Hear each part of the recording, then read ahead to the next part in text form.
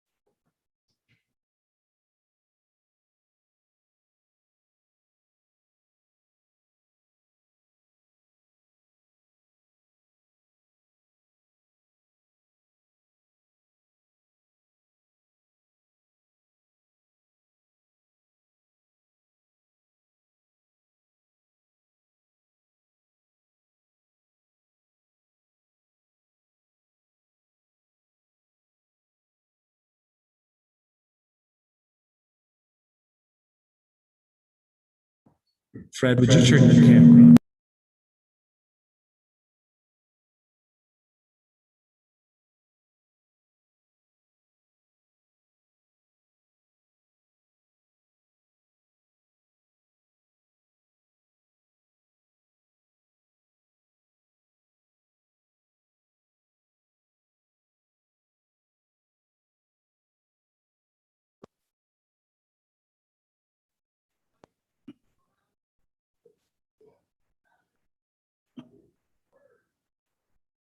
on?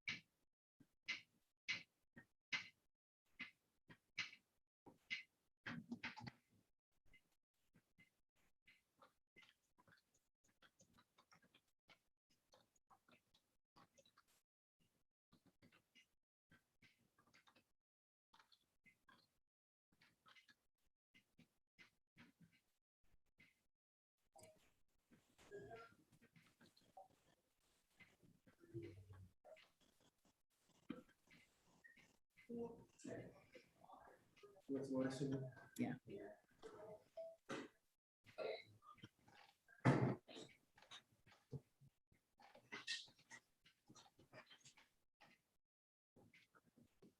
Are you able to hear me on your end?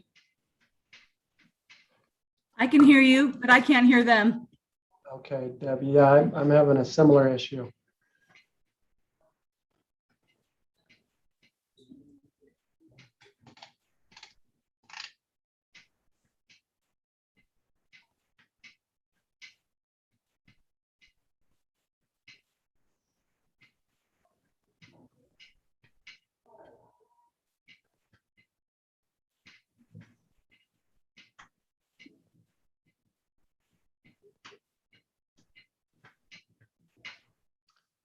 Alrighty, so I've got the note here that I can start presenting. Stephen, maybe a thumbs up if that's okay for me to get going. Okay, let me share my screen here.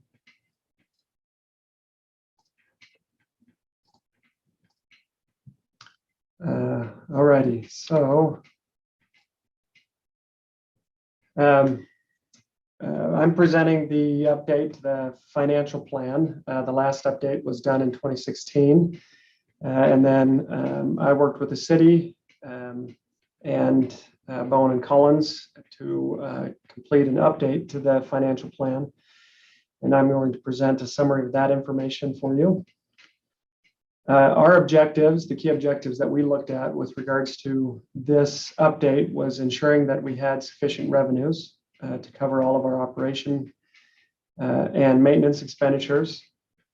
We looked at updating the models and report based on historic revenues and expenditures and make changes to the projections as we move forward in the planning horizon.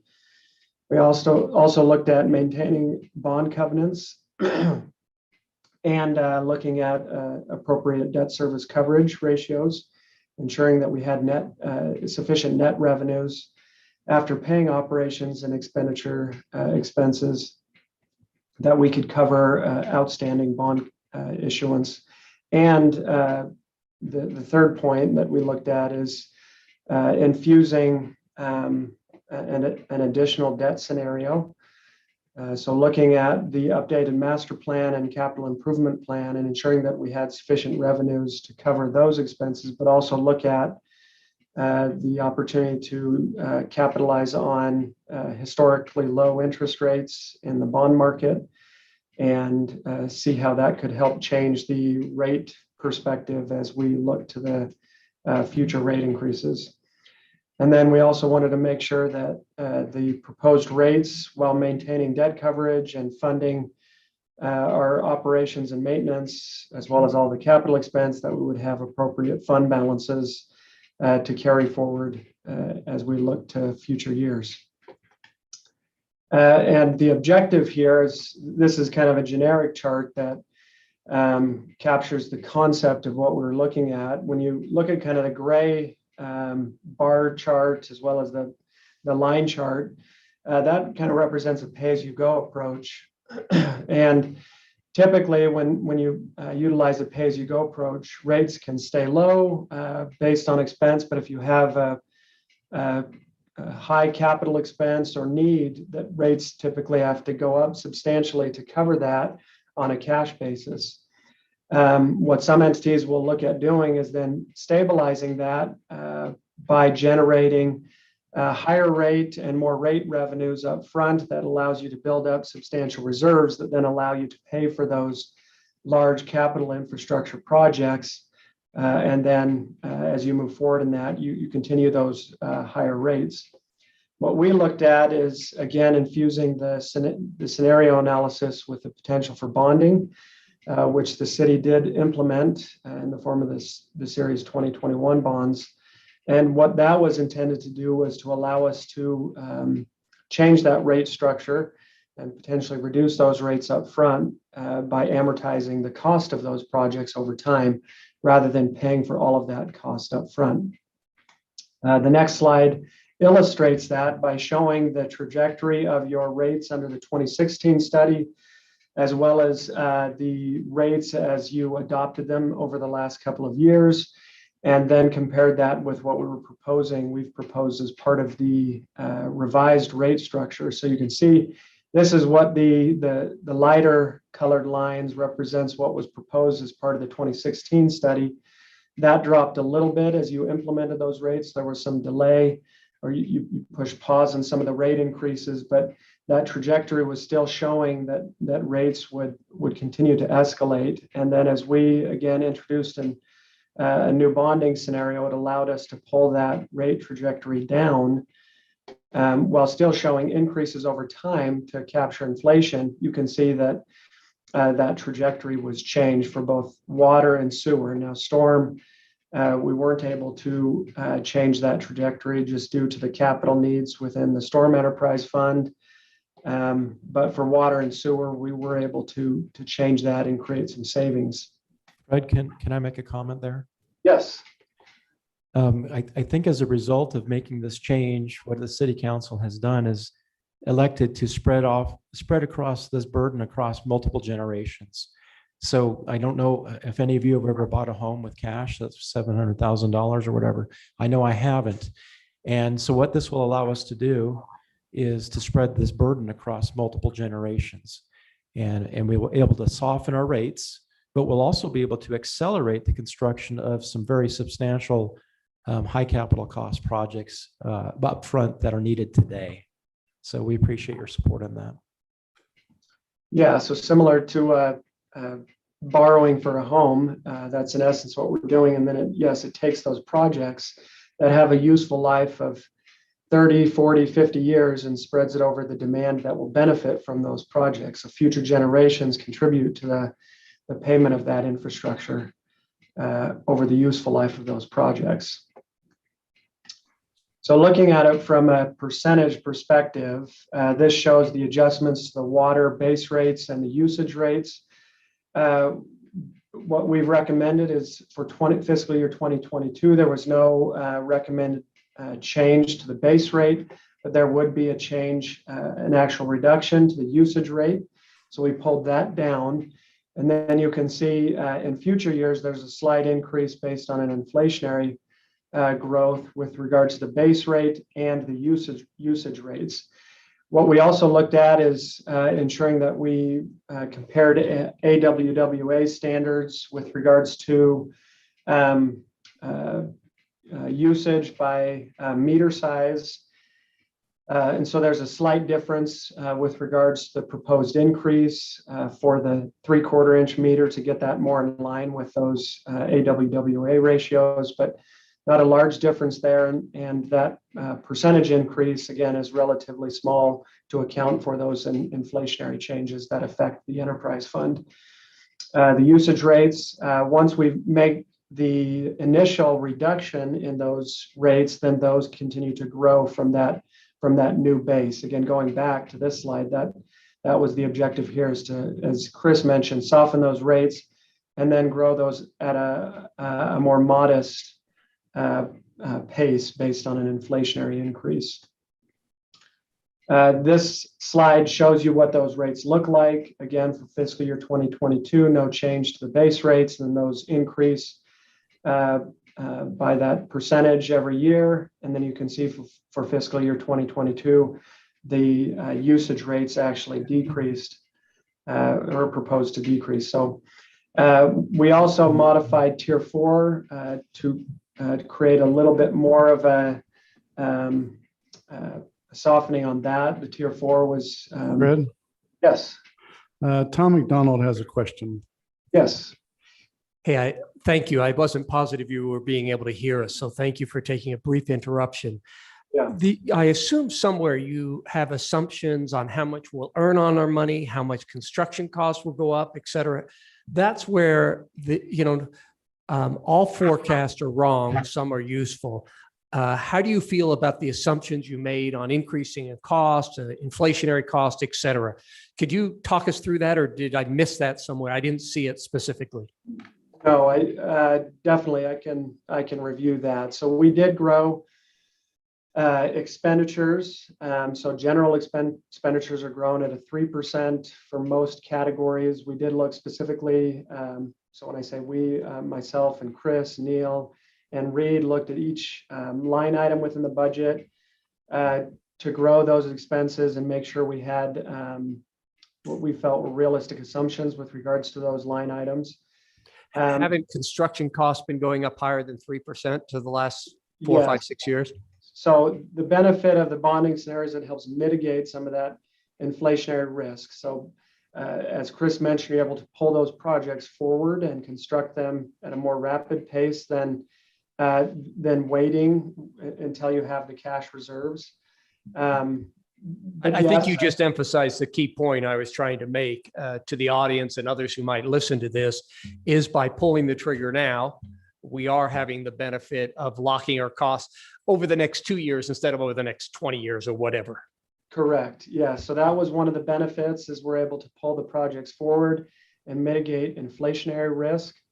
But I will, let you know that based on this approach, and the city's objective is to review this more frequently because some of those assumptions will change. We're trying to predict the future here, and as we move forward in time, staff will look at the pro forma and make sure that we're hitting those targets. And if there are changes to assumptions that prove to change the outcome of this, then there may be updates that are required. But yes, the benefit of that bonding approach, it helps mitigate that construction inflation risk because that is a big impact. We do have some inflation baked into the model, but right now we have 8% inflation, whereas historically we're more at 3.5% inflationary growth in construction. So, but that will require some more active involvement from staff to review the pro forma and just make sure we're hitting our targets in future years. So again, looking at the rate recommendations, we are showing the base rate for water staying constant and then growing from there, and then an actual reduction in the usage rates by tier with a little bit higher of a reduction or a greater percentage of reduction in the tier 4 rate. When we look at sewer, while we weren't able to achieve a reduction in the rates, we were able to slow that increase down. So in fiscal year 2022, there was no increase, and then just the inflationary increases thereafter for the base rate and the production rate as you move into fiscal year 23 and beyond. You can see that in the actual rates below this chart. So the fiscal year 2022 rate staying at 1233 and then going up to 1239 in fiscal year 23 and beyond. The only area we weren't able to make adjustment again is in the storm. There we have substantial capital infrastructure that's required. Despite the bonding scenario, we weren't able to pull that rate down. And in fact, there may be additional discussion that will have to happen with regards to storm rate as additional capital projects are identified. So that rate we kept constant relative to the 2016 recommended rate structure. We've perpetuated that for this analysis. As with all financial plans, we look at projecting that out beyond the 5-year planning horizon, but the rate recommendations are isolated to that 5-year window. Again, staff and we'll need to look at performance from year to year to make sure that we're achieving these targets. And if there are substantial market fluctuations, for example, if a recession were to hit or you continue to see very high construction inflation, then those are types of assumptions that may require us to kind of open back up the black box, so to speak, and reevaluate reevaluate and make sure that we're staying sustainable from a revenue perspective and hitting all of our targets. So looking at the evaluation of those rate objectives relative to the recommended rates, we do show revenue sufficiency as we restructured the rates for water and sewer. Under that objective of maintaining revenue sufficiency, we were still able to achieve about a 10 to 20% overall reduction, looking at that rate change for the water and keeping that sewer rate constant for fiscal year 2022. That's an evaluation based on a 3/4 inch meter. So actual water usage and meter size will change that percentage. So if you're using more water and you're hitting that higher tier, then you actually may get a little bit more of a reduction. Whereas if you're just using minimal amounts of water, then that reduction may not be as pronounced, since that reduction that we're proposing is really affecting that usage category. But we are showing revenue sufficiency in our pro forma, even with those rate changes. We evaluated debt coverage and looked at all outstanding debt as well as the new debt issuance, and are showing that we're maintaining sufficient debt coverage as we look into the 5-year planning horizon and beyond. We're also maintaining appropriate fund balances, which represents that cash on hand at the end of each fiscal year. So our objective was to try to maintain at least a year of fund balance as we look at operating expense. So we were able to do that within the 5-year planning horizon.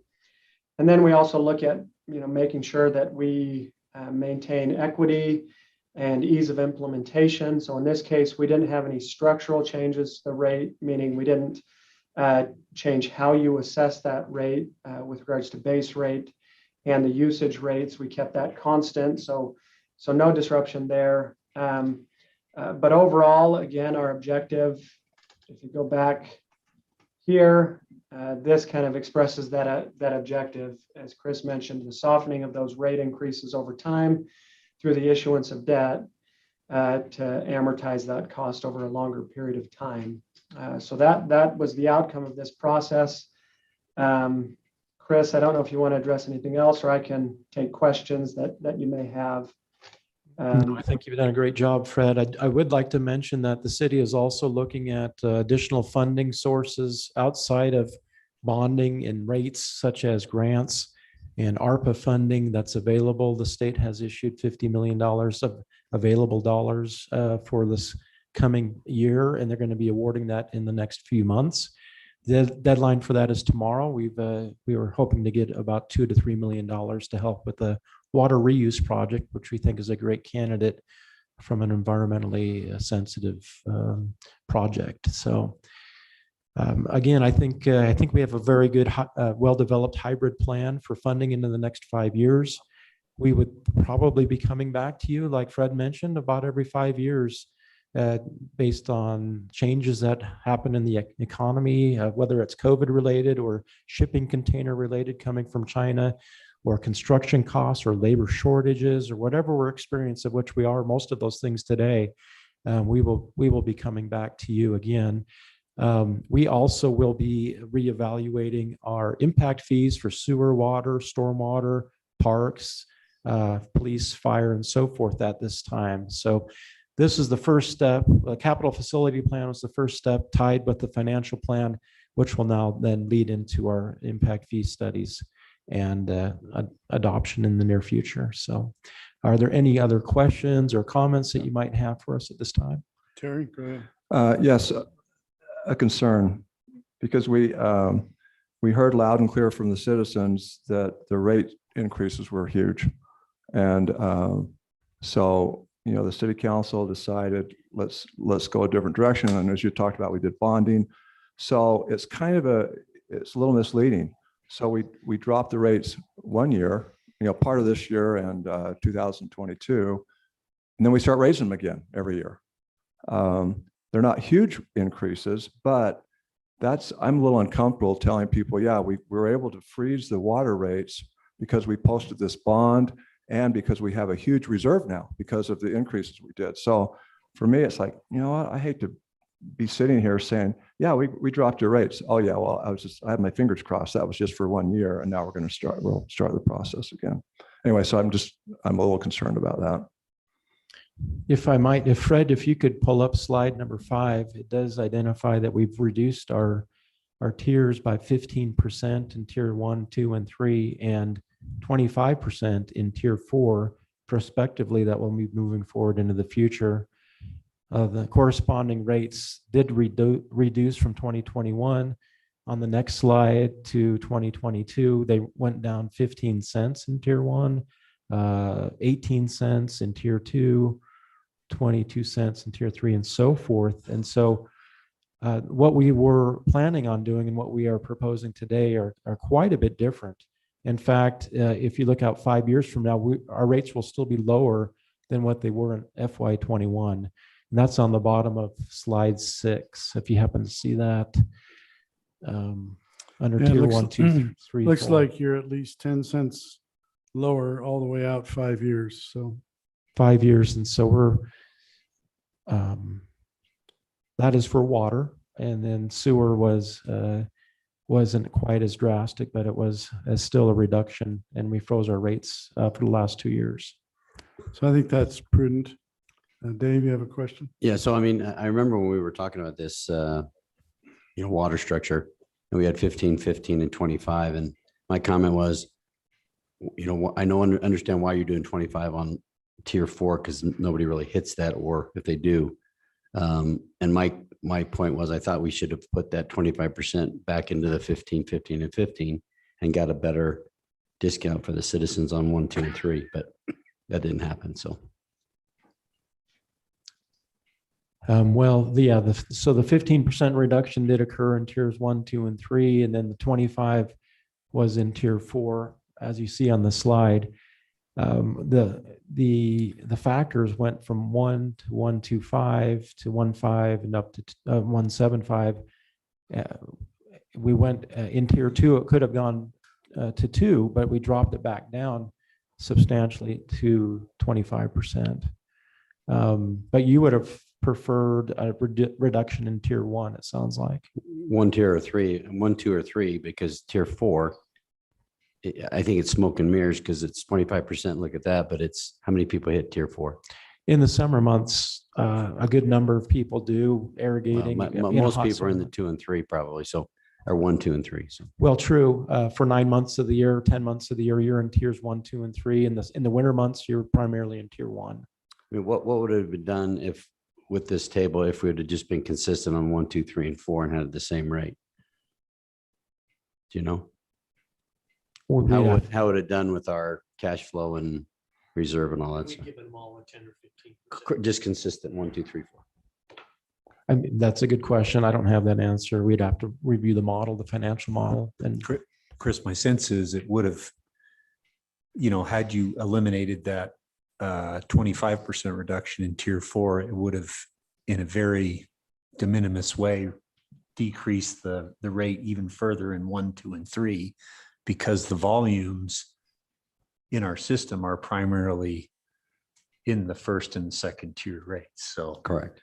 So we would go backwards a little bit, but I don't think you would go backwards, but I don't think anybody would realize any significant savings if we were to, for example, adjust tier 4 down to 15%, because the volume in the system is based on really the first few tiers. But that's where we make the money, is because that's the most usage. So 4 is also where we're charging extremely high rates. So that's correct. And typically people, right? Yeah, most people don't get into that into tier 4, but they do on occasion. But there is a substantial difference there. And again, I think the level of feedback that we are receiving from our customers is during the summer months. It's when they are irrigating outside. That's when we as a water operator receive the complaints. We don't receive the complaints in the middle, for example, of the shoulder months, because people are not watering their lawns. It's when they get that sticker shock in the middle of the summer because they are using a significant amount of water for irrigation purposes. So that sticker shock to some degree is tempered in the summer based on a significant reduction in tier 4 rather than the other 3 tiers. In my mind, it would just be, it was consistent if you did it equal amounts in tier 1, 2, 3, and 4. So that's fine. I do want to emphasize. I would like, Equal amounts before got the heavy hit, right? right. We raise them, so we're decreasing about proportionately to how we raise them. So- Correct, correct. And I do want to mention too, that we were, the council and staff recommendations, I think we were quite generous in tier 1, for example. We brought that up to and capture almost 100% of everyone on a 3/4 inch meter at 11,000 gallons. Typically, the average is around 7,000 gallons in the wintertime. We didn't want anybody to get into tier 2 in the winter, and I believe that 99.5% have accomplished that. So that was part of our direct. There are different ways to develop a financial plan, a model, and a rate study or a rate structure. And so you offer some valid points. These are a little bit different from what you had recommended. So Chris, Jeff Lamson has a question. Please. Thank you for all of this information. I'm curious, and maybe not for today, but some future time, and maybe we've already done this, but would it be possible to look at the demographics of these 4 tiers, kind of how that breaks down throughout the city? And then also what percentages of water users would be in tier 1, tier 2, tier 3, tier 4? We have data on a monthly basis to be able to do that. I would suggest that it would be feasible or more practical to do that after we have our advanced metering infrastructure in place, meaning our infrastructure where we'll be able to collect that data and more accurately analyze that and provide a good review of that. That the meters right now, or Neil, how many are deployed right now? 11,000. So we're just under 50% of our total meters. And our goal is to have those completed on what date, Neil? December of 2022. So demographic wise, I'm not sure what you might be recommending there. I'm just curious what tier 1 looks like, and what tier 2 looks like as far as it's broken out into the neighborhoods. Sure. And like I say, not looking for that today, and down the road when we have that in place would be fine. I'm just curious what those tiers look like on a neighborhood by neighborhood. Yeah, I believe that irrigating, those that are irrigating properties, if they have 5,000 square feet across the board, most people are very similar if they have 5,000 feet of grass, for example. So there's some that are a little bit higher, some a little bit lower. Some are more careless, some are more responsible, some are more water conservation minded and so forth. But there are definitely trends depending on the amount of irrigable area on their properties, not just by meter size itself, but actual irrigable areas. We could definitely provide demographic information for you. Thank you. Yeah. All right. Well, thank you, Chris. Appreciate it. Thank you. We appreciate your support. And thank you to Fred as well. Appreciate that.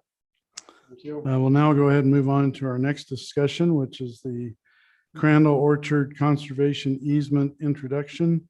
And Matt Taylor is our presenter.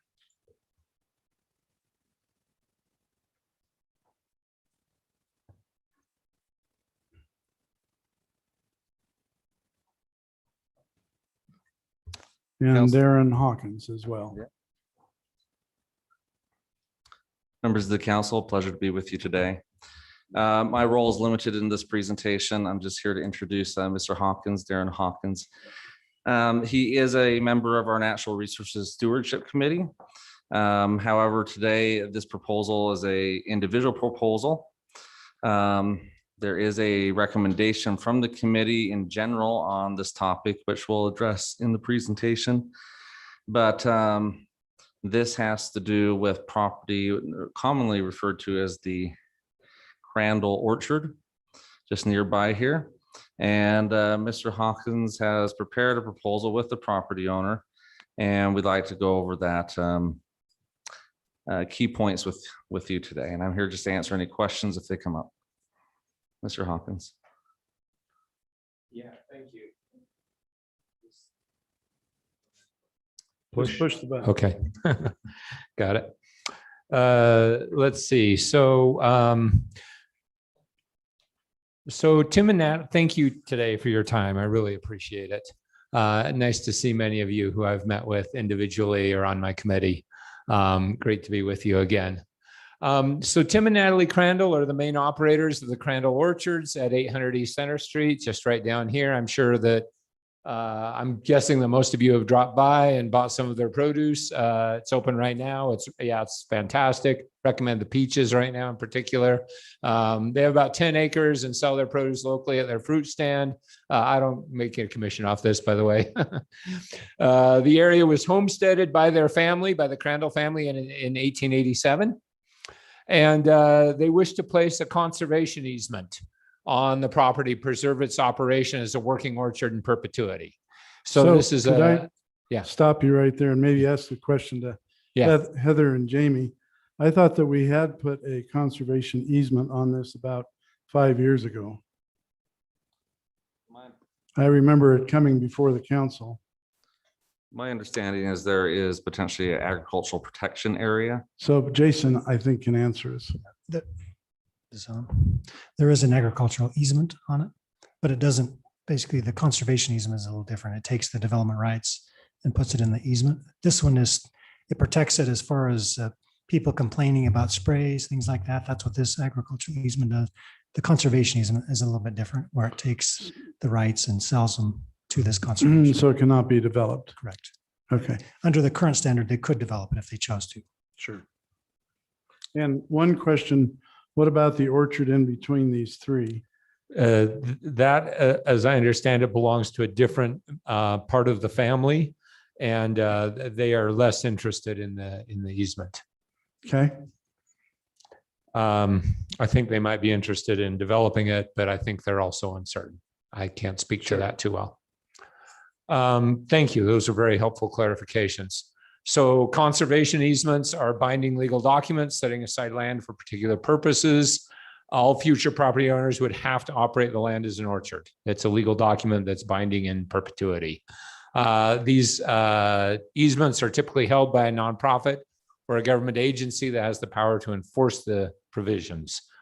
The cost of the easement is typically the value of the land if it were developed, minus the value of the land in its less developed state as an orchard. And so you can tell that actually we don't know the cost of the easement yet, but it's going to be pricey, several $1 million. That's worth a lot of money, that property right there, if we developed it or if they developed it. Where will that funding come from?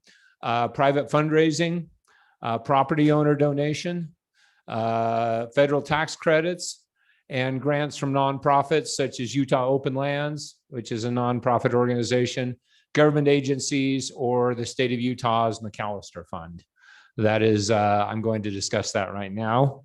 The McAllister Fund, so the Crandalls are seeking a grant from the McAllister Fund, which is a fund provided by the state of Utah, the Utah State Legislature, that is dedicated to preserving agricultural lands and private ownership through conservation easement. This is precisely the purpose of the McAllister Fund. The Utah Legislature has set aside money for this. It has for a number of years, and the Crandalls are seeking a grant from this fund to assist in raising revenues for this conservation easement. The McAllister Fund directors plan to make a site visit soon to gather information and to evaluate the application.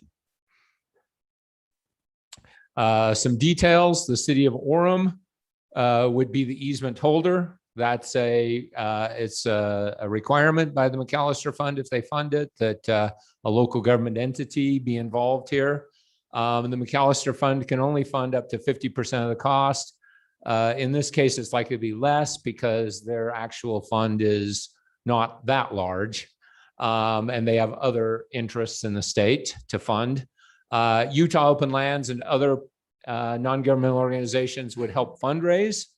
And the Crandalls are planning on making a substantial donation in kind to the easement. And one of the other requirements of the McAllister Fund is that it be open to public access, limited public access. It's going to be a working orchard, so we can't just have people wandering through it any moment. But for example, one idea is school field trips, right?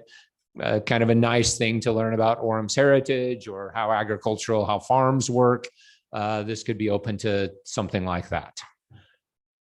The McAllister Fund is legally required to determine local support for a conservation easement through a public hearing, followed by a city resolution of support.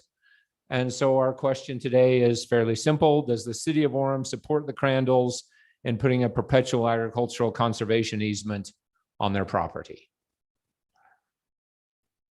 If I may add one clarification or oversight that I think wasn't in the presentation, is that the easement would be held by the city, but that does not necessarily mean that we have to, as a city, contribute to the acquisition of the easement, hence the other funding sources that they're pursuing. Certainly that could be a request from the applicants, but that would be a policy decision by this body. Another factor in holding the easement is that it doesn't necessarily oblige you, the city, to do anything other than have a obligation to enforce the provisions of the easement should there be a breach, or at least an investigation if there's a perceived breach in that agreement, which the state would ask us to do to ensure the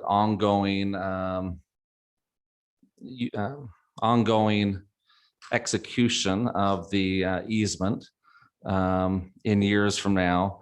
If that was not to be enforced, that's something they're looking that the city would commit to as part of the easement. Okay, Councilman McDonald, do you have a question? First of all, I think it's a benefit to the community to have some green space left, but it also appears that the city might incur some expenses, legal fees, et cetera, in the future.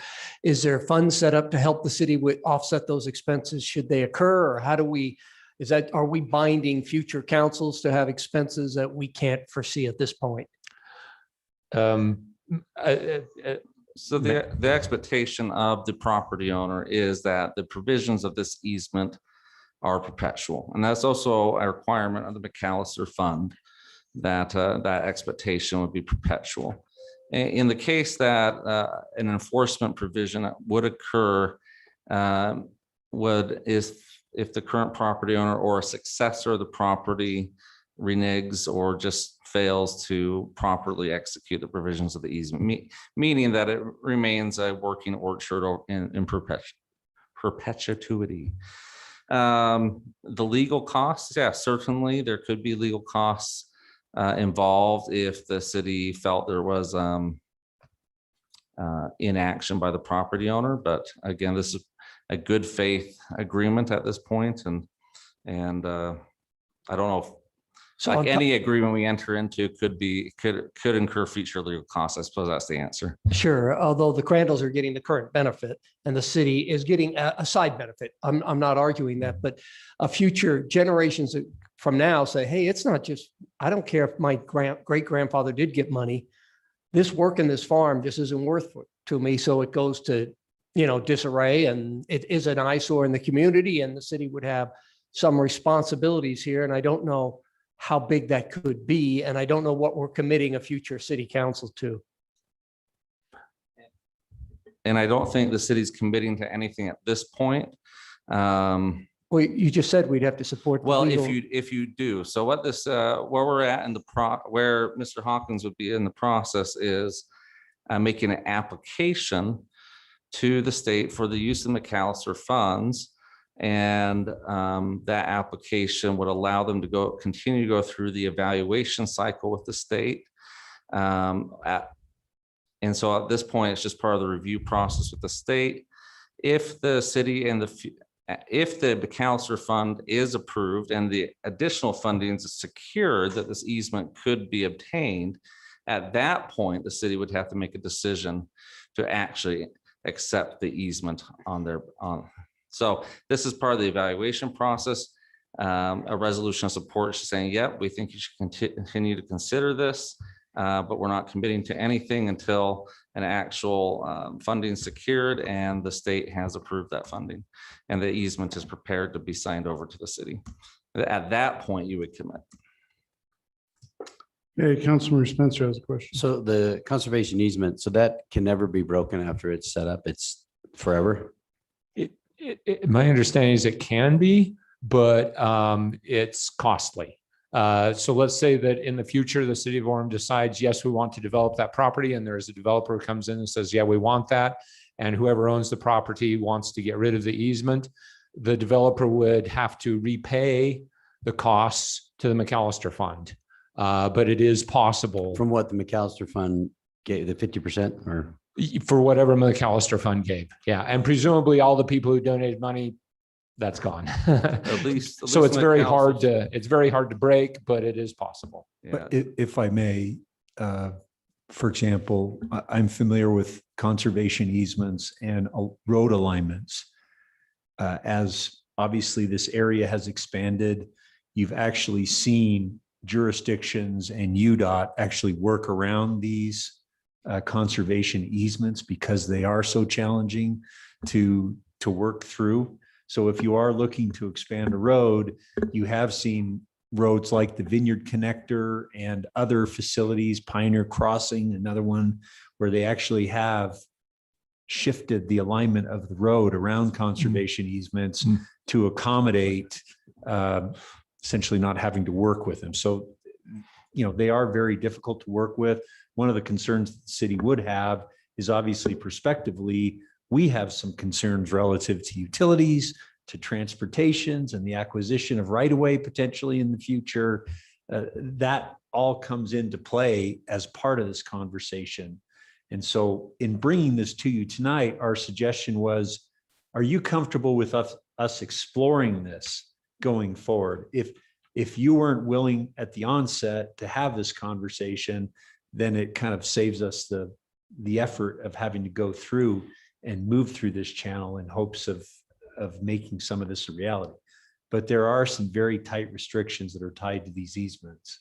That doesn't mean that it's not appropriate to adopt the easement, but once you adopt it, there are very, very limited opportunities for you to break that commitment.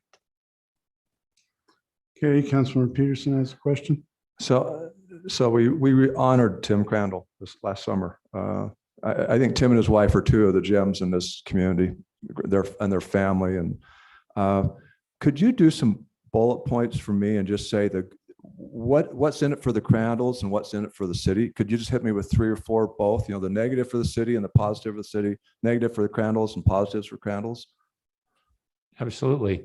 Positive for the city is a memorial of our heritage and an ability to educate school children and others on the importance of agricultural lands and where our food comes from, and continued green space in the heart of a thriving metropolitan area.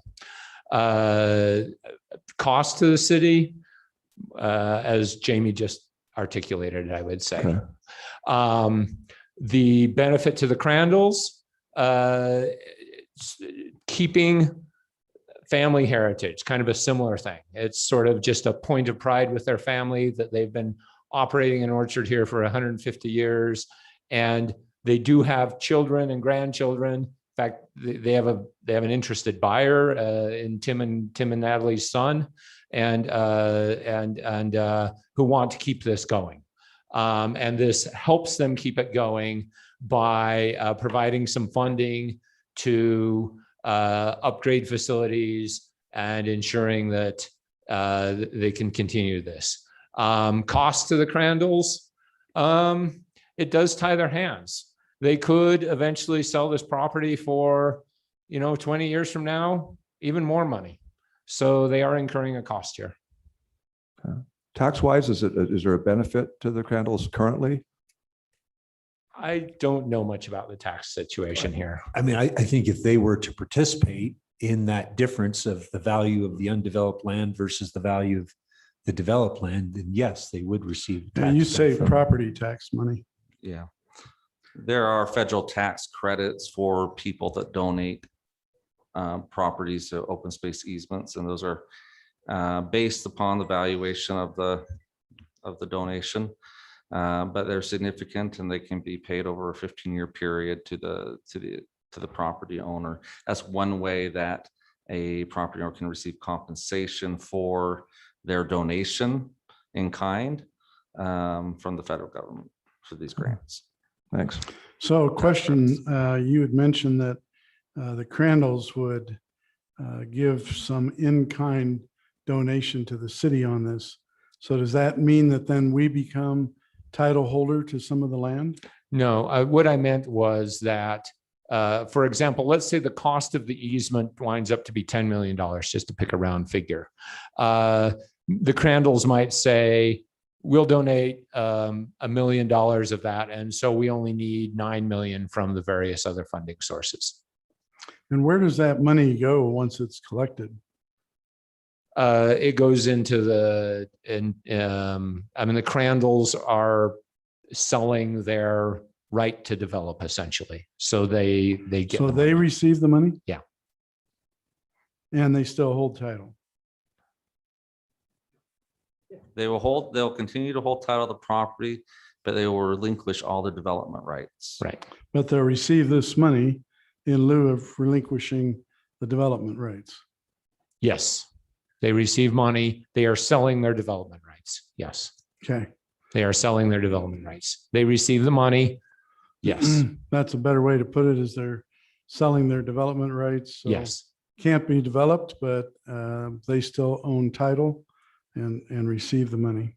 Yes, that is correct. But they're selling their development rights at present dollar I as understand. compared to future opportunities to develop. So the idea is that this property would appreciate over time, but they're making a conscious decision Well, today anytime to you sell it. sell property at present day, the price is going to be different than what it would be in the future. So. Right. And Councilmember Sumner, you have a question? Yeah, I was just wondering, do we have any plans in the future to widen Center Street there or 8th East, is it? Yeah. Yeah, I mean, obviously, we have a master transportation plan, and one of the questions we would need to look at is how does this request overlay with our future transportation needs? And so, yeah, I would anticipate that would be part of the review and part of the discussion. Because if, for example, if we need to, for example, expand the roadway and we have an easement on one side of the roadway, then obviously the full responsibility of expansion would rest across, on the other side of the right of way. So, yeah, that would be a concern. Okay, thank you.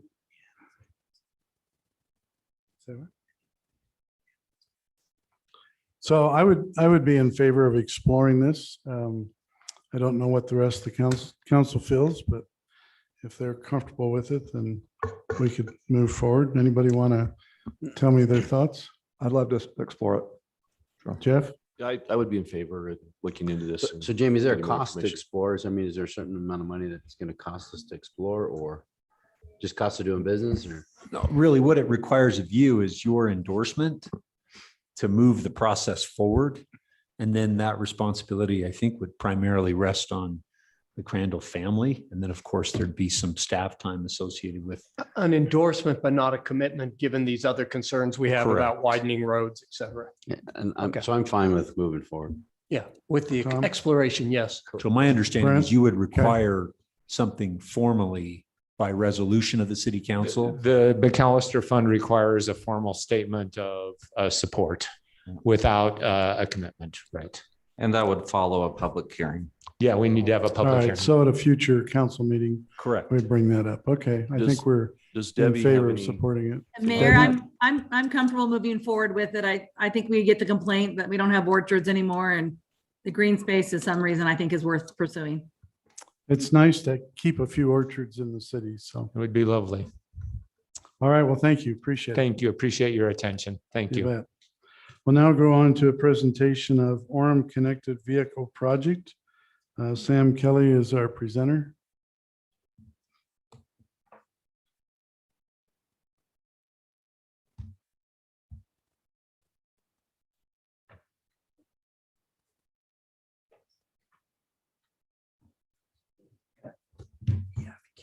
And Sam, do you want to introduce who you have with you? Yes, thanks for taking the time. I have with me today Blaine Leonard. He is with UDOT, and he has a presentation on the Enclave project, which is the connected vehicle project that we are piloting with UDOT here in the city of Orem. It's a project where we will have connected vehicles, those being emergency vehicles, as well as some What maintenance does a vehicles as well. connected vehicle mean? I'm not gonna steal Blaine's thunder. I'll let him go ahead. Going to drive two vehicles down the road that are connected to each Yeah, other? they're gonna be in tandem. We're gonna hook up together. Yeah, sidecar. But you can't hook up with Councilman Lamson. He drives too slow.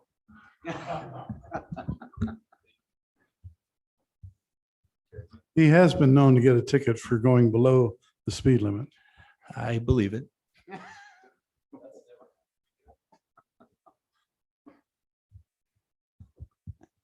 Ladies and gentlemen of the City Council, thank you very much for taking a few minutes here today.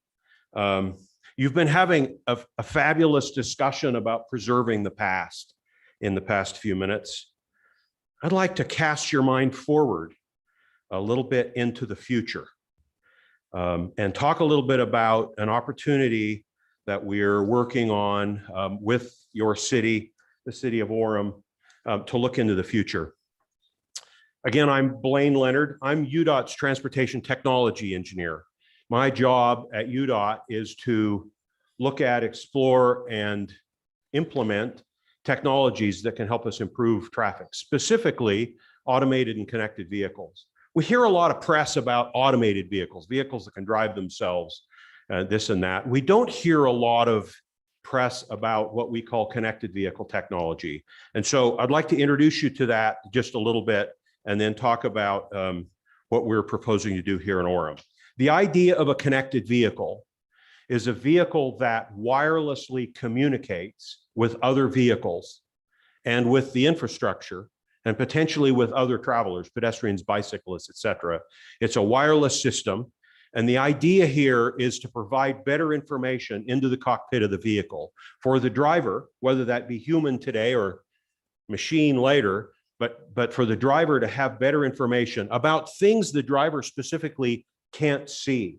Activities going on with a car that's 4 vehicles in front of you or around a corner that you can't see. And this provides, excuse me, that kind of information to help the vehicle move on. The idea here is focused on safety. We believe that since most crashes have an element of human error in them, if we can help the driver with better information and better visibility about what's going on, we can help reduce those kinds of crashes. We can also, as I'll talk about in a minute, facilitate quicker response time to crashes that do occur and to improve mobility. And so that's really sort of the premise here. Basically, in this kind of a system, the car has on it a small wireless radio that's on a particular dedicated spectrum, and it communicates with the environment around it. It basically sends little bits of data out of the car to other cars or to the roadside infrastructure or other travelers that talk about what the car is doing. We call that the basic safety message. So for instance, the vehicle may say, I've just engaged my brakes. Well, if we see a lot of vehicles in one area at one particular moment engage their brakes, we know something's going on. Is there a crash? Is there debris in the road? Is there some other kind of an event? And we can start to, I say we, it's the computer because it's happening really quickly. We can start to interpret what's happening. The vehicle may say, I'm losing traction. Today's modern vehicles know a lot about what's going on. And as the wheels are spinning at slightly different rotations, there's some indication that maybe the road is icy. And so we can then, that vehicle can then send that information out and tell other vehicles, hey, at this location in the road's slippery. And we can try to prevent some icy road crashes, those kinds of things. Those So are just question for you. Yeah. So we as a city, do we receive that same information? Yes. Okay. And do we know whose car that is? No. I'll talk about that in a second. Okay. I'll get to that. Yep. So the vehicle on the highway may get a message that there's a crash ahead. That allows the vehicle to make some kind of a diversion, or there's a work zone, or there's some other kind of an activity closing a road. That allows the car and or the vehicle to make some kind of a change.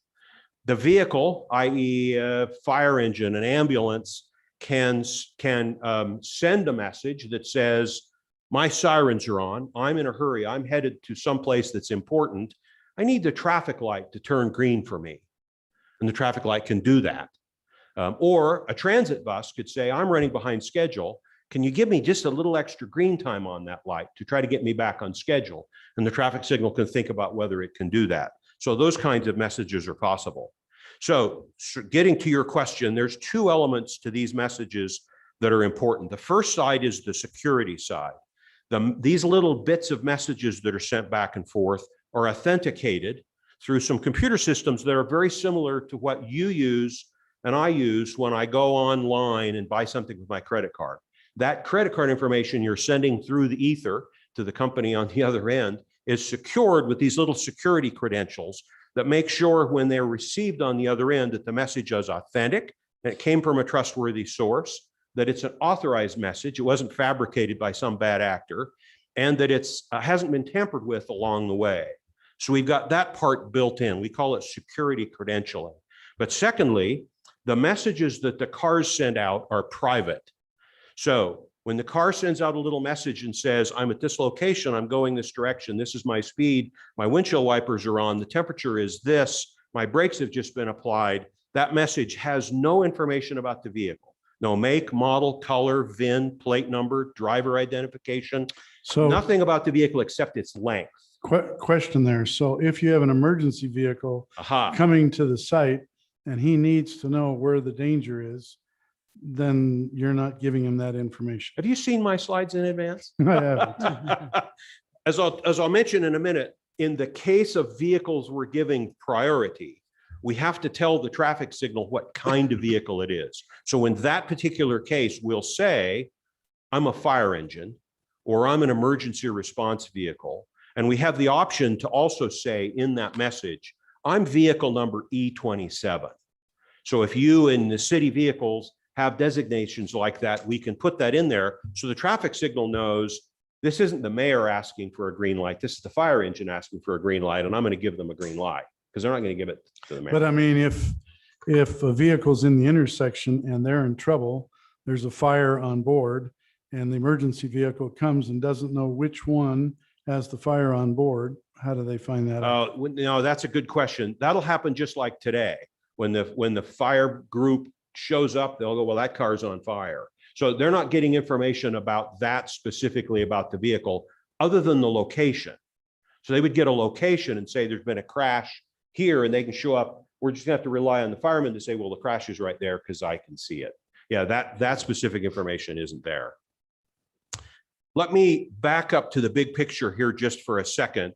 We've been deploying, UDOT have been deploying this technology in Utah since about 2015, for about 5 or 6 years. This technology was invented in 1999. It was really sort of matured to the point where somebody could use it until about 2010. We started exploring it in the late 2000s, 2008, and started deploying it at about 2015 with our first operational corridor on Redwood Road in Salt Lake in 2017. And the blue dots you see on this chart are the original deployments we made in Salt Lake County. The orange dots going up I-80 and the Park City area were ones that were deployed last year. The blue dots next door here is the UVX line, the UTA UVX line that runs from the front runner station up into downtown Provo. And that was deployed in 2018. So that bus system has the ability to ask the traffic signals for a little extra green time when it's behind schedule. And so that's what we've been using this system for the past couple of years: bus priority, snowplow preemption. We haven't done emergency vehicle preemption yet. We've been using this on our snowplows to say, if they're actually plowing, let's give them a green, let's keep them moving, let's get the snow and ice off the road.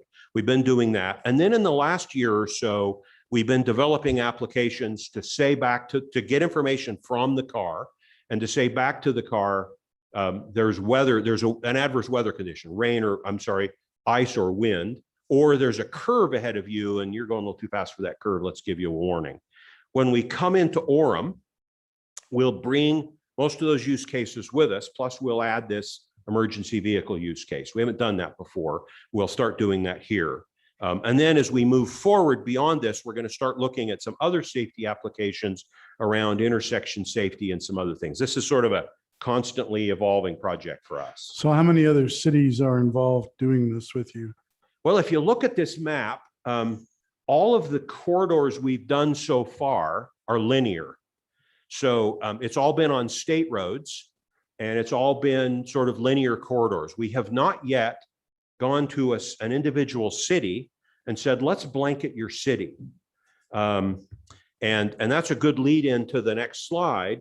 You're the first for that particular approach. And why did we choose to come and introduce this in Orem? Well, first of all, we know that Orem City has a good, competent, proactive traffic management system with traffic signal engineers and traffic signal engineering that's really on top of things. Since most of this equipment will be installed at traffic signals, it's important that we work with a city that's got that sort of in tow, right? Has that figured out. Secondly, we know Orem is a place that's progressive and forward thinking, and this is a game-changing technology that's evolving. We need somebody that's sort of open-minded to help work with us as we move this forward. And we've always felt that UDOT and Orem City have a good relationship. And so it just sort of was that mix. We looked at other places and kind of said, you know what, Orem makes sense for this. And so that's what brings us here. Well, you've come to the right city. A question I have is the equipment itself. What does it look like? How much room does it take? Where is it placed? Besides putting, the proper computerized equipment on the cars. So I've got a couple of pictures here in a second where you can see that. Let me mention here the goals for what we're trying to achieve here. The idea of doing this in a concentrated city environment, as opposed to linear corridors, is to really work towards a safe and livable neighborhood. We know that's important to you.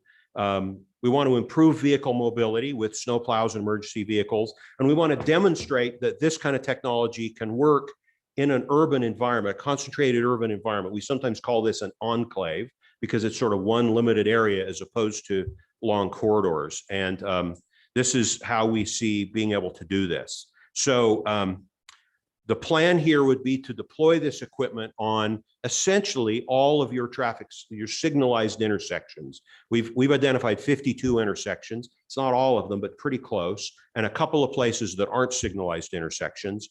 And here's what that instrument looks like on the traffic signal pole. You got the pole that comes up, and then you got the traffic signal arm that comes out.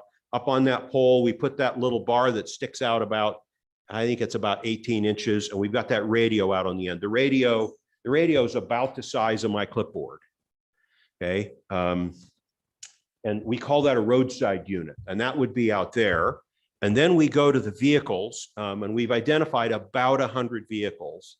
20 of those would be emergency vehicles, fire department vehicles, ambulances, and snowplows.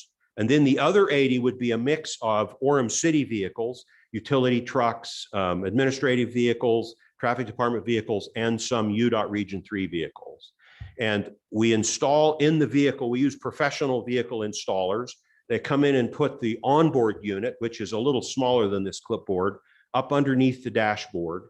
They connect it into the vehicle CAN bus to get data out of the vehicle. And when they're done, what you will see is a little shark fin antenna on the roof.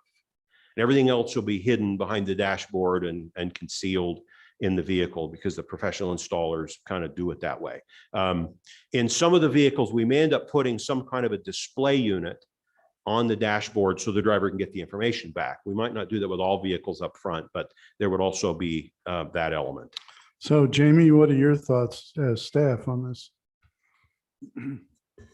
So obviously staff is supportive of this. We were approached by UDOT a number of months ago and began exploring this use of this technology.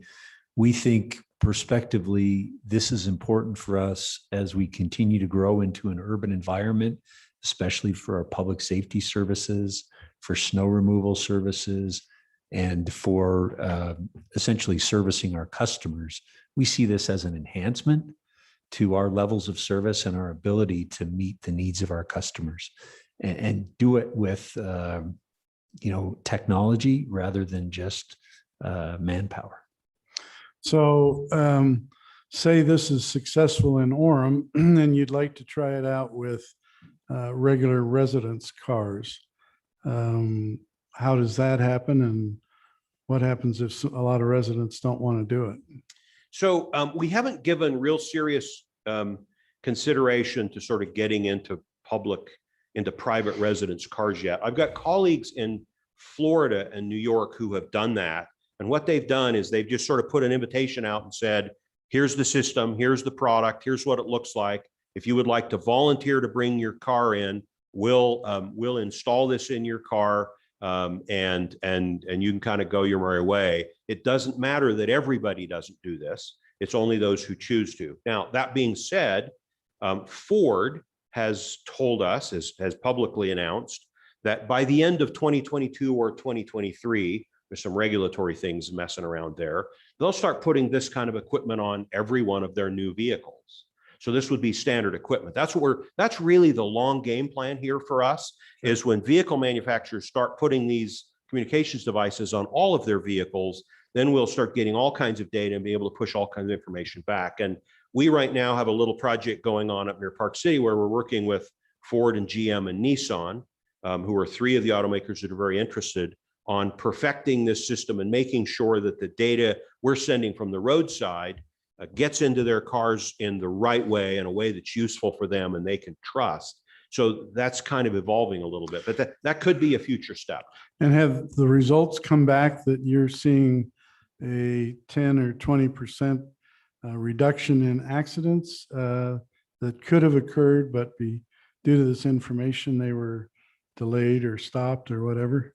So half a dozen years ago, the US DOT did a bunch of studies in Michigan, and their conclusion was that 83% of all non-impaired crashes could be mitigated. And there's a couple of key words in there. And so there's sort of proof in the demonstration that it's possible. We haven't seen measurable results in crashes yet because we've been mostly focusing on bus priority and snowplow preemption, right? So that hasn't been something we've been able to measure. What we have seen is an improvement with UTA's bus lines in Salt Lake County, an improvement in their on-time performance. So we've been trying to measure that.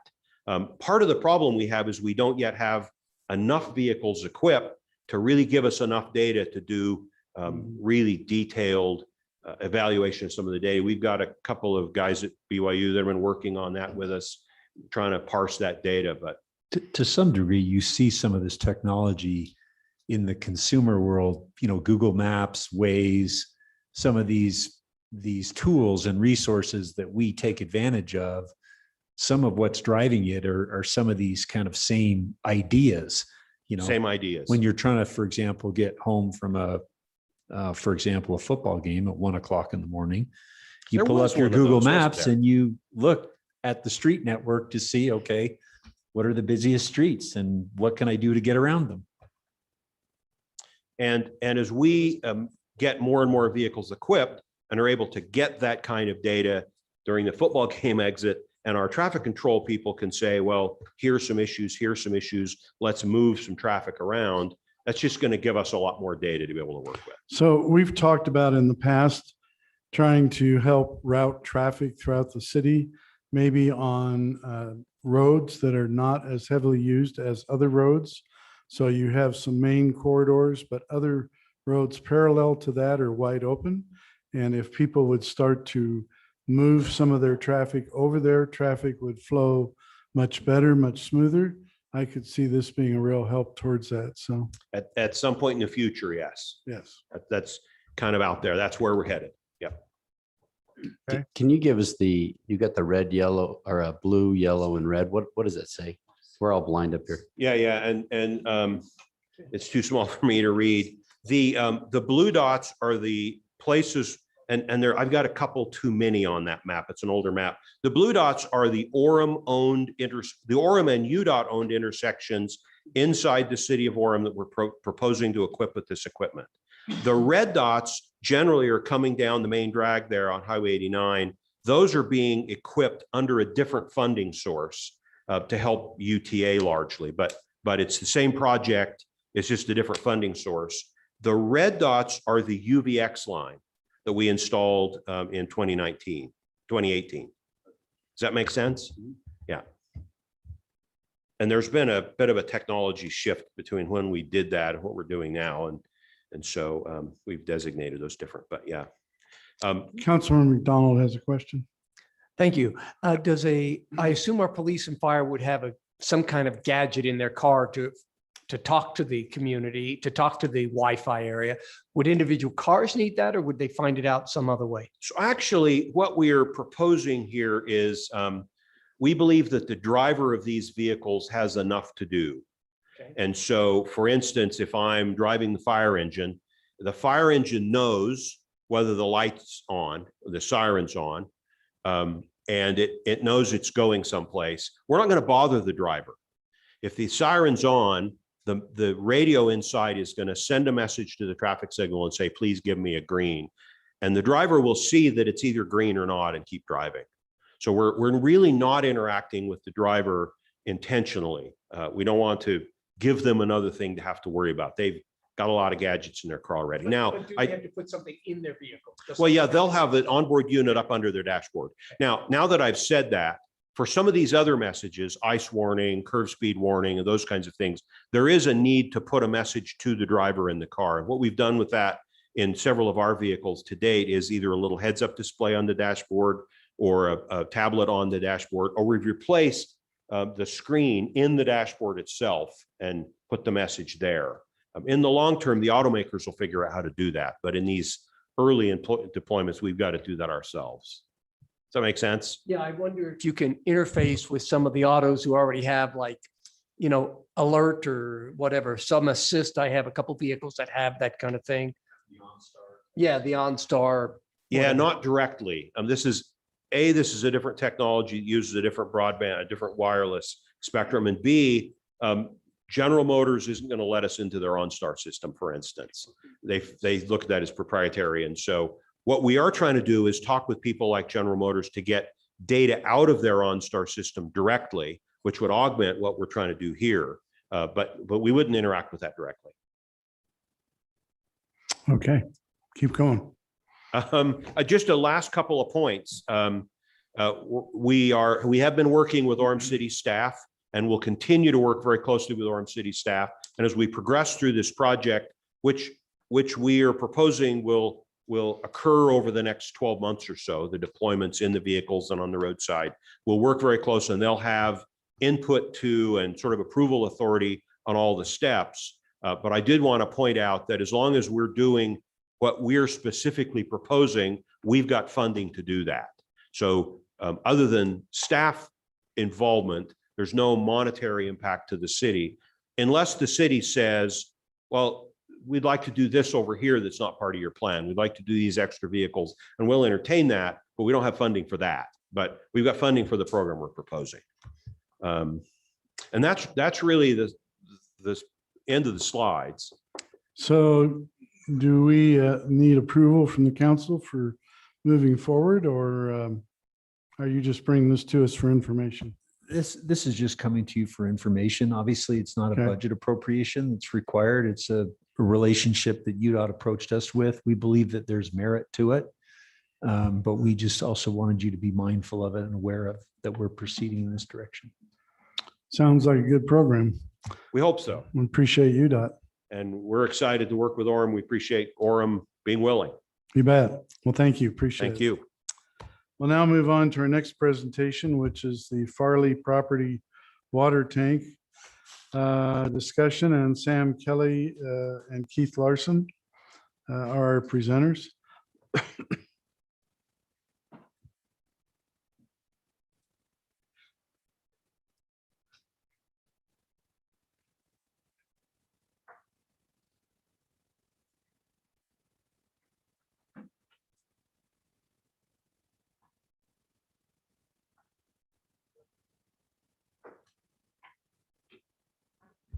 Maybe if I just may add something, Mayor, one of the other advantages we see to partnering with UDOT and this technology is some of our existing technology that helps facilitate, for example, signal preemption for fire trucks and things like that is aging or has come to the point where it's no longer operational. So this gives us an opportunity to replace aging or non-functioning technology with new technology that we think is a great benefit to our public safety department. So some of you might have heard of the Opticom system that we've had in the past. And we have sensors up on signal masts currently that allow fire engines and such to preempt signals as they go through intersections. Not all of our signals are set up to accommodate that Opticom system. And a number of them have outdated infrastructure, outdated technology where it doesn't work to the degree that we need it to. So there's also a cost advantage to us to partnering with UDOT and getting this new technology to replace existing and sometimes non-functioning technology that we have in place. Sure. All right, Sam, we'll turn the time over to you. Thanks for your time. We have Keith Larson here with Bowen Collins, and we are here to present an option we have to have the 10 million gallon tank at the Farley property at an at-grade type scenario. So I'll turn the time over to Keith so he can present that. Yeah, so just in terms of what our goal in being here today is, we're preparing for a community meeting, a public outreach open house coming up here at the end of September, currently tentatively scheduled for September 29th, pending our discussion today. So the goal is to get some of your input on the concepts that we have and make sure we're okay to proceed with that. So with that in mind, just a quick progress report of where we're at right now. We've been working closely with city staff to develop design criteria for this tank and associated pump station and well. The details of those facilities are shown there. I'll note that the pump station capacity, that 17,000 GPM gallons per minute, that's at build out. That won't all go in immediately, but that information's there. We've also completed some initial public outreach, delivering information and talking to residents within a 1,000-foot radius of the property. So that has been completed, gathering initial information.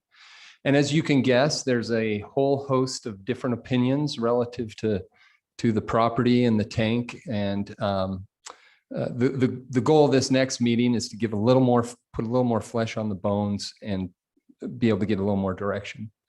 We've also have environmental clearance. So Keith, just a question. Yeah. Are you receiving some negative public returns? I don't know that I would necessarily characterize things as negative, but there's very different opinions. For example, some residents would like to see the property not have access. Basically, just fence it off and keep it as a tank site. Don't create any traffic on the site next to residential properties. Other residents have indicated that they would prefer to have access to the site. They like the idea of a walking trail to be able to use the property. So they're obviously equally valid in opinions, but they're diametrically opposed to each other. And so that's the kinds of things that we're seeing. Okay. We have environmental clearance scheduled for next week and geotechnical drilling for September 29th. And then we've been exploring a lot of design concepts over the last month and a half or so. So as mentioned, our next step is to have the public meeting, and our goal today is to kind of receive your blessing, you're okay on taking these initial concepts to the public. So with that, anytime that you're designing a facility, you're going to have some competing priorities. And so a couple of the things that we're trying to weigh and balance are the appearance and the public acceptance of the tank. How much usable park space do we have around the tank, or do we have any at all?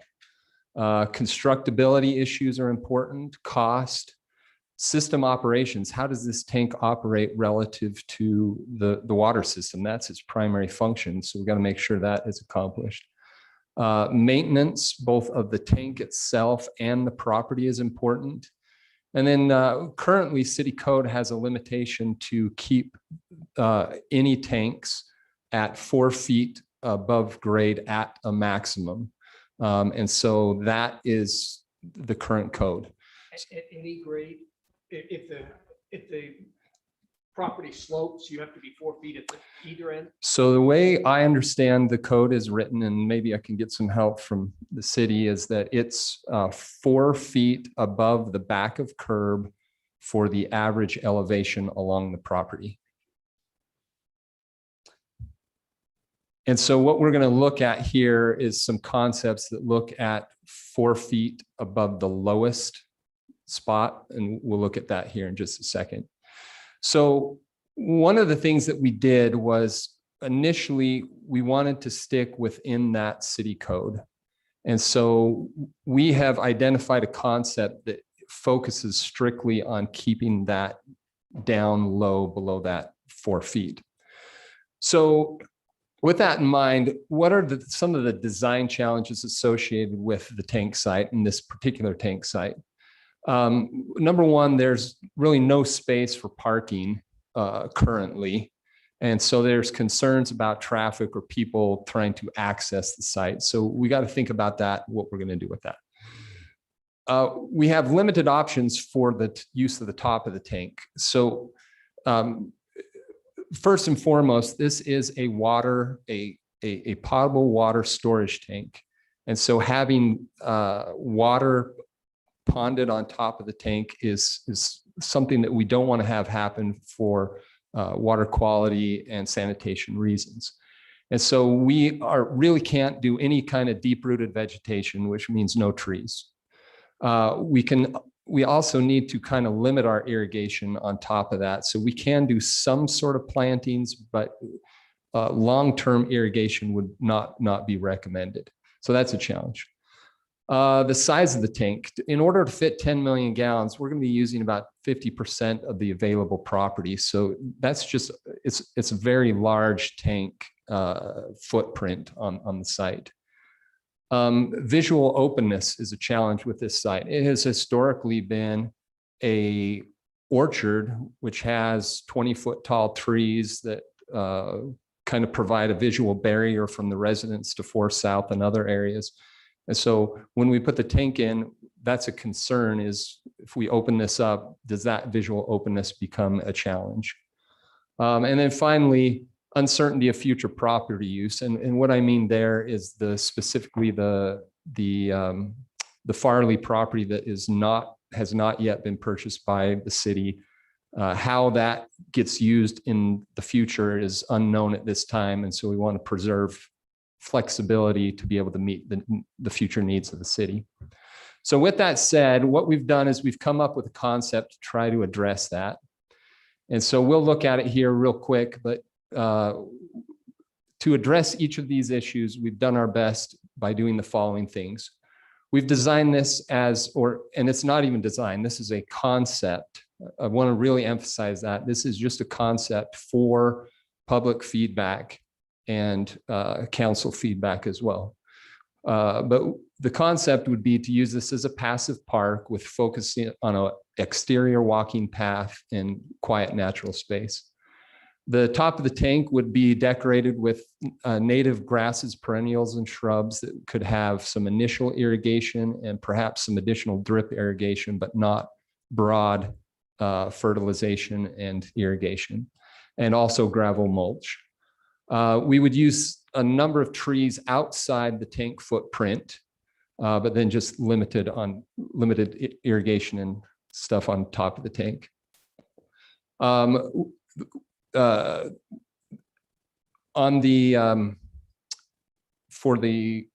Relative to the size, we would focus on that exterior trail and making that as attractive as possible from a landscaping point.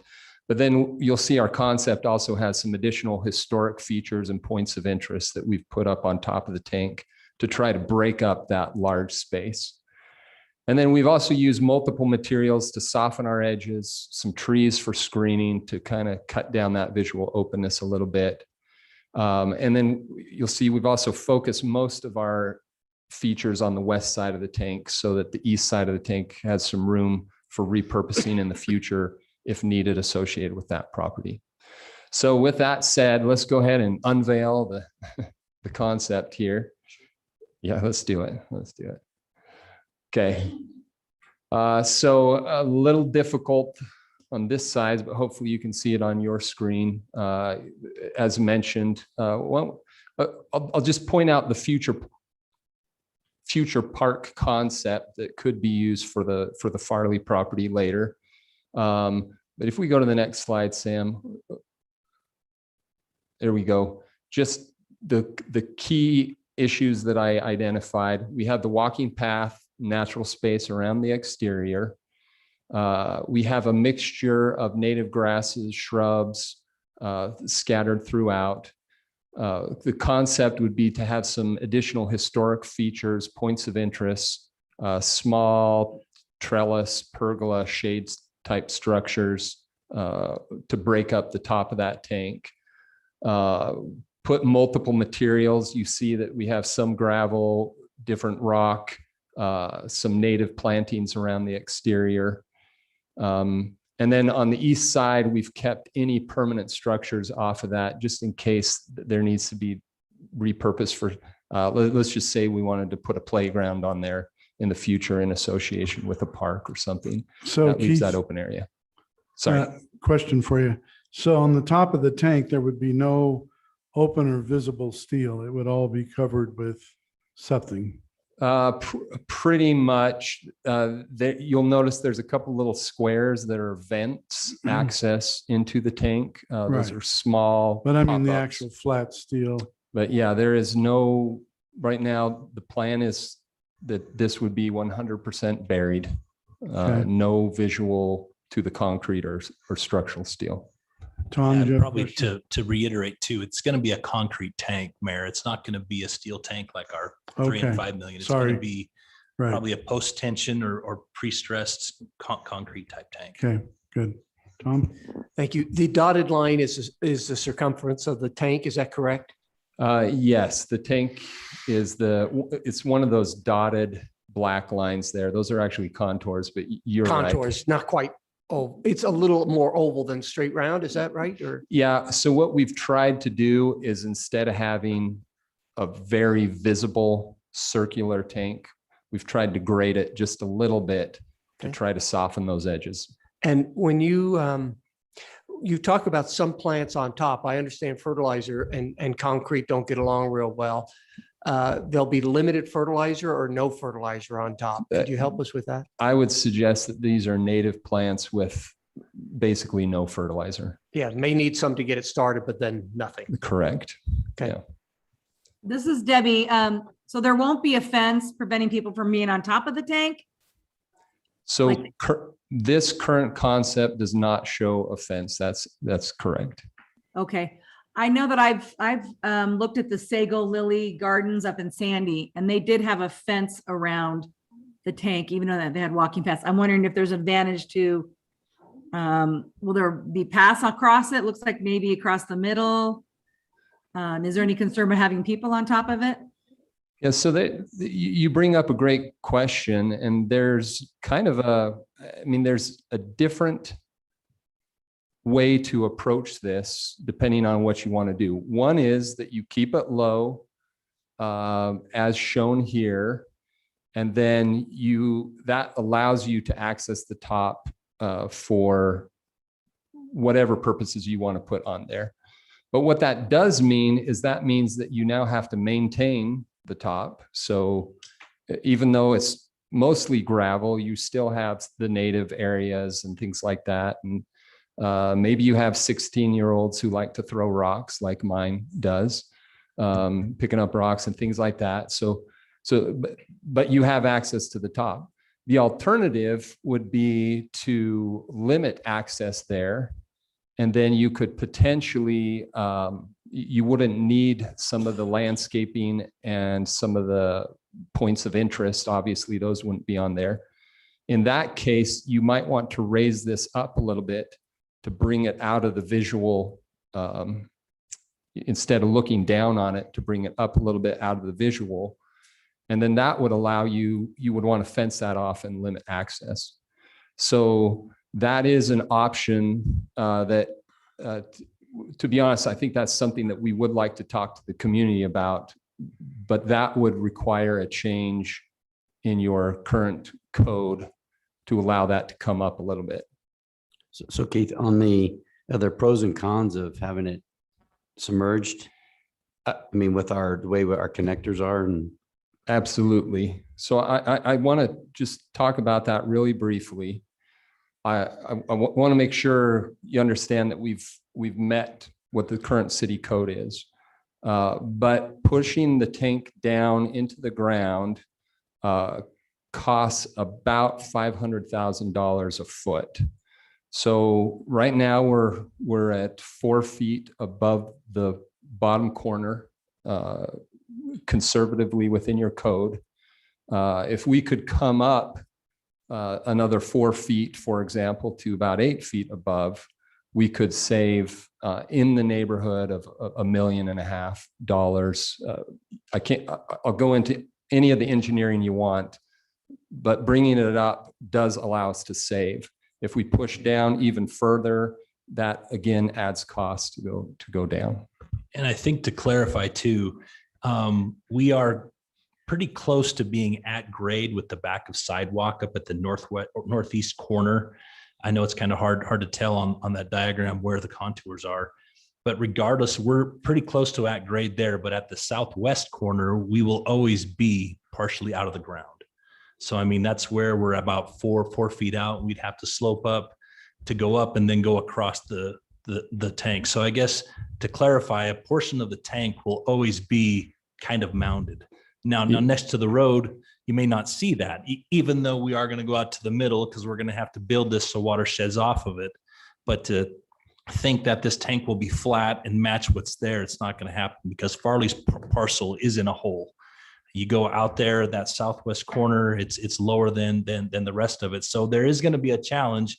And that's why we're going to develop these concepts, because come September 29th, these homes in the back will be lower than what's out there now because they are lower than 4 South the way it is right now, just the way the geography is. So to help us get up out of the ground is going to help on an engineering side, but there are some other things that we're looking into as far as what is the impact to the neighborhood. And we don't want to create drainage problems from us into the neighbors' yards. Right. Question, you talk about it costs, $500,000 per foot difference, but if you're 4 feet up, can you not just ramp up some dirt on a slope around there rather than burying it further underground? Yes. On the southwest corner? Yeah. So if we can ramp up, we get the same savings by bringing it up. The challenges with cost are the depth of the pipelines coming out. And specifically, the state of Utah requires us to have an overflow from this tank. And if we can overflow on site, there's a lot of savings. Otherwise, we've got to run down the road until we can catch grade daylight and be able to overflow elsewhere. I did want to make one thing really clear, and I think, Mayor, you've touched on it, is in all of these concepts, we are not talking about bringing the tank up out of the ground. In all the concepts, the tank would still remain buried. But whether we slide it down to 4 feet above the corner or 2 feet above the corner or 6 feet above the corner, we would grade it so that it's covered. Okay. Mayor? Yes. I know this is not a destination walkway, but parking, where are the people going to park if they want to go to this walking path or whatever? There's nowhere to park. Yeah, understood. And that's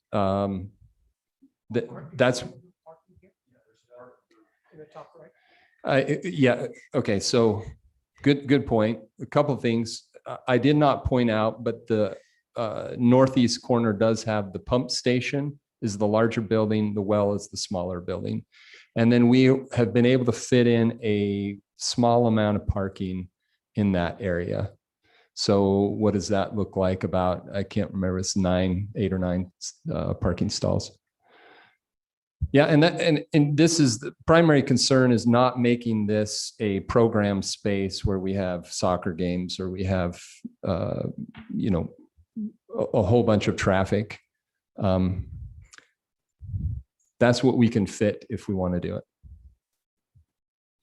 But you are going to have people who want to walk the property and look at it, and you know, it will be a space for people to exercise. So one would hope so. If we do this, that's what we would be targeting. And as mentioned, some of the residents have indicated a desire to not have any access here, and that is an option that you could consider. I would hate to personally see this property in this space and not have access to it and not allow our residents to walk around and enjoy it. So I understand neighbors may want to have everything closed off so nobody's around, but I think this would be a nice open space for our residents. Will this end up, there's an elementary school right across the street. Will this end up, teachers send them over there for their playground and that kind of thing? I wouldn't guess so, but I would imagine that elementary school children will use this path for getting to and from school. I suppose a class could come and walk around the path for exercise, but I don't see this being a playground destination because it hasn't been proposed as designed that way. Okay. So if there's no more questions, I think what I want to make sure is that everybody's okay with us proceeding to meeting with the public and gaining additional insight. Feedback. And would the council be open to us showing a couple of different elevations for resident comment, meaning higher, lower on the site? Yeah, I think so. Mayor, Sure. City Council, I think my biggest concern has been, we have represented to the community that this is going to primarily be something that's buried. At the same time, my concern with what Keith is suggesting is, even if we pull it 4 feet above the ground, as we get to the southwest corner, we would then have a structure that would exceed, for example, the fence line of some of the neighbors. So we would have, for example, a 6-foot fence and an 8-foot tank. So I'm trying to manage, and we are trying to manage expectations, because I know you have represented that this is going to be a buried tank. But given the topography of the site, obviously the site already slopes to the west. And I'm concerned that if we represent, and we have represented, that this is going to be a quote unquote buried facility, and then we show elevations that show a tank above a neighbor's fence line, they're not going to see that as a buried tank. They're going to But see if we're at a that 4-foot height, how do we get 8 feet? because of, if we start off with a 4-foot, if we start off 4 foot above the ground, above back of curb, and then we move to the south and the west to the deepest corner, then you're going to have a structure there that is, because the homes is that, I understand what essentially you're lower. saying. Does that then come in at 8 feet tall at the very southwest corner? Just to clarify, at the southwest corner, it would, if you're at 4 feet at the northwest, at the southwest, you would be 6 feet above. Okay. So if I'm at a fence line of 6 feet and I'm a 6-foot person and I'm on a walking trail that goes around the site. But then does the now I'm walking 6 trail feet. have to be the height of the tank, or can it be the height of the ground around the tank? So in other words, it's lower than the tank. It could be in, but you'd have to obviously cut into the 3-to-1 slope that you would build Right. away from it for Right. drainage purposes. Right. Currently, we show both. That outside walking trail is down at the level of the property, Okay. but we do show trails up on top of the tank, which would play to Jamie's concern. And maybe we don't want a trail on top of the tank. So, And that's, that is, these are the balancing design concepts, which is why. So can you show it both ways when you're talking to the public? And I thought we already had decided this, Decided what? that we were going to do our best to bury this into the I ground. think you're right. I know when Tom and I were talking we thought it was like 2 feet. And somebody took some stuff around to the neighbors and it was like a fence around it with 8 feet or something. And it's like, that's not what we were told back in the previous meeting. So I think you need to keep it on the. So just On to the east clarify. side, it should be definitely, yes, low as possible. And then as it goes out, then it's maybe 4 feet, but that's probably max. So at current city code, it would be 4 feet in the northwest. It would be about 2 feet in the northeast, and then 6 feet in the southwest, and 4 feet on the southeast. The way it is now, if it's that. That's how it would. Because be of the for city grade of the code. ground. Correct. Right. Now, we could push it flush. If it's That's flush. 2 more feet, which is about $1 million. But if it's flush on this end, then you're gonna be 4 feet at the lowest part. Correct.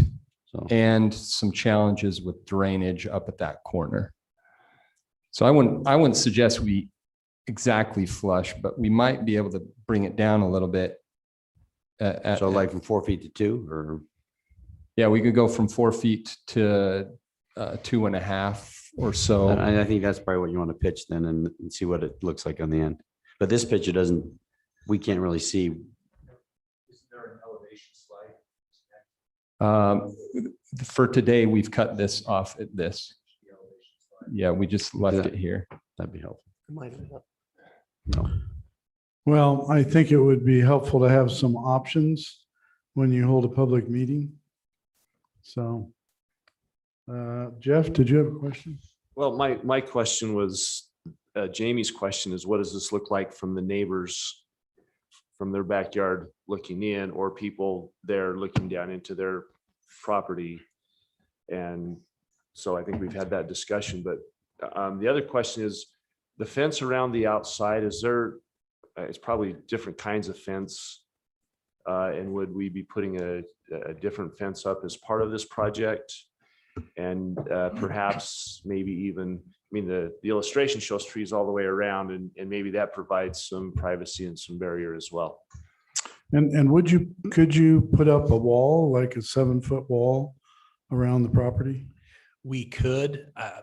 What we were anticipating putting up was similar to what we did at Westmore, which would be a black Slatted poly fence, I'm coated aware of that. with vinyl slats. But for yes. example, we have like a similar 7-foot fence behind Nissan dealership where the Golden Corral used to be and matched up. And that's blocked it off from the neighborhoods and done a very nice job. So. Right. And we can add that. And I think too, I guess to everyone's point here, we can put all these together so you guys kind of have an understanding of what the cost is for that. Sure. So yeah, we can have an option. Keep to that put option in. open. But we have, from what if we look at the aerials of the property to the south, They're already a changing. good majority, if not all of the neighbors already have fence structures in place. And so I'm not sure we would want to ask them to tear down the structures and then to put an No, but I'm additional just saying structure if up we put in there. a, Or for us to put a fence structure that abuts up to the existing fence. but if we put in a nicer facility than they have, I don't think they would mind it. And if it was one that helped to block the view or keep them private, that might be helpful as well. The other thought I had is if you have people walking on top of the tank, then they can look over whatever fences into others' yards. So we really need to look at what makes sense and what will help segregate this from the neighbors. And I think that's why we had the conversation of trying to get this tank as low as it could be. And that's why you agreed that that was the best course. And that's why I'm a little confused that we're having this conversation now. Comments? Well, I think it's due to cost, and which has been brought up here, that it's going to be another $1.5 million, $2 million if we bury it further. So the question is, I think you're right, do we- Jimmy. I mean, I think do we want to spend the money there? Do we want to spend the money on a wall? I You know think it what we needs to wanna be as do. low as possible, personally. Tom, did you have a comment? Yes, I did. Obviously, the mock-ups will help this conversation a lot. But if I understand the dotted lines, the tank is a pretty big tank. It fills a big round around it. Yes. I think I would be more in favor of a walking path that does not go on top of the tank. So we don't have people up 4 to 6 feet above the neighbors and being able to peer down. And we have some protection of whatever we put up there. I just would love to see people stay off the tank. I think Debbie mentioned earlier, a fence around the tank and then a walking path outside it, which keeps us lower.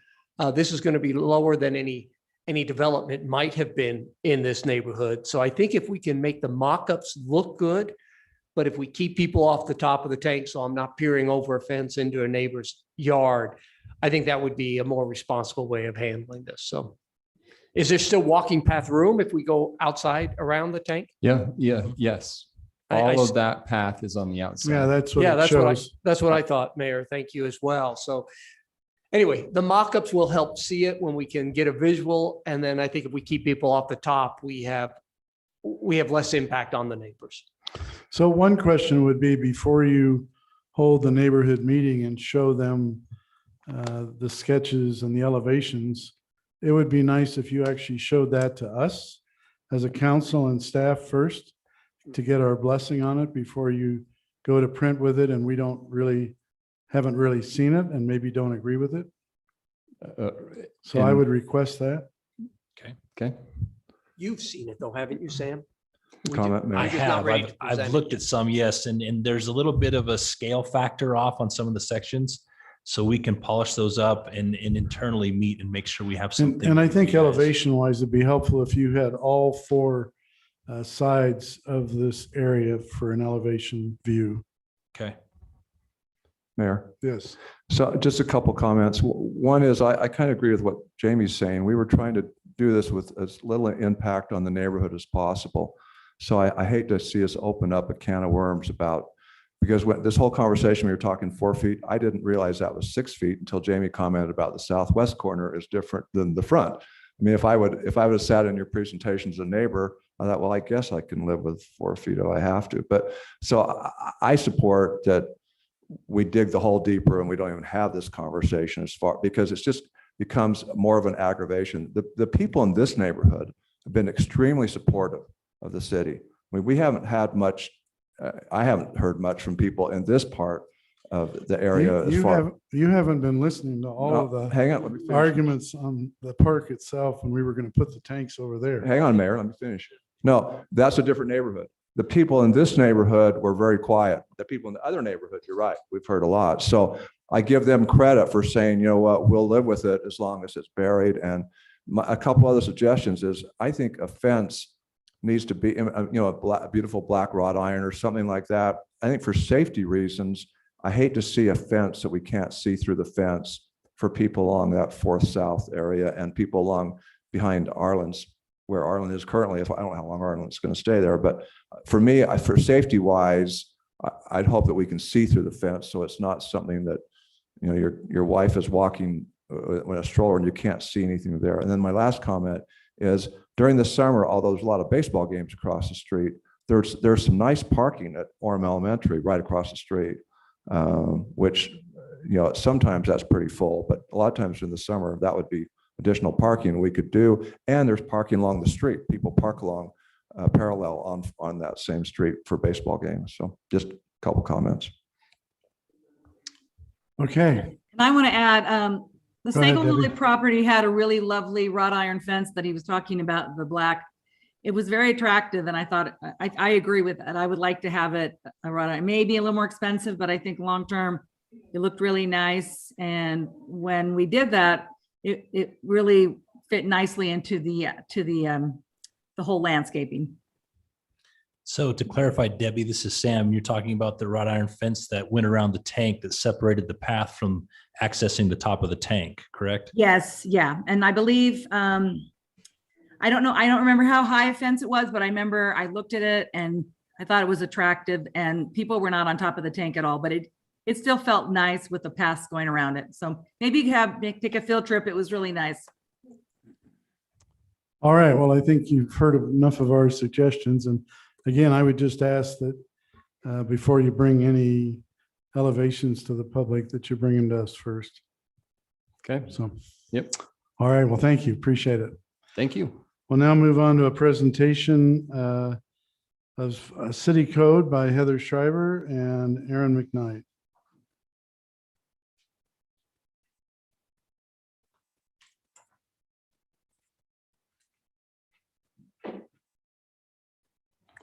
Maybe you'll shed some water on city code for us. While Ernesto is getting us hooked up and ready to go, I just wanted to take a second and introduce to you Aaron McKnight. I don't know if any of you have had an opportunity to meet him yet. He's our newest assistant city attorney. Aaron's been with us with the city for 6 or 7 years. 6.5 years. But he was working in the criminal division, and we were lucky enough to get him to come over to the civil division in May. So this is Aaron, and we'll So kind of be you tag gave him a teaming. get out of jail card free? I had all those in my pocket. So. And Aaron is well, not a lifetime, but a very long time resident of the city of Orem. Yes. So, and he still lives here. So, okay. Everyone can see this. As you know, council, periodically we go through our city council, our city ordinance. What are we calling it? Our ordinances, our city code. And we update it.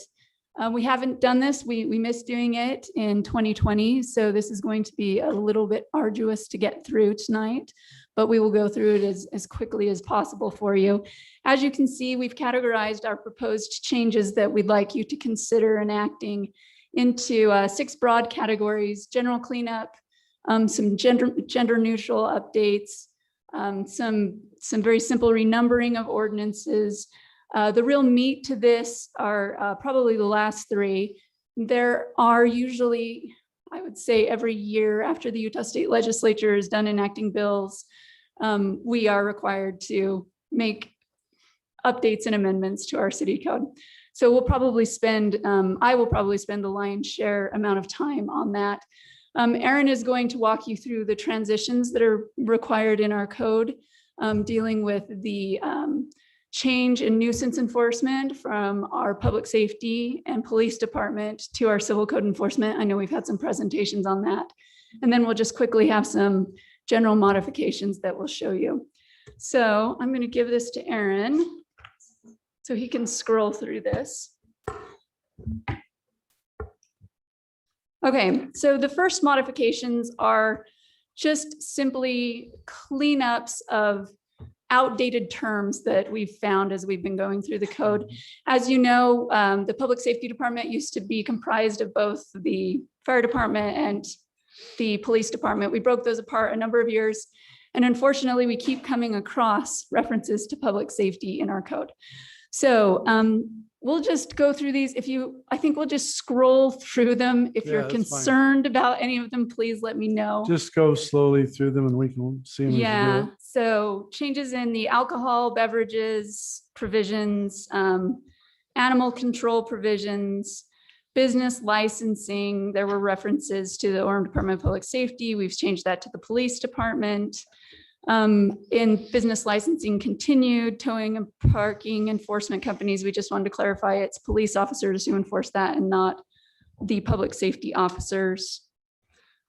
Continuing on through business licensing, just clarifying that it's the police department who reviews application permits for races. Parking traffic enforcement, Police and fire emergency vehicles have an exemption to park in fire lanes. Clarification that it's the police department that deals with impounding vehicles. And the legislative findings related to why we have parking and towing enforcement rules here in the city, just clarifying that it's the police department's purview to deal with that.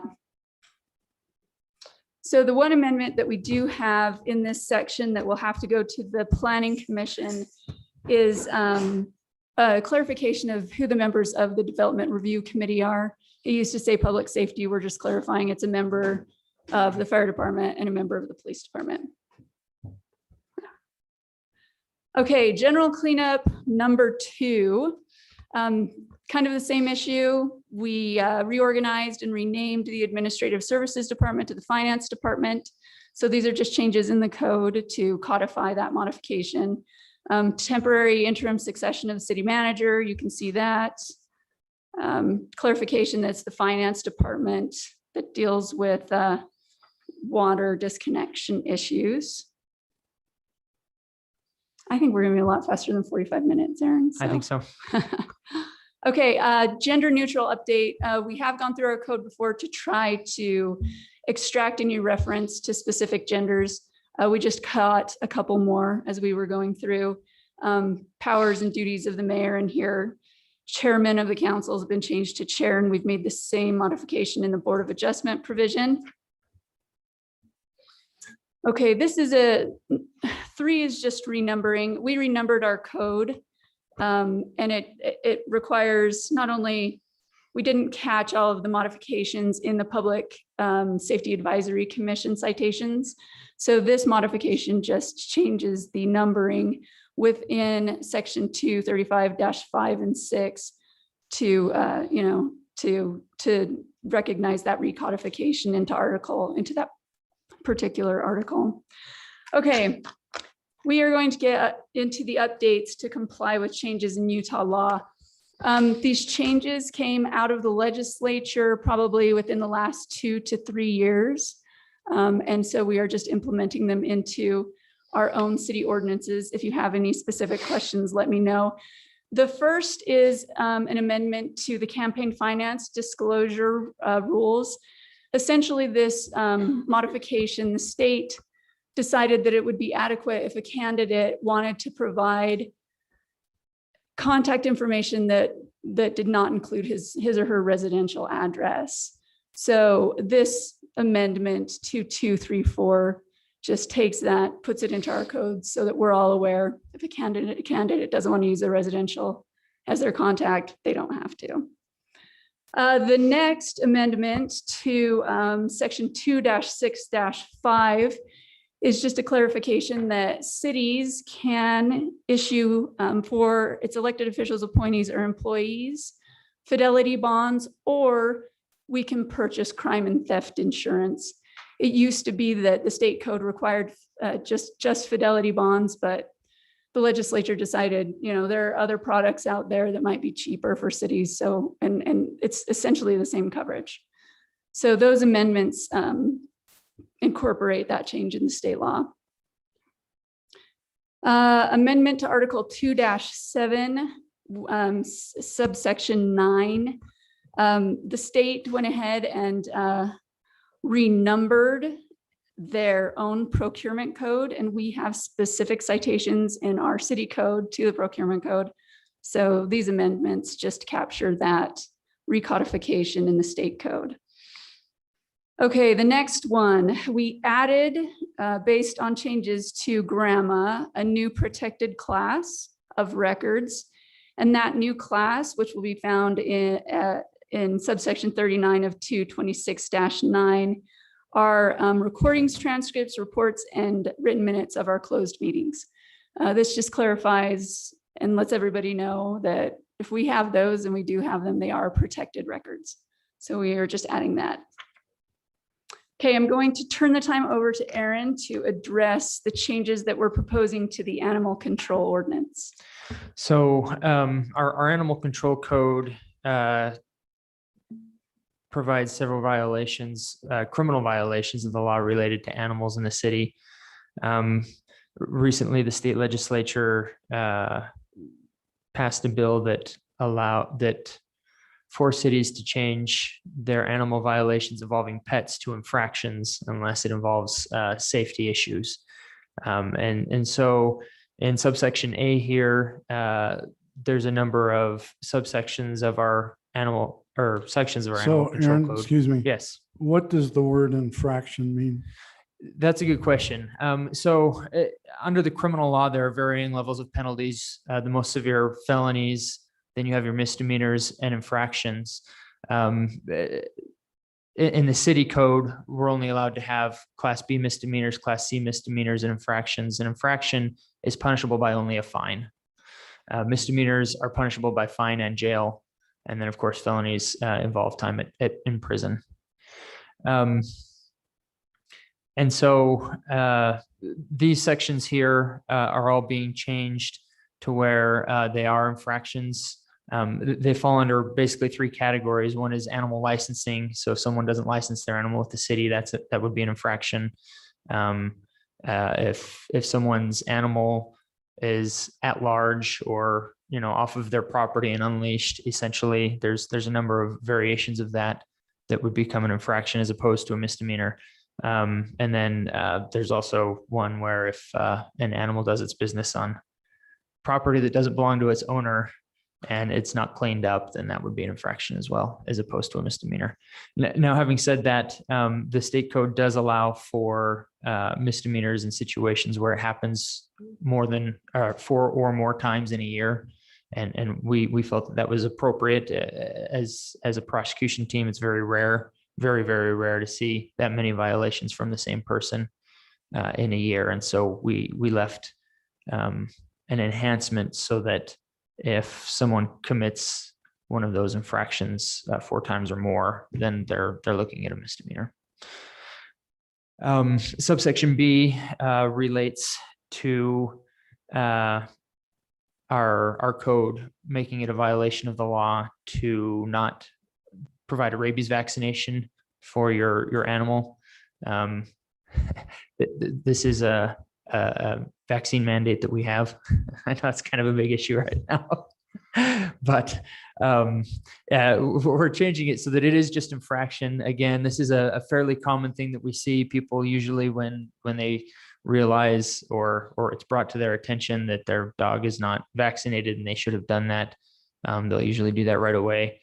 But we have also created an enhancement in this case where if they're caught multiple times without having vaccinated their animal, it will become a misdemeanor due to the safety issues involved.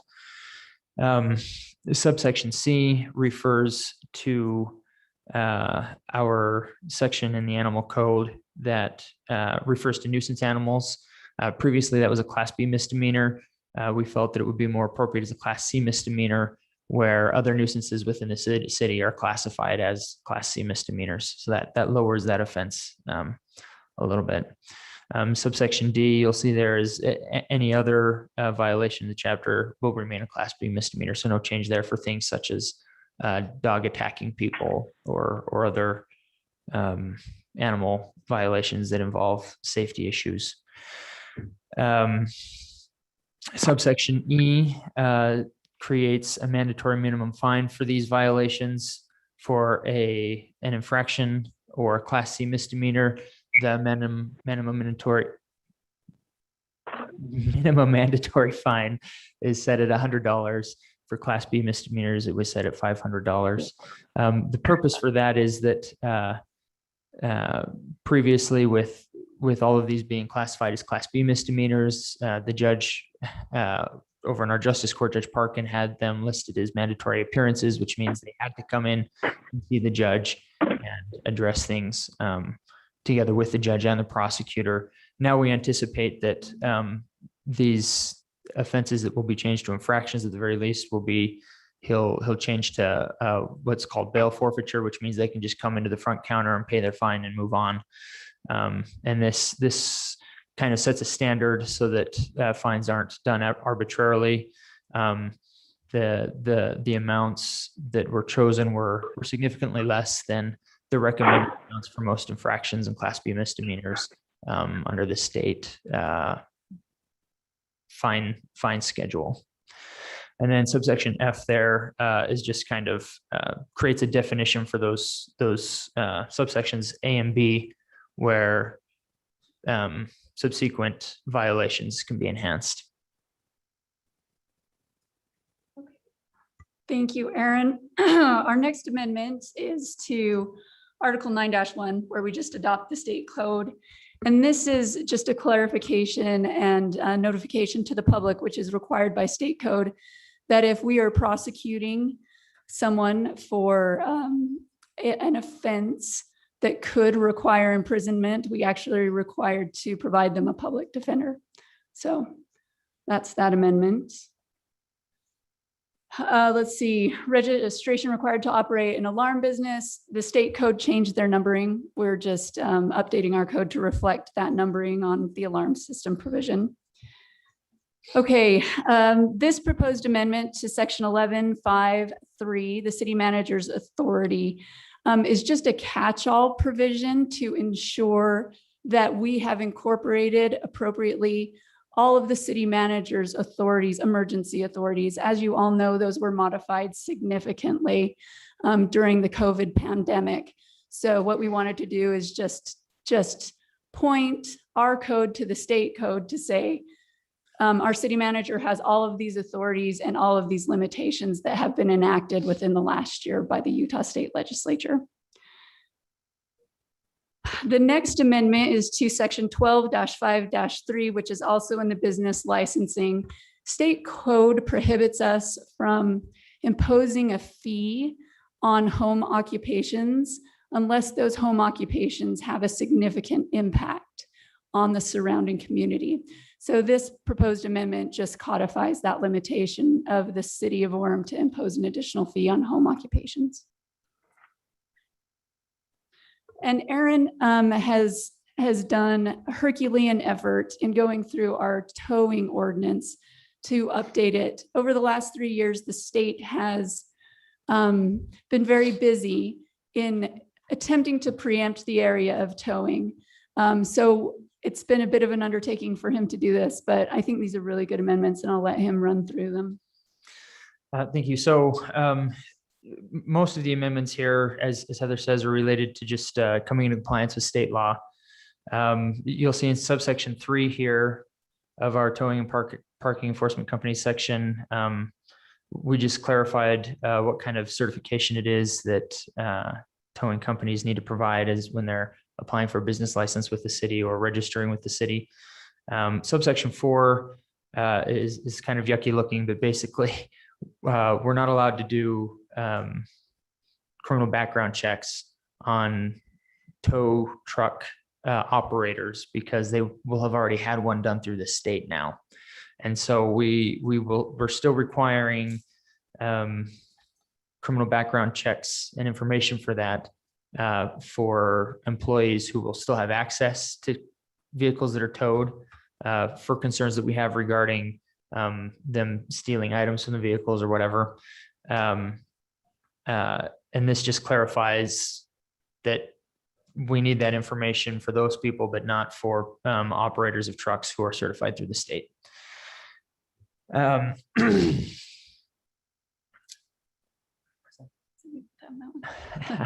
Yeah, so this is in subsection H1 here, we're talking about, we just kind of expanded,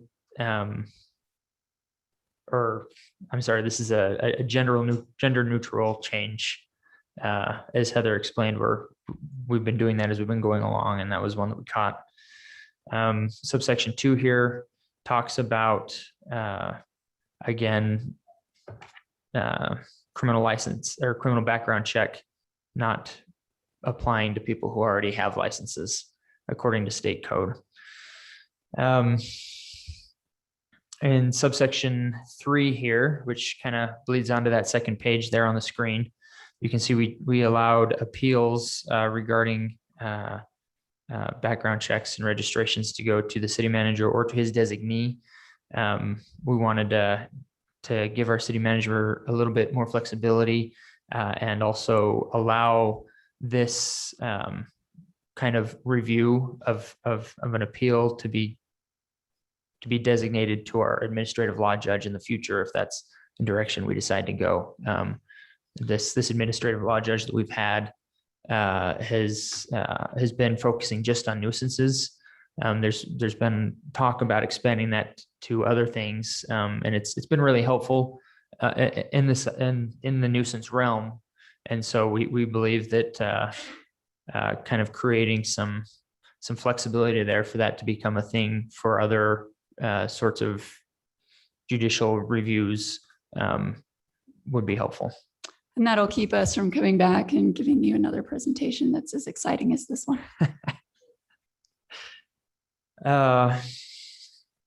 Let's see here. So here we've got another in subsection 4, another gender neutral change, yeah.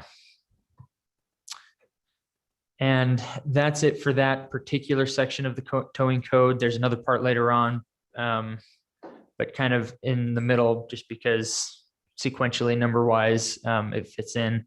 We have a slight change to our sexually oriented business code.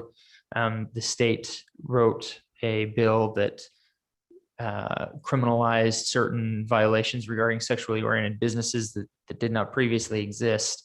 And a violation of that code is a Class A misdemeanor.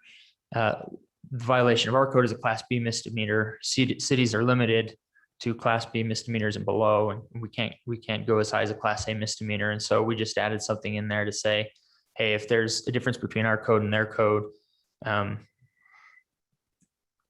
well, theirs will be the A and ours will be a B, and there won't be confusion in courts with defendants claiming that they should be charged with a B rather than an A.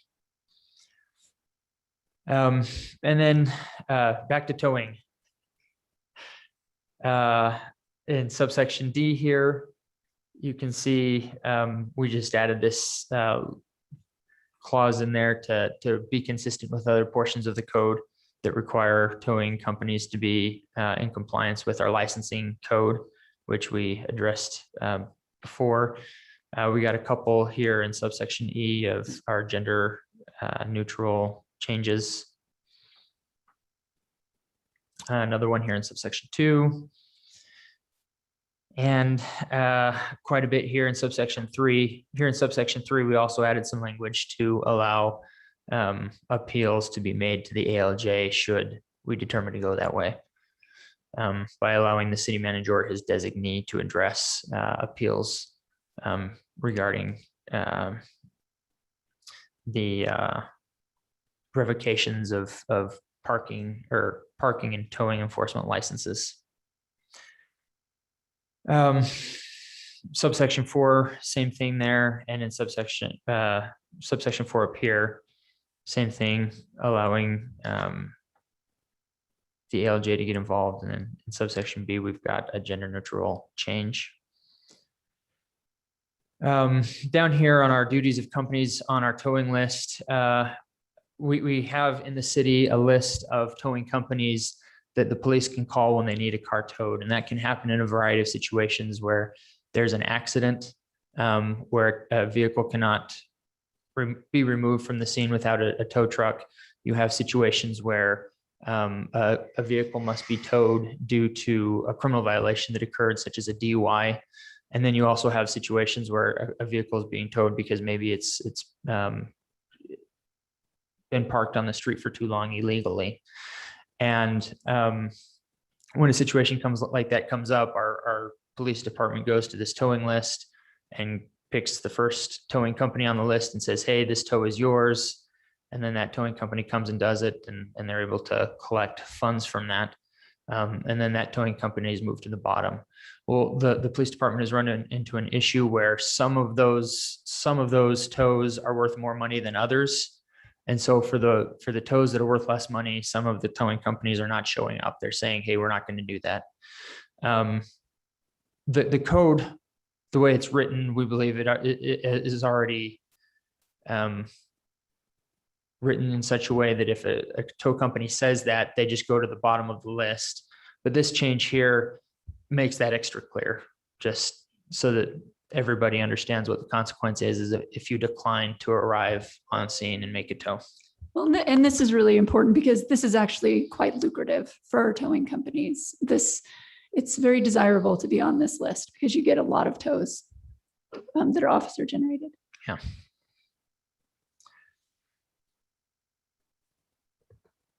Okay, and subsection E here, this is again is regarding appeals for tow companies who have been removed from the towing list. And we've also made some gender neutral changes, as well as changed it so that it can be the city manager or or the city manager's designee who can do it, allowing the ALJ to potentially take over that in the future.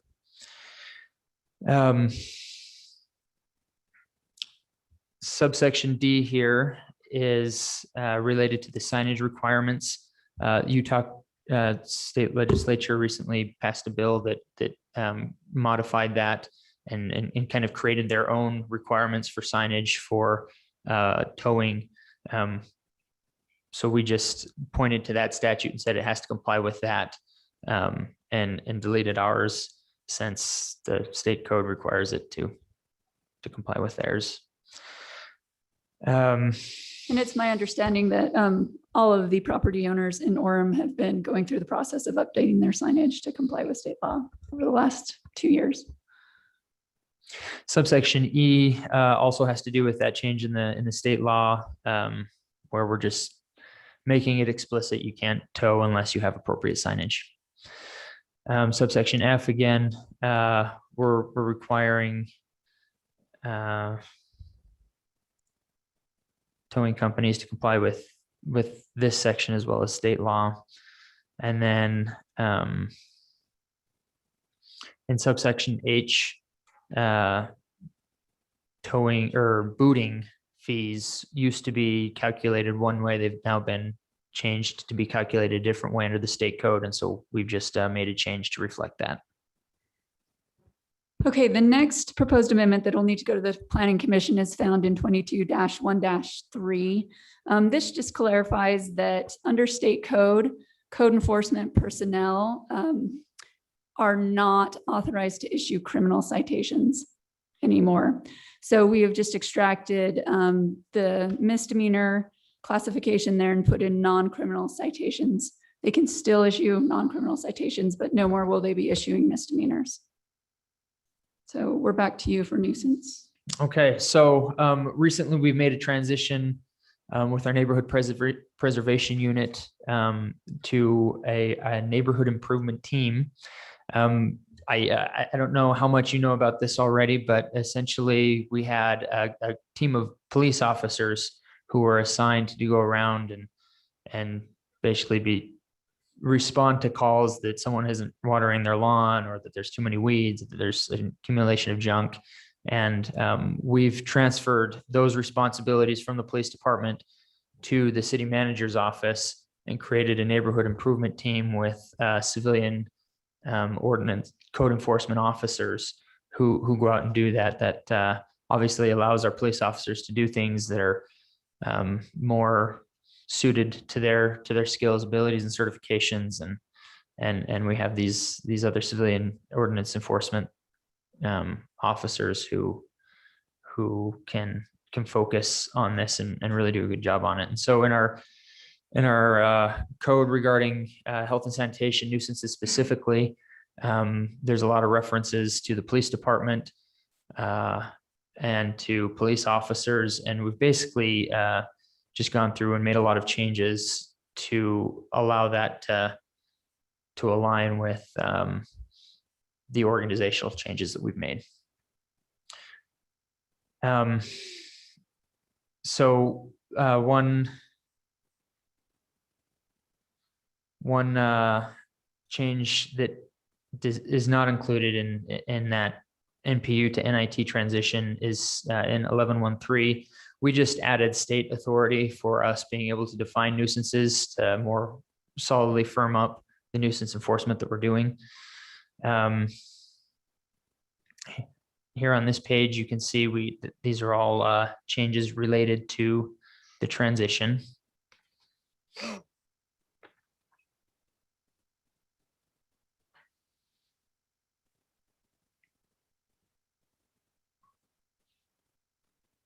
And all of these changes are also related to that, changing it from police chief to assigned enforcement official, changing it from police chief to neighborhood improvement team. We've changed the ability to perform emergency abatement. That power used to belong with the police chief.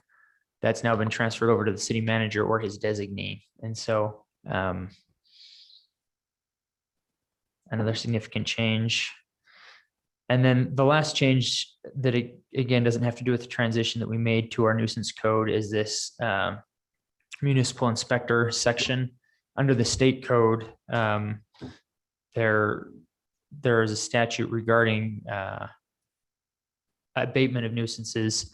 And in order to do that, we need to appoint a municipal inspector. And so this section does that. It appoints all of our civilian code enforcement officers as municipal inspectors and gives them the direction and authority to go and abate nuisances, which will help us as we work with our administrative law judge, and he gives us abatement orders.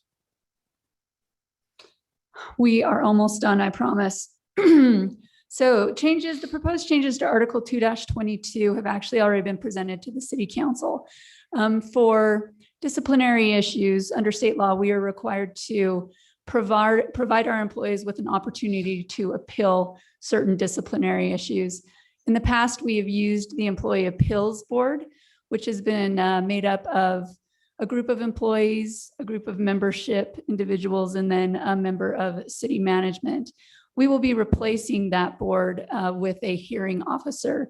That hearing officer will have an HR background or a law background or a human resources background.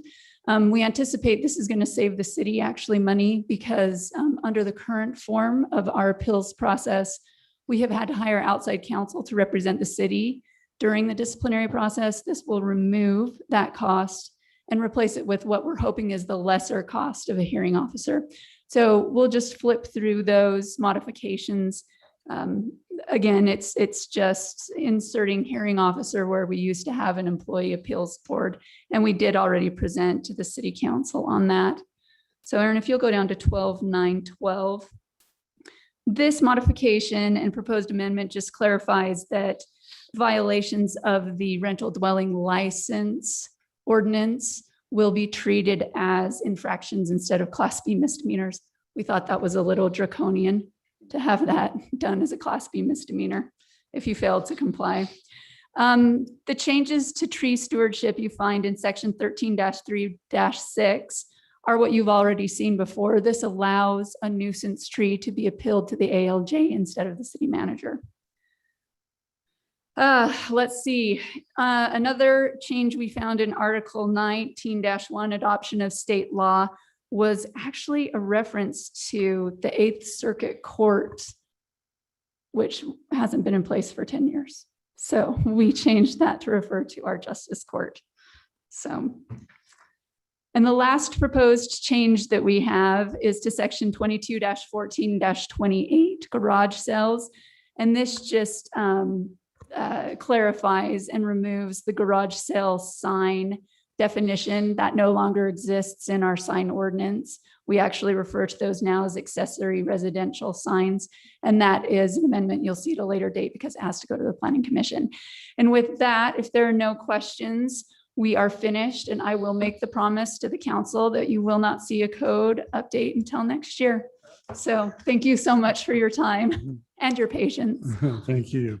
Appreciate it. Can I just make a comment? I just want to say kudos to whoever went through and made all of those changes. I mean, having done some editing, that was a major task. And without even a hope of a plot twist anywhere along the way. So well, thank done. you, Councilman Well Munson. I tried to throw vaccine mandates in there, but Thank you. Well, it looks like we have a break here for a meal, and the meals are here. So maybe we could have a prayer. Brent, could we have you give a prayer over the food, please? Our kind eternal Heavenly Father, we're indeed grateful for the opportunity we have to gather this evening as city council and staff and members of our community. And we ask thee to bless us with the decisions that we make. We'll be able to help our community be a better community. And Father, please bless this food that may nourish, strengthen our body, and do the good we need. And we're thankful for all our wonderful blessings. In the name of Jesus Christ, amen. Amen. So do we walk down there? Are they all? Okay.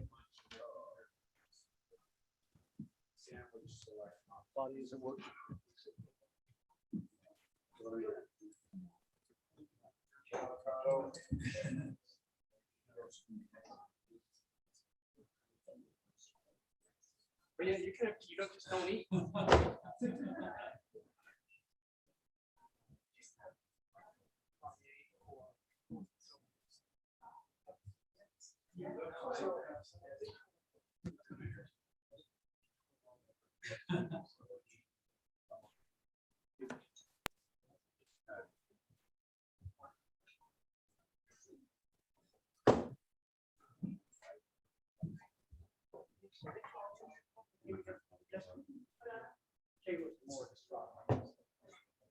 you find out something?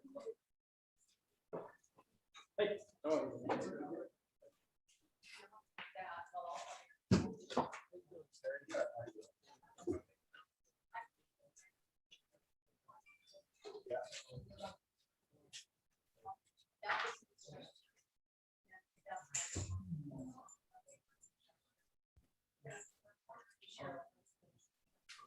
I'm for your blood pressure.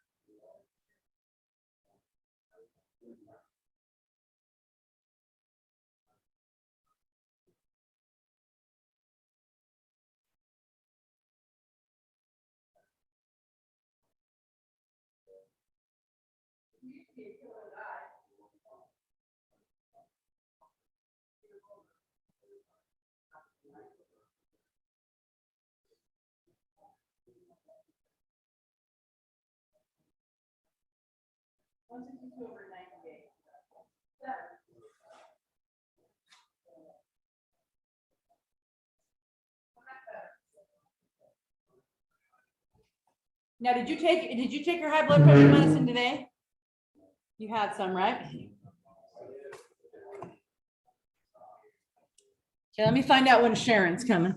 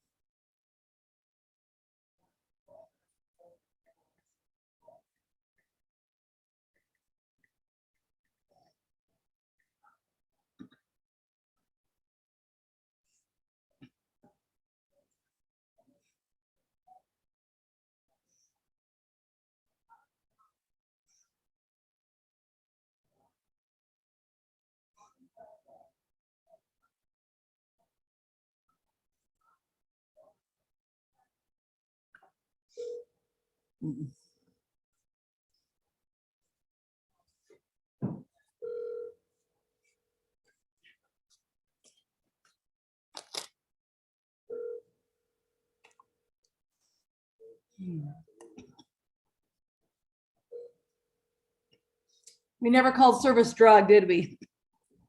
That's the one thing I forgot to do.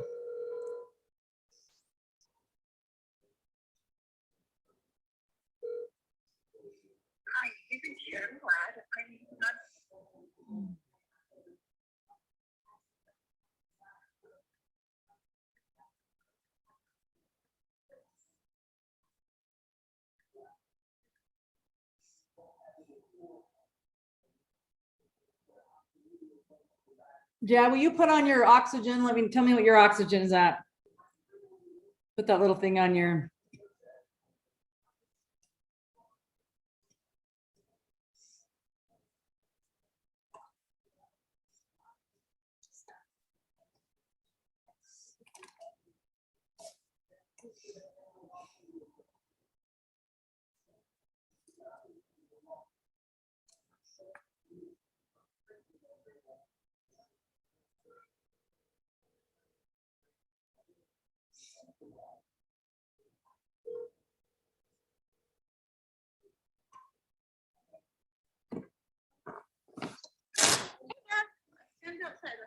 Okay, no problem. Thanks.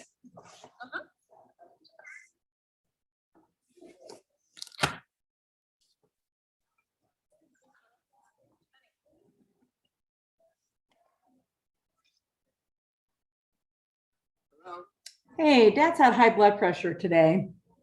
I've taken it 3 times. He's been as high as like 180 something over like one. I can't remember the bottom number, and he's down to like 160 something, like 115. But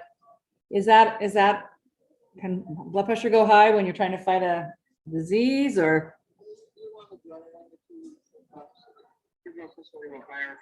What is he taking for meds again?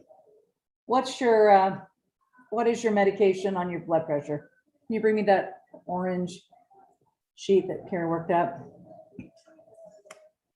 Hold on a second. I want to say Valsartan, but that's maybe what I take. So let me look.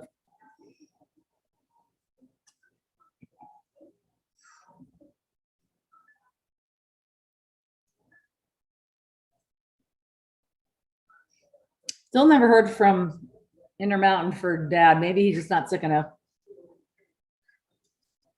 It's age. Doesn't have anything else. Really? Did you talk to your doctor? I left a message with my doctor. I have not heard back. I'm going to follow up with them. Yeah, my blood pressure has been high. Like I just took it 189 over 130. I'm really high. But I'm on 2 medications. I know I'm on. Okay, here's Dad's. I think Losartan, 100 milligrams, one pill in the morning. Atorvastatin, I don't know what that one's for. That's cholesterol. Okay, then he has oxybutyrin, That's for urinary. baby aspirin, Okay. B12, and then his carpa-dopa lopa. That's his dopamine. I know what that one is. That's it. Oh, so you'll have no starting for blood pressure now. Yeah, that's in the morning. I think he took it. Don't have any more. I'm out. Yeah, we're hoping to. Sharon's supposed to get us some.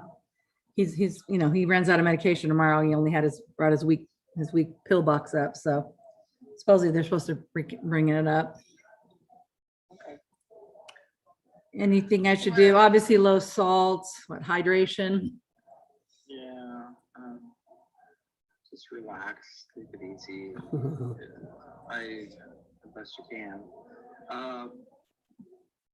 He has been. Yeah, another blood pressure medicine I was thinking about. I don't know. I know he was having the low blood pressure before. Yeah, that was kind of the opposite. And he's been pretty good. And he's been pretty good right on it. And I said, we haven't taken your blood pressure for a while. So we just did it. So. Yeah. How's he been feeling otherwise today? I know, he's right here. Hi, how are you doing? I'm glad somebody is. Are you feeling pretty bad? No, no, I don't feel bad. I just kind of unsteady and I'm weak and I've been coughing and some of that kind of stuff. So, He's not worse at all from when he first, well, I think his worst day was Friday when he was really fatigued and he's like, I can't even drive today, he was telling me. wow. So I think, what are we, day 5 with you? Day 5? Yeah. So, I don't think he's getting worse. What was your oxygen? Did you just put that on?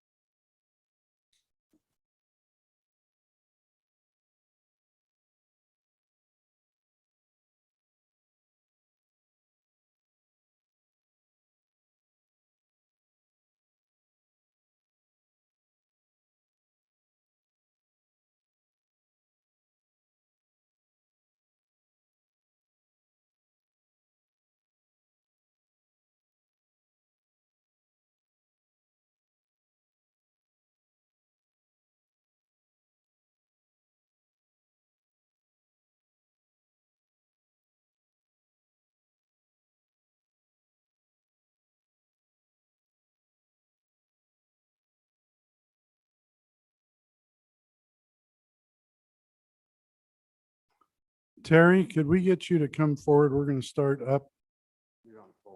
I know.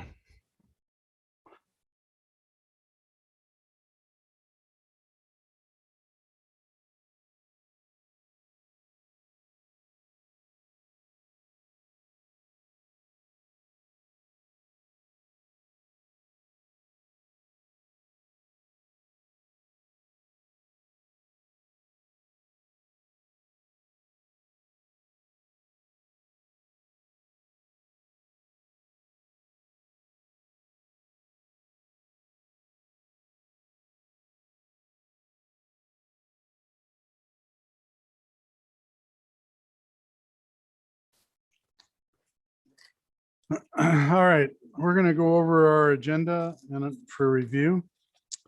We're going to start out this evening with a presentation by the Library Advisory Committee. Mary Richards will bring that forward. And Pete, I don't, if you could bring forward in a few minutes the personal appearances, that'd be helpful. Our consent items are approval of the meeting minutes of August 9th, 2021 and August 24th, 2021. Appointments to board and commission. We have an appointment of Vanessa Sewell to the Summerfest Commission, Ann Turner to the Summerfest Commission. Does anybody here know either one of those people? Well, Steve Downs would know, but he's not here either, so. Mayor, did you want me to make my presentation today? I was scheduled. Yes, to but do we're not that. to you yet. Okay, you're just reviewing the agenda? Yes, and then we'll come back to you. All right, sounds good. I'm sorry, Pete, do you know these two? Can you speak to her character? Well, Debbie chairs at Summerfest, if you may know him. with Summerfest these last 3 years, just kind of in a volunteer role, not on the committee. Okay. She's helped mainly with the parade and with the kickoff event. So she's very familiar with the things that we do. And we're recommending that she be on the committee to help out with children's crafts on the Friday and Saturday of Summerfest. Okay. Debbie, do you know Vanessa Sewell for being appointed to Summerfest committee? I know the name, but I don't know much about her. So but I don't have anything negative to say. So I think it's fine. Okay. And then Debbie, also, can you speak to Liz Wolf and Ashley Mann for reappointment? Yes, Liz Wolf did our parade this year, the grand parade, and she was outstanding. And she was going to be moving, but luckily their plans changed. Jim, don't do anything. And she was able to continue. So she's excellent. Ashley has been our, I can't remember specifically what she's been doing, but she's been very active. And I believe she was in charge of, she was the chairman this year. And she might have done the boutiques. Stephen would know for sure, but both of them are very good, would do a great job. And we're grateful that they will continue. All right. Is everyone on the council in agreement to appointing these people to Summerfest? Okay, then we have a resolution authorizing the mayor to sign a water supply agreement between the city of Orem, Central Utah Water Conservancy District, and the Metropolitan Water District of Orem. Everyone okay with that? I don't know. Those are our partners. Not sure about the guy who's signing it. Okay. Let's go to our scheduled items. First is a public hearing resolution on receiving public comment on CDBG funds. And is Ken and Joe going to be here? Do we know when we start? Okay. The next is a public hearing ordinance amending Appendix A of the Orem City Code by enacting standard land use code, small pediatric neurophysical therapy, and making such use permitted in the R75 zone, enacting section 2269, small pediatric neurophysical therapy within the R75 zone. Jason Bench is the presenter. Jason, what can you tell us? So this is a new code that allows in the R75.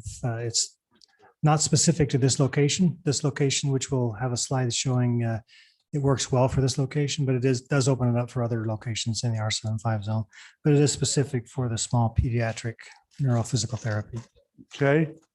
Next one is a public hearing amending portions of 221156 PD-43 Auburn Meadows zone on 2000 South Geneva Road pertaining to that zone with updated concept plans and elevations. Jason?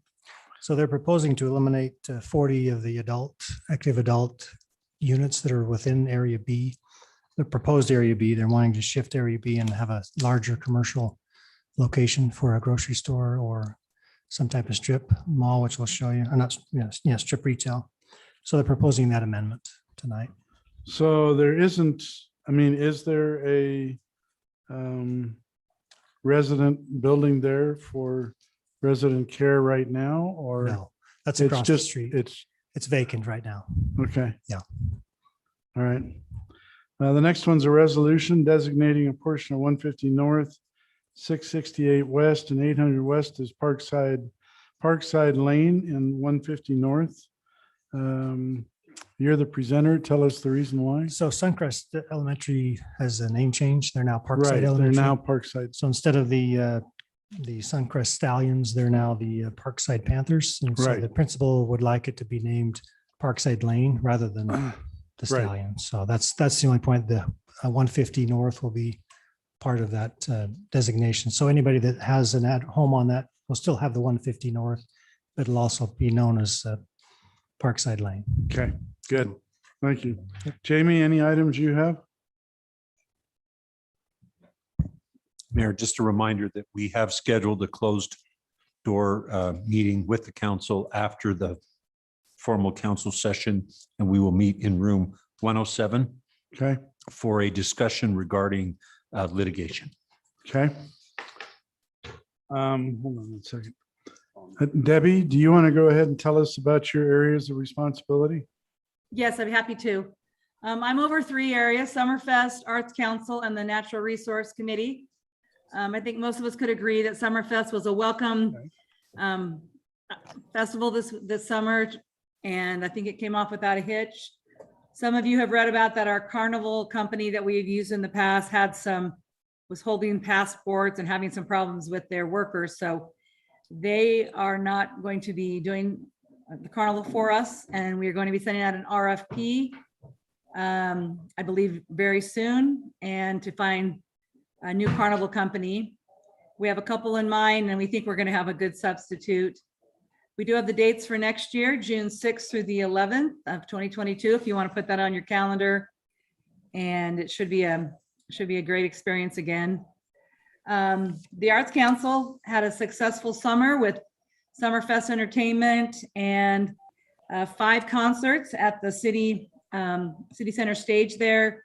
Everything from classical rock, country folk, traditional Mexican dancing, the big band. They do have the real Doug Lane, which will perform this Saturday, September 18th at 7 p.m. So if you're not going to the football game and want a great evening, it's going to be a lovely, this was a makeup from having poor air quality in August.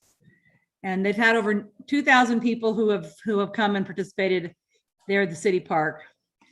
Cindy Clark who's a member of the Arts Council, has participated in the review of the art-themed playground for Sierra Park, where we're going to be honoring the art of James Christensen with some fantasy fun things. So we're excited about that, and that'll be a great asset in the arts districts.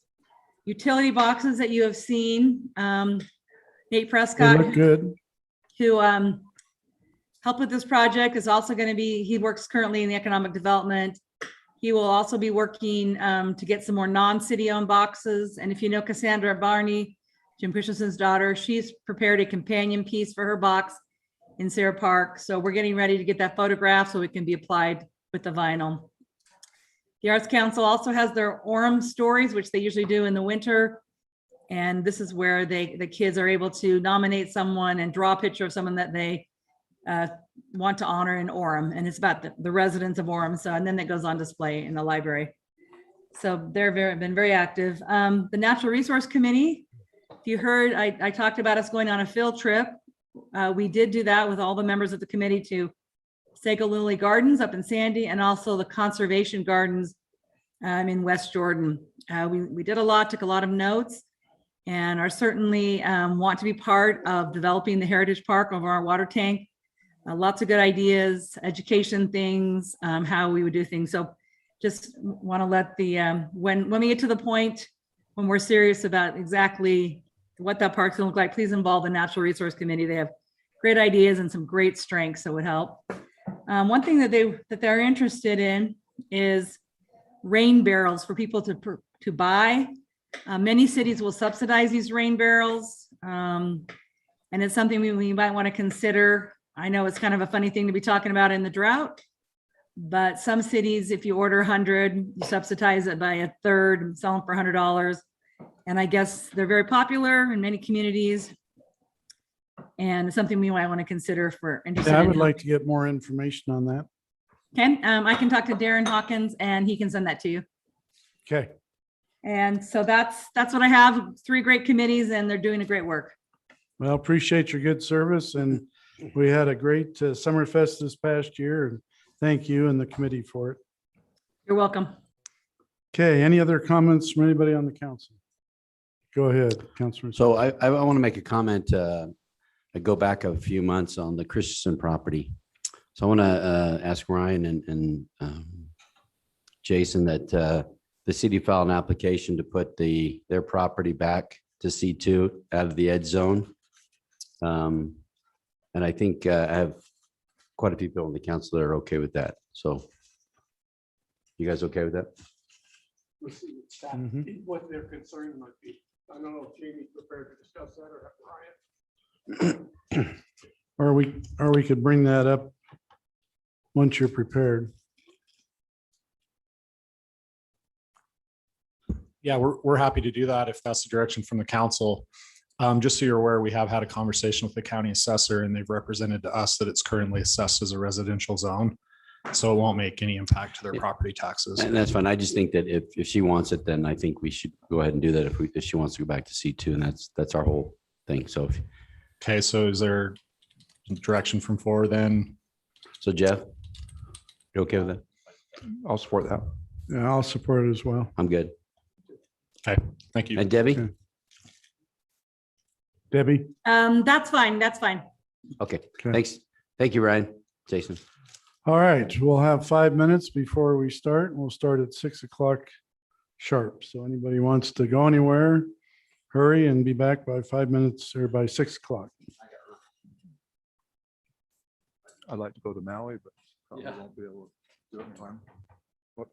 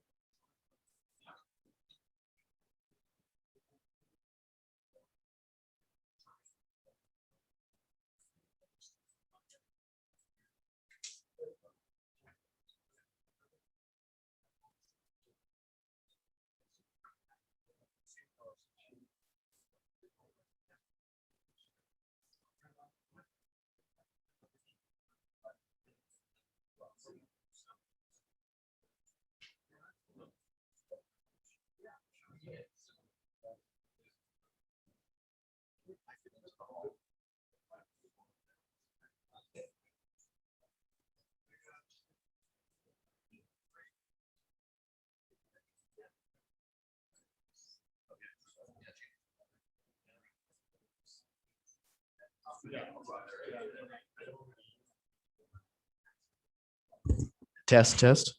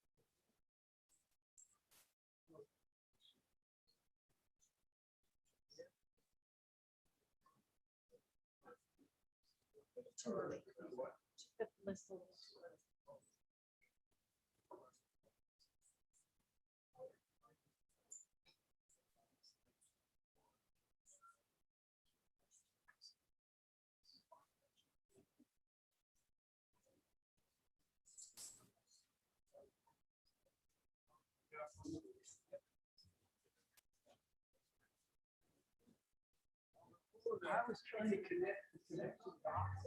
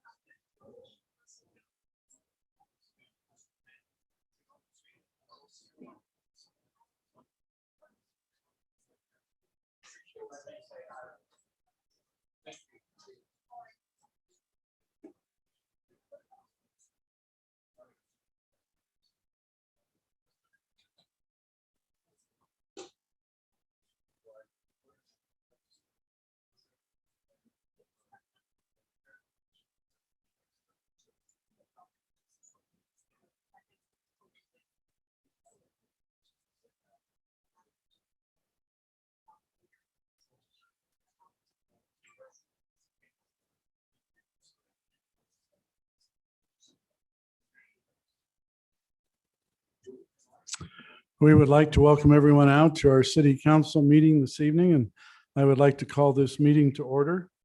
Would like to begin with a prayer to be given by Robert Murdoch, after which the Pledge of Allegiance to be given by Linda Murdoch. So Robert, if you could come up to the podium.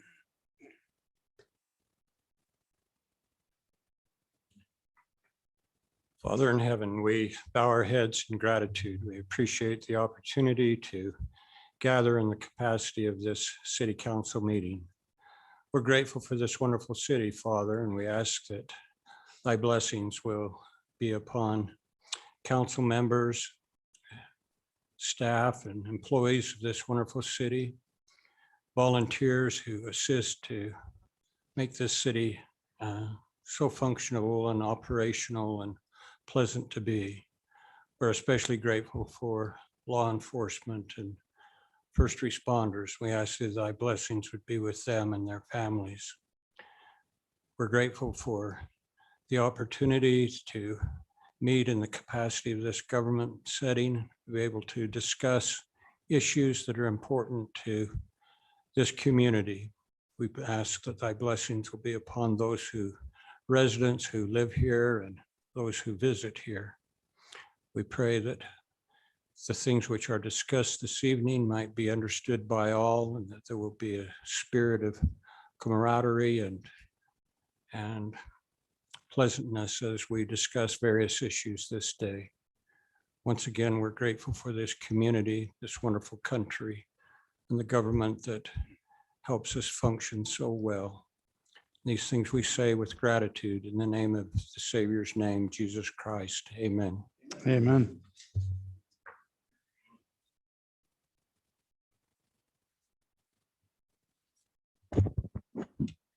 Please arise. I pledge allegiance to the flag of the United States of America and to the republic for which it stands, one nation, under God, indivisible, with liberty and justice for all.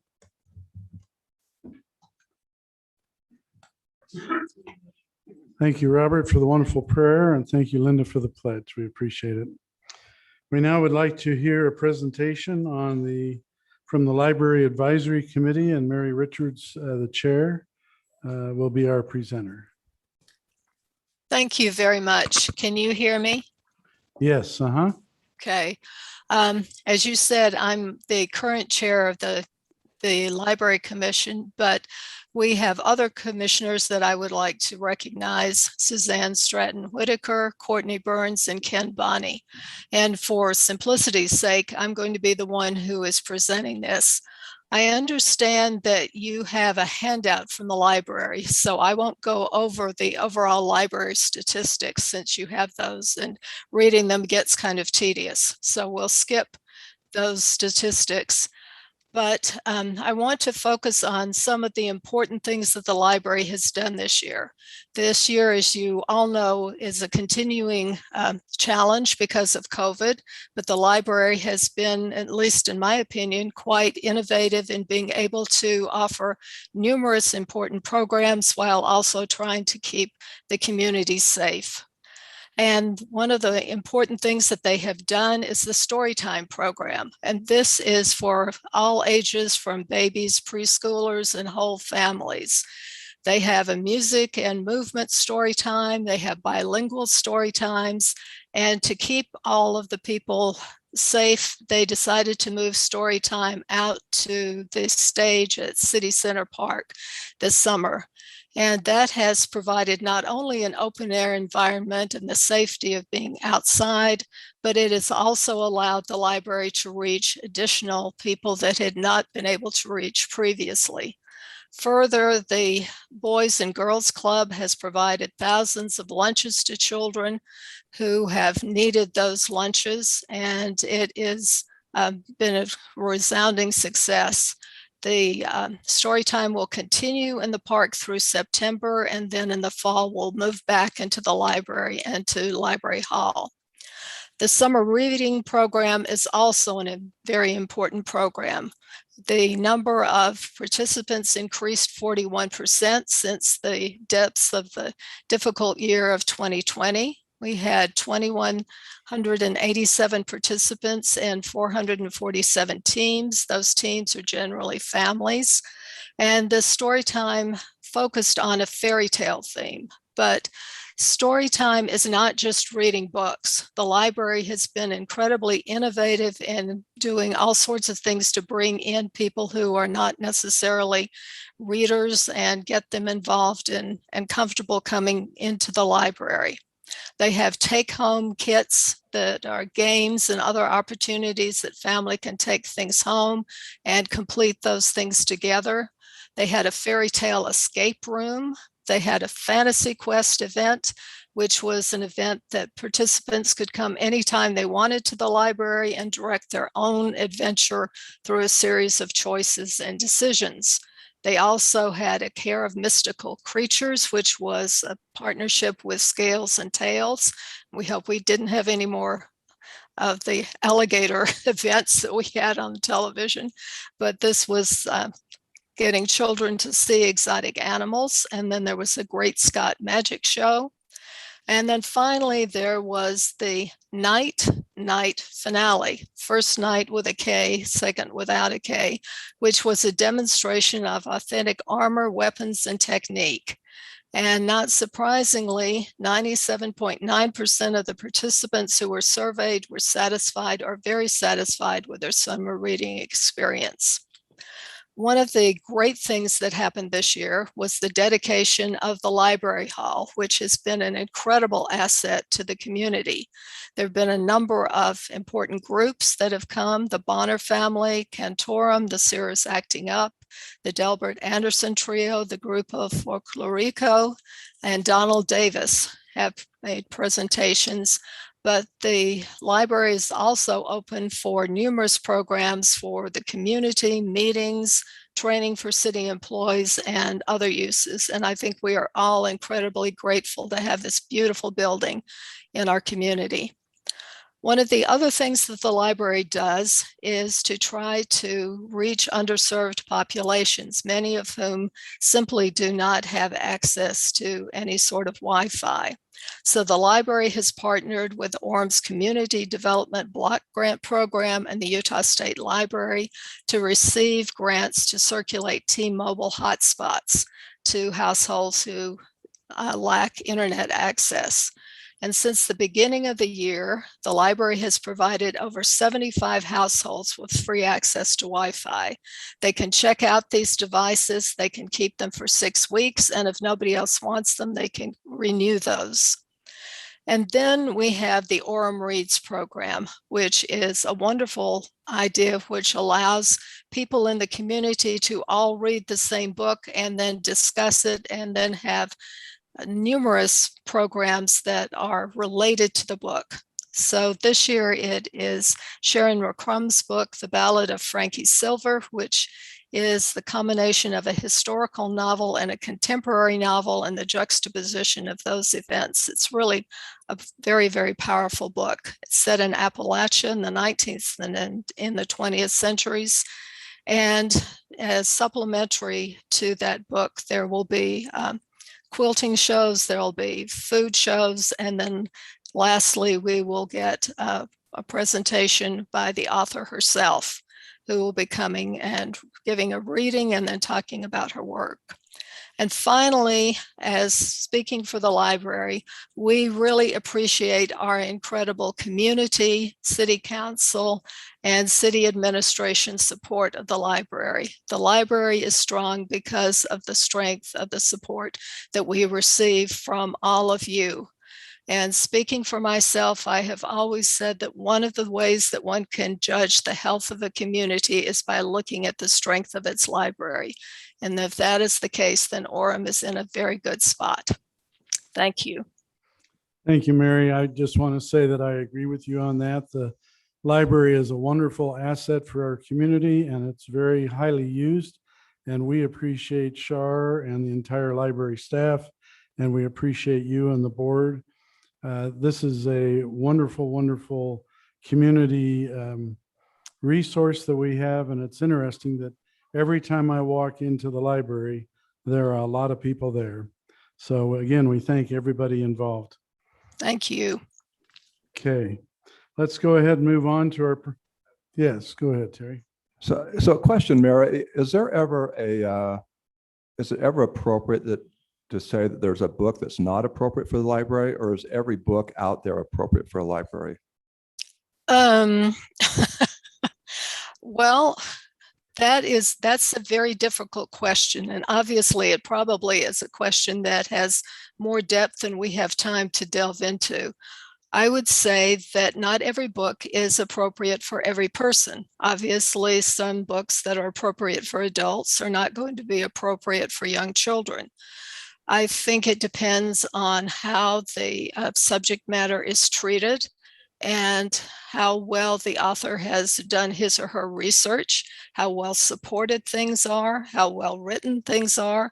Obviously, the library is not going to buy every single book that's published. The Library of Congress used to try to do that, but I'm not sure that they can keep up with that. But there are a number of books that probably are not worth buying simply because they are not well done. But librarians are trained in trying to assess how well the books have been written. They look at reviews. They look at community questions about can you get this book? And they don't necessarily order a book just because somebody wants it.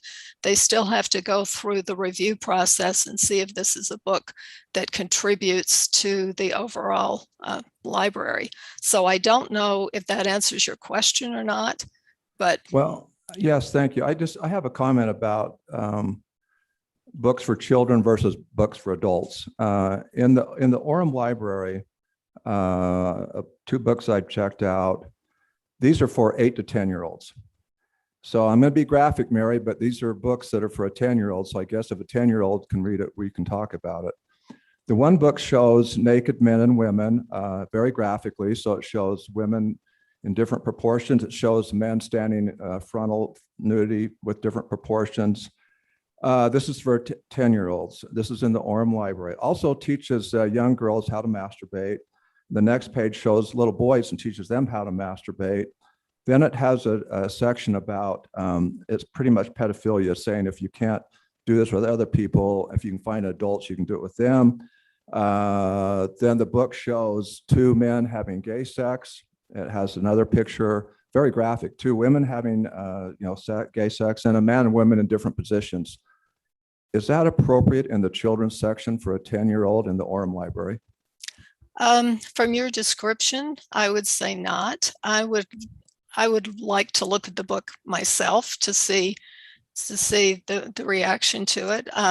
I certainly think that if you object to something like that, that you should take it up with the acquisition librarian, take it up with Charlene, bring that to people's attention, and ask them why that book was chosen and see if there's a reason for having that there. But the one thing you mentioned, the American Library Association recommends both those books. So sometimes there has to be somebody, there has to be an adult in the room saying, this is not appropriate for a 10-year-old. Now, I'm not talking about adults. I'm talking about 10-year-olds. Right. Yes. And again, I haven't seen the book, so I can't really respond to that. But I mean, certainly from your description, I would not want a 10-year-old to see that. We do have a title review process, and we would be happy to put those books through the title review process. Just let me know the titles and I will be happy to do that. I can't hear you. Just give me the titles and I'll be happy to do that, and I can get those from you anytime. We'll put through the title review process, and it will be reviewed. And then if it needs to go to the Library Advisory Commission, it will be taken to the Library Advisory Commission. It's part of a group of books that you had during the Pride Month, but these are 2 that I just noticed that there's others that are teaching that the middle section of your body is not your private part, it's your middle part, and your parent don't listen to your pastor or your parents. You do what you want. And I mean, there's a number, but I would hope we have Mary's group and others that are saying that's not appropriate. It's not appropriate, by the way, in Coeur d'Alene, and it's not appropriate in Pennsylvania and other places where I've talked to people and said, is this in your library? No, but it's in ours. We do have a title review process, and we are happy to take a look at any book that concerns anyone and make a response to them. Well, I'd hope that the review process would catch that before the citizens have to check it out and ask about it. We will go over that as a staff as well. Thanks, Mary. Thank you. Okay, thank you, Mary. Appreciate it very much. We'll now go on to our personal appearance portion of our meeting. I'd like to just mention what it states. Time has been set aside for the public to express their ideas, concerns, and comments on items not scheduled as public hearings on the agenda. Those wishing to speak are encouraged to show respect for those who serve the city. Comments should focus on issues concerning the city only, not people. Those wishing to speak should have signed in before the beginning of the meeting. Please limit your comments to 3 minutes or less and give us your name. So we'd like to start out first with Byron Taylor, after which we'd like to hear from Sam Lentz.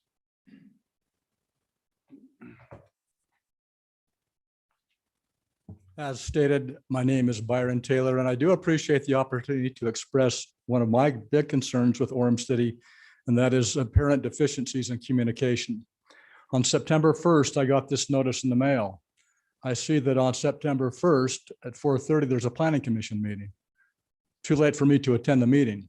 So I think that's a very obvious deficiency that prevented me from attending a very important meeting that was very important to me. So yesterday I thought, well, I want to be prepared for tonight's meeting later on in the agenda.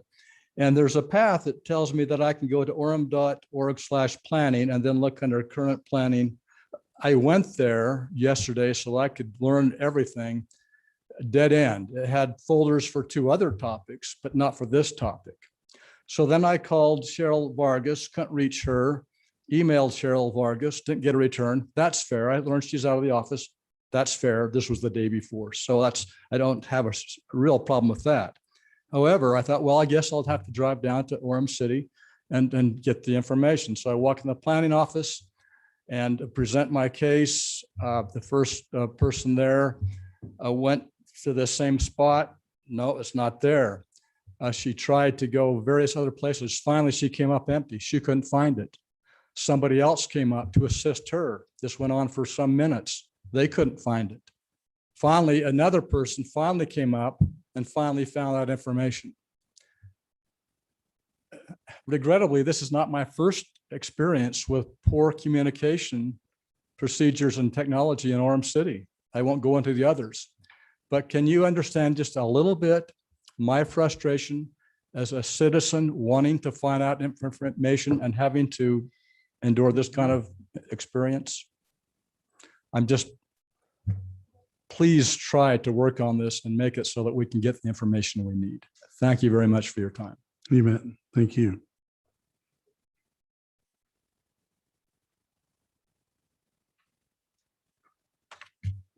Hello, my name is Sam Lentz. Good to be with you again.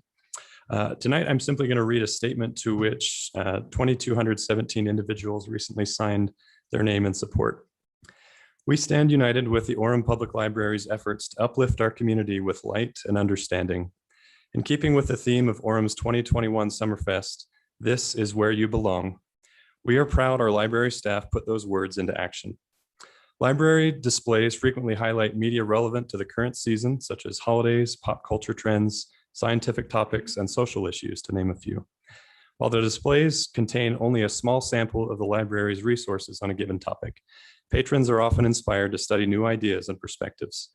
No other institution in our community serves this purpose for all residents the way our library does. Following Governor Cox's proclamation of June as Pride Month in Utah, the library's display on Pride offered patrons an opportunity to learn about LGBTQ topics and perspectives. While no display ever forces an individual or family to delve into the materials, this display provided a valuable resource to those interested in learning about these topics, including parents seeking age-appropriate materials to support them through uncertain conversations with their children. Depression and suicide rates in Utah are among the highest in the nation, particularly among our youth. We need to be better at cultivating a climate of inclusion, at extending a hand of friendship, especially to those who feel isolated or marginalized. LGBTQ residents are among the most vulnerable, and we need to do more than simply tolerate our differences. To develop empathy, we must first seek to understand. Every July, Utah celebrates the pioneers who fled here to escape various forms of persecution and bigotry. With that heritage, one might expect our culture to be particularly sensitive to the persistent challenges faced by marginalized populations. For a sense of belonging, we each need to feel loved and respected. We need to feel like our unique identity is valued, even when our perspectives and opinions differ. As we consider how to respond to those who perpetuate bigotry and exclusion in our community, let us ask ourselves, am I also casting stones of hatred and intolerance? Am I watching in silence from the sidelines? Or am I stepping forward to support and comfort those in need? Our hope, plea, and expectation is that our community, especially those to whom we look for leadership, will choose the latter.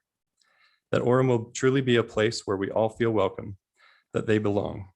That members of this council will use your platform to express love and understanding rather than disgust and outrage. That each of us will use this moment to reflect on how we can better learn from and appreciate those with life experiences and perspectives different than our own. Thank you. Thank you. Would now like to hear from Richard Davis and then John Livingston.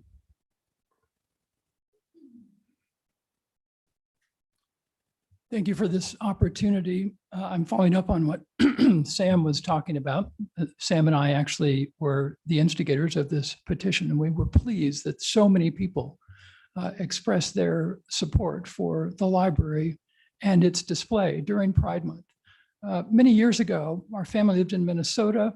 There was a group that came into our city pushing a documentary called The God Makers. And it was a expose of the Mormon Church. And those of us who were in the LDS community in the city were disturbed by this. And we were pleased when the Catholic newspaper, which was about as well read as you could have it in that very Catholic community, issued an editorial condemning this prejudice against Mormons. We were pleased that someone stood up for us. And I think the same thing is happening here. These people who signed this petition are standing up for a community that they may or may not be part of themselves, the LGBT community. I'm not part of that community because we don't like the kind of prejudice that they face, just like Latter-day Saints didn't like that prejudice in Minnesota. They don't like that prejudice here. And so we felt that it was important to signal to them and to you that we're standing up against that kind of prejudice and the purveyors of prejudice. So when the library board or the library put up this display, we were very pleased by this. We were disturbed by some of the reaction in some quarters to this because we were afraid that sent the wrong signal, the signal that that Orem was not welcoming of these people. And I can tell you that there were many people who signed our petition who made comments saying that they had lived in Orem or still lived in Orem and felt marginalized. And they were so appreciative of what we had done.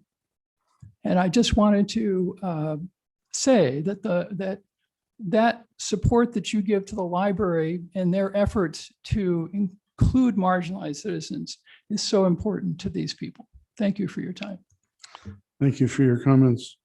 Now hear from John Livingston, followed by Neil LeBaron.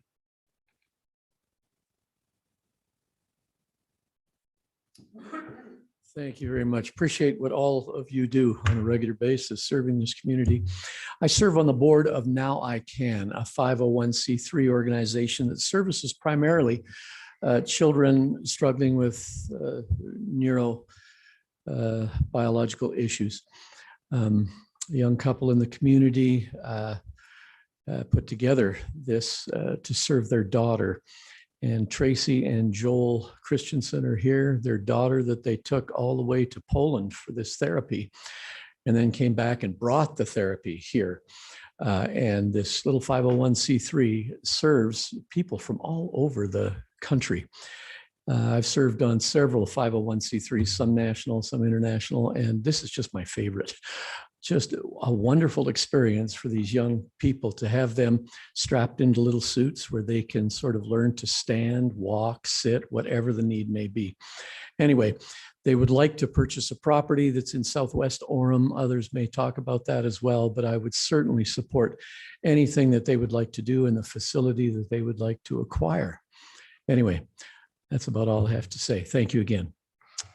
Thank you. Now hear from Neil LeBaron.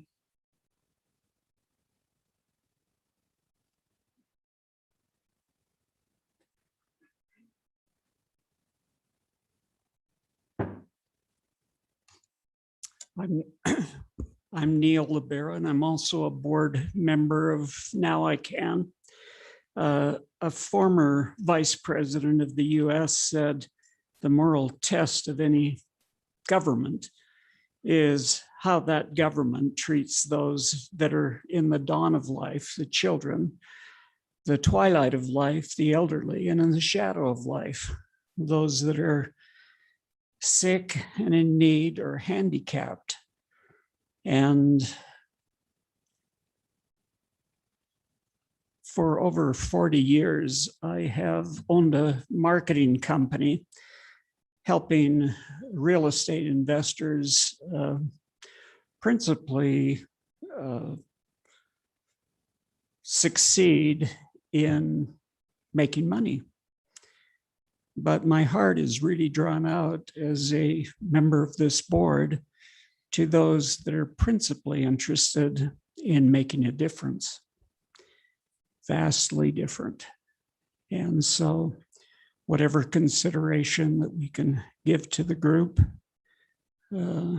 would be greatly appreciated. Thank you. Thank you. We'll now hear from Patty Henwood.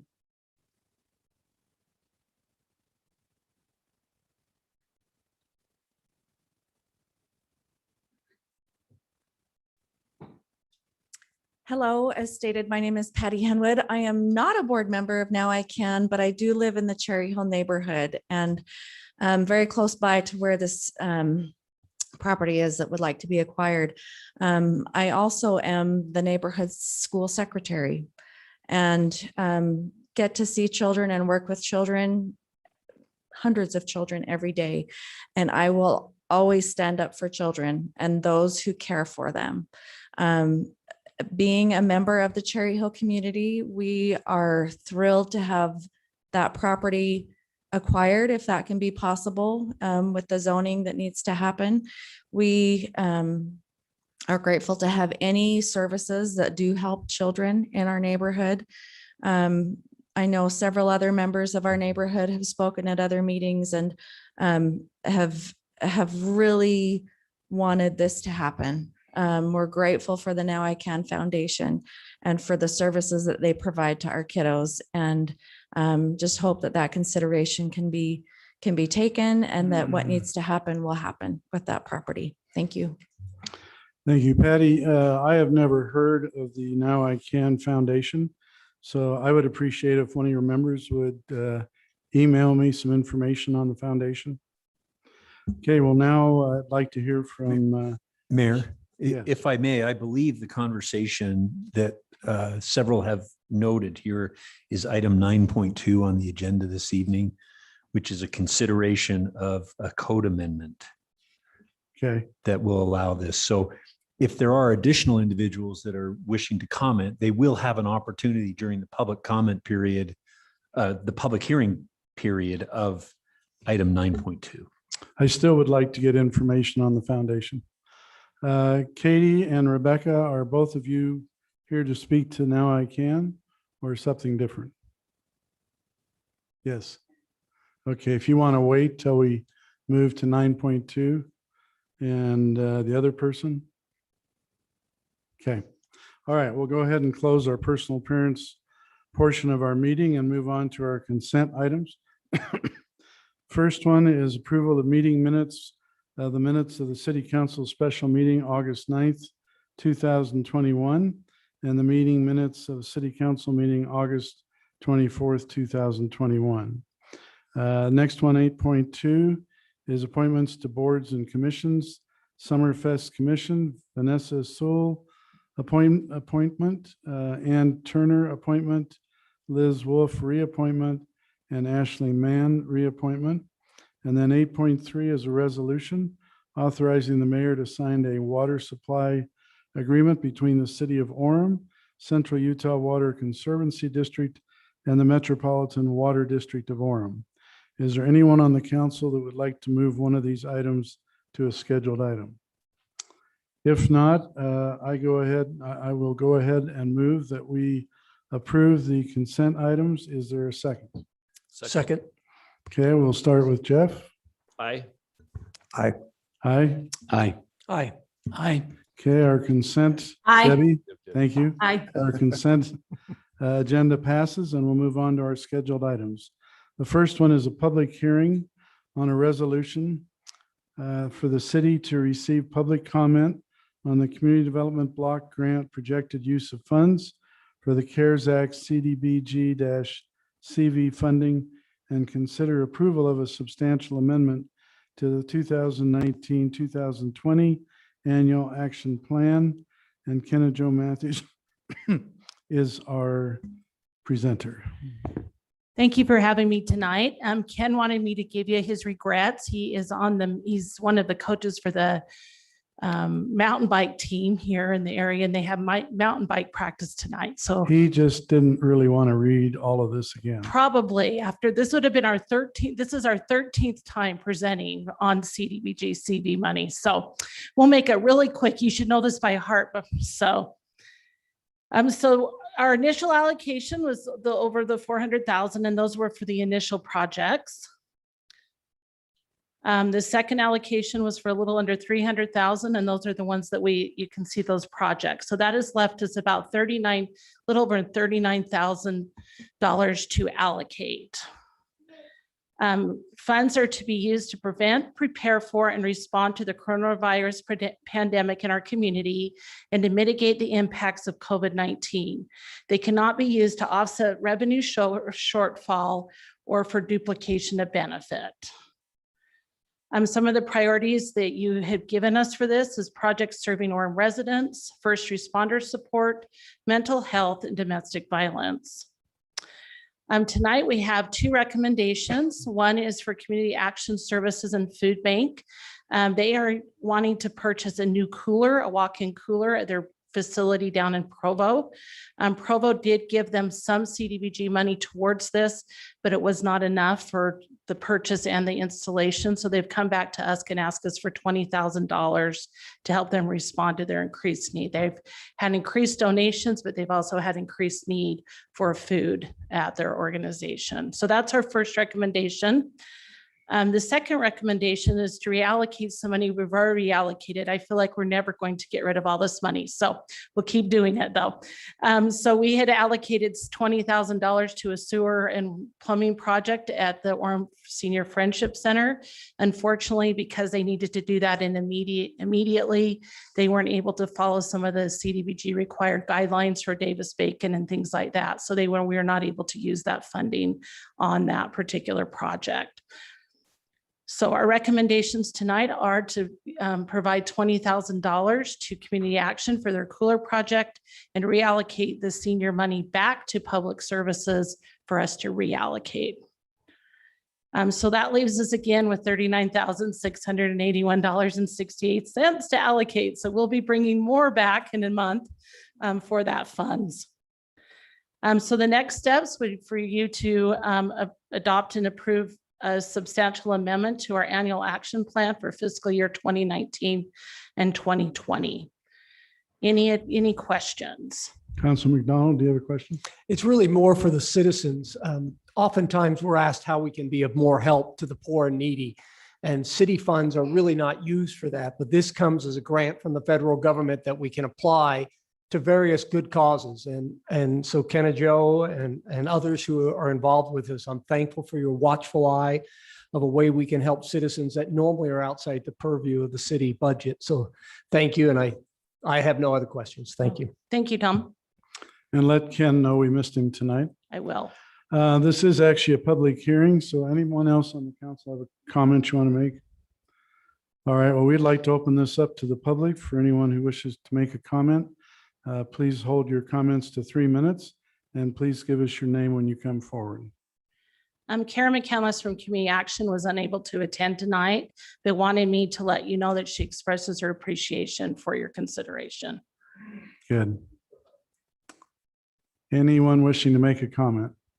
Seeing no one coming forward, we'll close the public comment portion of our public hearing and bring it back to the council. Would anyone care to make a motion? Mayor, I'll take a stab at this. I move that the city, where am I going? Where right there? That we accept the projected use of funds for the CARES Act, CBDG, CV funding and approve the approval of a substantial amendment to the 2019-2020 annual action plan. Is there a second? Second. Second. Okay, let's go ahead and vote. Debbie, will have you vote first. Aye. Okay, Jeff? Aye. Aye. Aye. Aye. Aye. Aye. Okay, the resolution passes. Thank you. We'll move on now to 9.2, which is a public hearing on an ordinance amending Appendix A of the Orem City Code by enacting Standard Land Use Code 2062-64 for small pediatric neurophysical therapy and making such use permitted in the R7.5 zone and enacting Section 22.6-9L, small pediatric neurophysical therapy, to establish requirements for a small pediatric neuron physical therapy facility in the R7.5 zone. And Jason Bench is our presenter. Thank you, Mayor. I do have Tracy Christensen, who's the owner of Now I Can. Okay. Here, and let me do a presentation, and you're welcome to address her and ask any questions. So, Mayor, as you announced, this is an ordinance amendment to create a Standard Land Use Code 64 or 6264, which is small pediatric neurophysical therapy, and making it a permitted use in the R7-5 zone. And we'll go through those changes. So the R5 or R7-5 zone, is the bright yellow. So it does affect certain areas of the city, not just this particular property. The property in question is at 1940 and 1950 South, 375 East. It was built many years ago, probably 5 or 6, I believe, the one we discovered. He came in, the owner of the property came in and wanted to build a hospice care. We told him at the time that it was probably too big. It was overbuilt. They're allowed only 8 per side, but he persisted and insisted on building a large facility. The facility itself, or the business, didn't last very long, and it's been sitting vacant for several years. Tracy and her team would like to purchase that and put their business in that location. Currently, under the current ordinance, therapy uses typically as more of an outpatient type medical use is not permitted in a residential zone. So this is why they're here before you tonight, to create a specific use that would allow it as a use. Several of the items that are outlined, like other issues that or other ordinances that we have, kind of outline the requirements and rules that would apply. It's for children 17 and under. It's specifically for no more than 5 children, and various things that you see there, parking, access, and different things that would be limiting what they can and can't do as far as the time of operation, number of children, people actually staying at the facility. It does allow up to 8 adults. So they do have people that come in from out of town that stay in the facility while their children are getting therapy. So this does allow for that, kind of like a Ronald McDonald House, I assume, something like that. So they're here tonight to request that the council adopt this. And this is, of course, the Standard Land Use Code that would create that use specifically in the R7.5 zone. Jason, I was reading that. Is there any way you can go back about 4 slides where that one right there? Sorry, I may have went too fast. While you're reading that, Jason, would this affect all R7.5 zones? It does. Thank you. Yeah. So this one is the current one that's vacant, but there could be some other, beehive homes, other things that potentially could have that. Tracy can explain, I guess, her business and the fact that there's not a lot of these in the valley. So as far as the use itself may be limited, but it does open the door for those types of uses. So medical uses, outpatient uses, you may see others come in if, this gets approved, then you may see some others that have similar type uses come in and request the council to make that change. So it does kind of open the door for those uses to come in. Anyway. So I have a lot of questions. First of all, I would like to hear from you to explain what the foundation is and what it does. But I'd also like to know how much parking space there is at this facility, how many parking stalls? So I believe there are. I think there's 11. There is 11 a parking little, stalls. little flower bed area that if we took it out could be a few more. And how much square footage is in the building that you're purchasing? There are 2 buildings on the property and together they are 16,000 square feet. 16,000. And what's the cost of the building? 1.8 million. 1.8 million. Okay.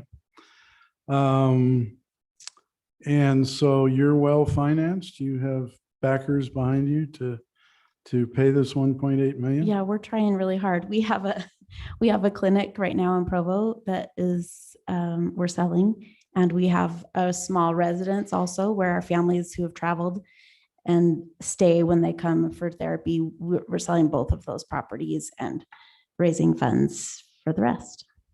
Okay. So tell us a little bit about your foundation. Yes, and you do have an email from me in your inbox too. Okay, thank that you. You can read. Sure. My husband and I founded Now I Can 15 years ago, and we did that because we have a daughter with cerebral palsy, and we found a kind of therapy that was more effective than anything else that we tried. And the main feature of that was the duration, just being able to spend more time practicing skills. So when a typical child with cerebral palsy or other neuromuscular challenge goes to physical therapy, they get 1 hour a week or maybe 1 hour every other week. And that's just not enough for their brain to learn these new skills. So we brought this therapy here. So our therapy is typically 4 hours a day, 5 days a week for 3 weeks. And as Jason said, it is very unique. And there is only one other pediatric physical therapy clinic here in our whole county. And that has been the case for the past 20 years. There's not been any others that have opened. And our therapy model is so unique that there's not even any in any surrounding states. So the way that this ordinance has been written is so narrow that I am confident that even though it would apply to other residential 7.5 zones, there's thankfully for everyone, there's not any other facilities like this, and there's not any other therapy that's offered like ours. So does government funding pay for people who come to use a service like yours? No, not a bit, but we might be interested in some of Kenna's CDBG funding. But no Medicare, no Medicaid. No, well, we do. We have patients that come to us that have Medicaid, but they don't. They pay $25 a day. So for 4 hours, we just give grants. We just rather give grants. And what does it cost for someone for treatment at your So facility? we bill insurance if they have insurance. It's about $100 an hour. So $6,000 for a 3-week session. And you're looking at 5 only residents at a time? We wouldn't have 5 residents at a time, but we would have up to 4 or 5 at the very most patients in the morning from 8 to 12, and 4 to 5 at the very most from 1 to 5. So they do not stay overnight? When our families come from out of town, they do. I brought our little map where we let the kids put a pin up when they come to see us. And this just shows the different places that our patients have come from. And we do have a lot of Utah patients, and we just love being able to provide therapy for them because it's such a big need. But when our families come from out of town, like I said, we've had the one facility where we can just have one family stay. And so this facility that we're talking about has several little apartments, so we could have 2 or 3 families at a time and still keeping within the 8. But that would be a big blessing, because if a family travels and they're paying for therapy, paying for a hotel accommodation on top of that is a lot. And we allow families to stay for $25 a night in our current Now I Can cottage, but we'd love to just make that a little more accessible for more people. And how do you find your patients? Is it through social media or through references from doctors? Both. I think that social media has definitely helped parents with different, conditions connect with each other. And so word of mouth has been a blessing for people. Doctors from Primary Children, Shriners, local pediatricians have sent people to us after they've seen their other patients have success. Okay, any questions from the council? Yes. Terry? Go ahead. So Mayor, I was privileged to be in the Planning Commission meeting when you came and presented, and a lot of the patient, not a lot, some of the patients came. I lost it emotionally, and so did Ryan, and I think so did Jason. It just tore at your heart as parents came in and said how my son couldn't learn to walk, and then with the help of your group, they walked in. Some of the other children learned to read. And so the service you're providing is just amazing. I mean, you already heard me earlier tonight talk about my concern about children. God bless you for taking care of our children. Thank you so much. Any Mayor? other comments? Yeah, this Councilman? is Debbie. I want you to know that I personally know Tracy, and through the women in business groups that I've been part of, have helped them fundraise. I think it was a balance beam or some sort of gymnastics equipment. They are the finest people and do a great job. And so whatever we can do to assist them and change this, I'm 100% behind it. Thank you, Councilman McDonald. Thank you. Tracy, good to see you. I've been involved with Now I Can for many, many years. Used to be the CEO of a company that contributed heavily to that. I've participated in their 5K runs. I've toured the facility on a number of occasions. I've driven by this facility, and frankly, we had lost touch. And then 6 months ago, you tracked me down while I was on vacation with Blaine and started planning your idea of what you were going to do. And whether we went through the finances, Mayor, that you touched on lightly of how can you do this? Can this happen? But this facility has been empty for many years now. And I do think it provides a valuable service. And I echo Tracy's likelihood that very few of these are built within residential areas that would demand a lifetime treatment. But you're right, to Councilman Peterson's comment, these children are all of our children, and we're grateful that you offer this great service, and I'll be supportive of this idea. Thank you so much. That means so much. We do have some of our families here, and yes, we'll would love open it for you up to for a meet 'em. public hearing in just a minute. Okay. Any other comments from the council? Jeff?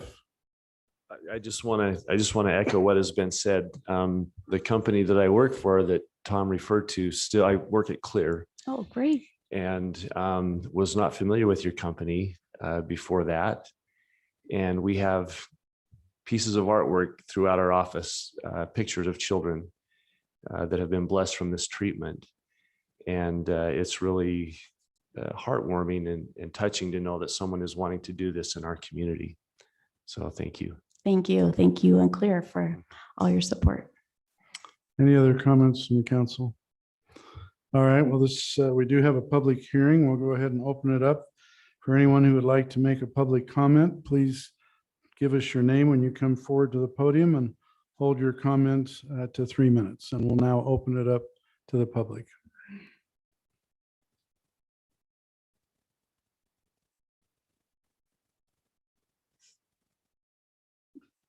Hi, my name is Katie Paul Freeman, and this is Zach. And do you want to say hello?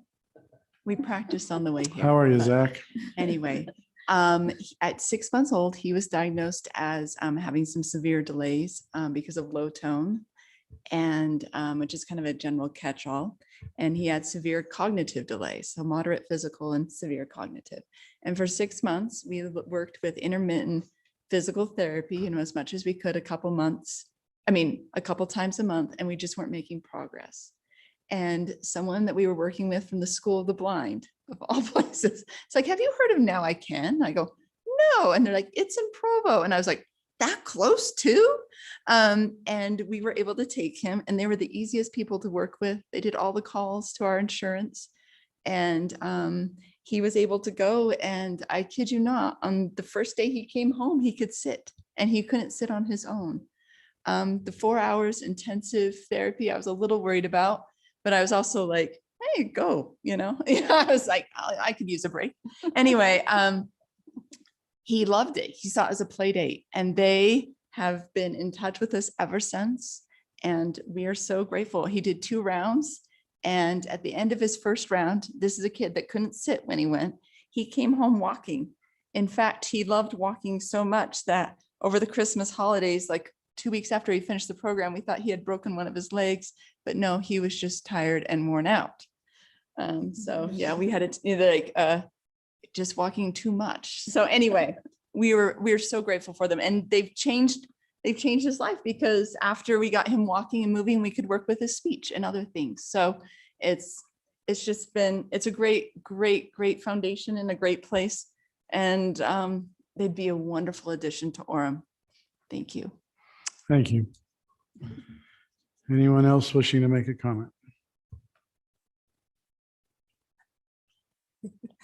My name is Kristen Palmer, and this is Ava, and we live here in Orem. And when Ava was 3 weeks old, her pediatric orthopedist up at Primary Children's told us she would never walk, and don't bother doing anything or trying. It's a discouraging thing to hear as a new parent. And we did weekly therapy. We did community services. Kids on the Move came to our home every week, and then every other week we made small progress, but not much. Things like sitting up and things like that. And it was actually the therapist from Kids on the Move who said, "Have you ever heard of this?" And I thought, "You're her therapist. You're telling us to go to another therapy. This seems strange." But we checked it out, and Ava has gone 3 times now to Now I Can, 3 different sessions, and she can walk. She first walked with a walker. Now she can walk without a walker, and that's life-changing. And it's hard work, but man, they make it fun. In between, they recommend spacing out so you can see better progress. And in between, she says, "When can I just go back to Now I Can?" We've done school therapy and things in between, but she begs to go back to Now I Can, to work for 4 hours a day for 3 weeks straight. They make it fun, but the progress is unbelievable. It's life-changing for these kids. It's life-changing for us as parents. And we are just so grateful. When I walked into here today and saw the therapists that have worked with Ava, I just couldn't help but hold back. Like, I couldn't hold back the tears, because they've changed our lives and we owe them everything. And this is just so exciting to see them have the potential to grow and have this new building and facility. So we hope that that can happen. Thank you. Thank you.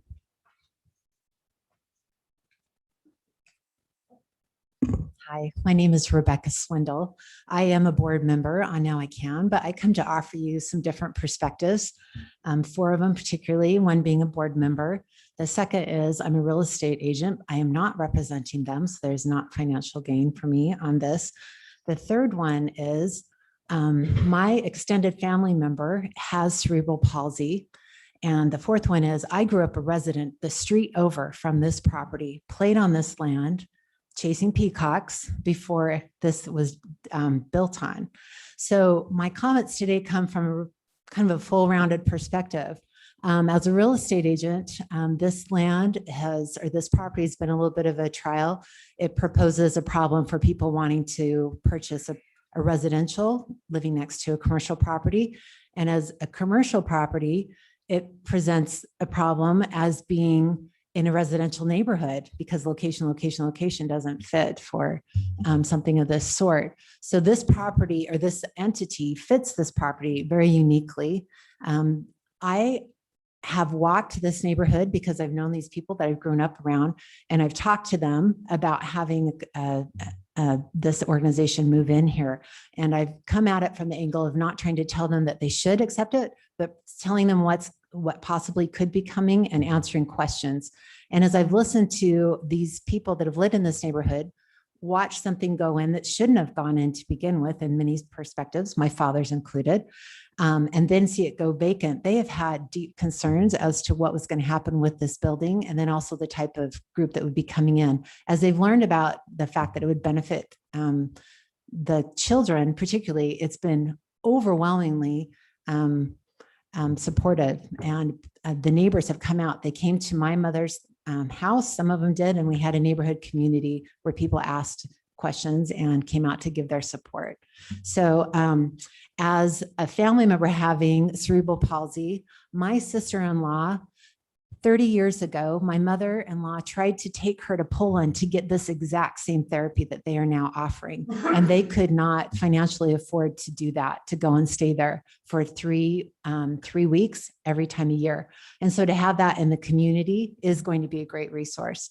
And just want to say, as a board member, I feel like here I can just give you more of a character reference, that this has been something that's come to us, not trying to come for a profit financially, but they are doing something that is first from love of parent, and then second has spread to a community of people. And I feel like it's highly beneficial that way. So thank you.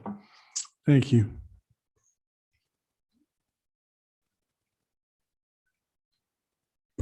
Mr. Mayor and City Council members, thank you for your service and the time that you've put forth on this agenda item thus far. My name is Ren Whiteman. Normally you see me when I'm opposing something in our neighborhood. I am here to share my complete opposite feelings. I am very positive on this foundation coming into that building. In 2014, that building was built. As Rebecca mentioned, we weren't too happy about it, but it is what it is. And it's been vacant for the last, I think, 3 to 4 years. And we couldn't be more thrilled as a neighborhood, and I do speak for the Cherry Hill neighborhood, that Tracy and the Now I Can Foundation is looking to move in. It's a huge win for Orem to have a foundation this unique, and I can't think of a better tenant, somebody who has gone and knocked all the doors, made sure that all the neighbors are all right with this, incredibly polite, and just a wonderful person. And we are, like I said, from the Cherry Hill neighborhood perspective, 100% behind this, and we support it. Thank you. Thank you. Any other comments? Jason, while they're coming up, can you give me the address again?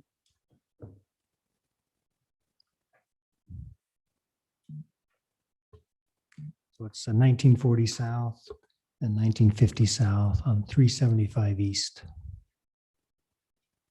Okay, thank you. Yes. go ahead. Hello, my name is Tiffany Arrhenius, and I used to be a resident of Orem when we had our Evan. This is Evan. This is my son, Evan, my second son. When we had Evan, we were living in the Cherry Hill neighborhood. So we had him back in 2010, and he was born early, super early, and he has a mild cerebral palsy, but not quite so mild that it didn't affect him a lot. And when he was little, we didn't know how it would go. So we lived in our house that's just kind of in the Cherry Hill neighborhood for a couple of years. And when he was 3, our Kids on the Move therapist that was coming to see us, he just informed me he remembers this. I said, oh, you remember that? When she came to visit, she said, have you heard about this place? It's here, right here. It's really close to you. And so being in a really tough place with not knowing what was going to happen and what he was going to be able to do, and he was learning to crawl and couldn't do that and definitely couldn't walk, she referred us to this place. So we've been around Tracy and all the Now I Can people for like 9 years now. And they are just amazing people. And the kind of work that they do at this facility, it would just blow your mind if you saw, because Evan learned to walk. He's learned to run. He's been working on his fine motor skills because it affects both just his arm and his leg on the one side of his body. And so he has made so many leaps and bounds because of this organization. And I remember feeling really trepidatious about taking him somewhere for therapy. It worried me. And when I went here, everything was just amazing. It was clean. They were so nice. It was a very intimate setting. It wasn't like people everywhere and cars everywhere. And it wasn't busy. It was just what I needed as a parent at the time, and feeling really like I didn't know where to turn or who we could get help from. And so this organization has blessed our lives and the lives of countless others. And it would be just a fantastic blessing and a credit to Orem to have it in your city. And it is just an amazing organization. And I just can't speak highly enough of everything that they've done for us as a family. And like I said, countless others. And to be able to have, we've been blessed to be right here, right? We did move a couple of minutes south to a town that won't be named. But after our other meeting that we came to, I spoke with my husband, who is born and raised here in Orem. He was a Bruin. He said, he notified me that we're moving back as soon as possible. So that was news to me. So we will be moving back to Orem. But either way, I hope it stays here close to them. And I hope I just pray that this will work out for them, because it has been so amazing. And we continue to take Evan, and we just love them. And we just know that they are the best people and they will do the most fantastic work. Do you have anything to say? No, he says no. He reminded me back there that he said, when he says, I remember when I was like 5 and I said, Now I Can is better than Disneyland. And I said, oh, you said that? So he thinks it's pretty great, I think. So thank you so much. Okay, thank you.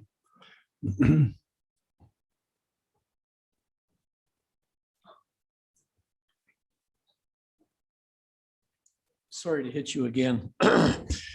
Colby. is Tell the me your daughter- name again. John Livingston. Okay, thank Colby you. Christensen. Colby is the daughter of Tracy and Joel. Really, she's why Now I Can even exists. She has just returned from the Texas Dallas East mission. She served for 18 months, and you'd hardly know that she had any issues at all as a result of what they did with her, both in Poland and then bringing it back home.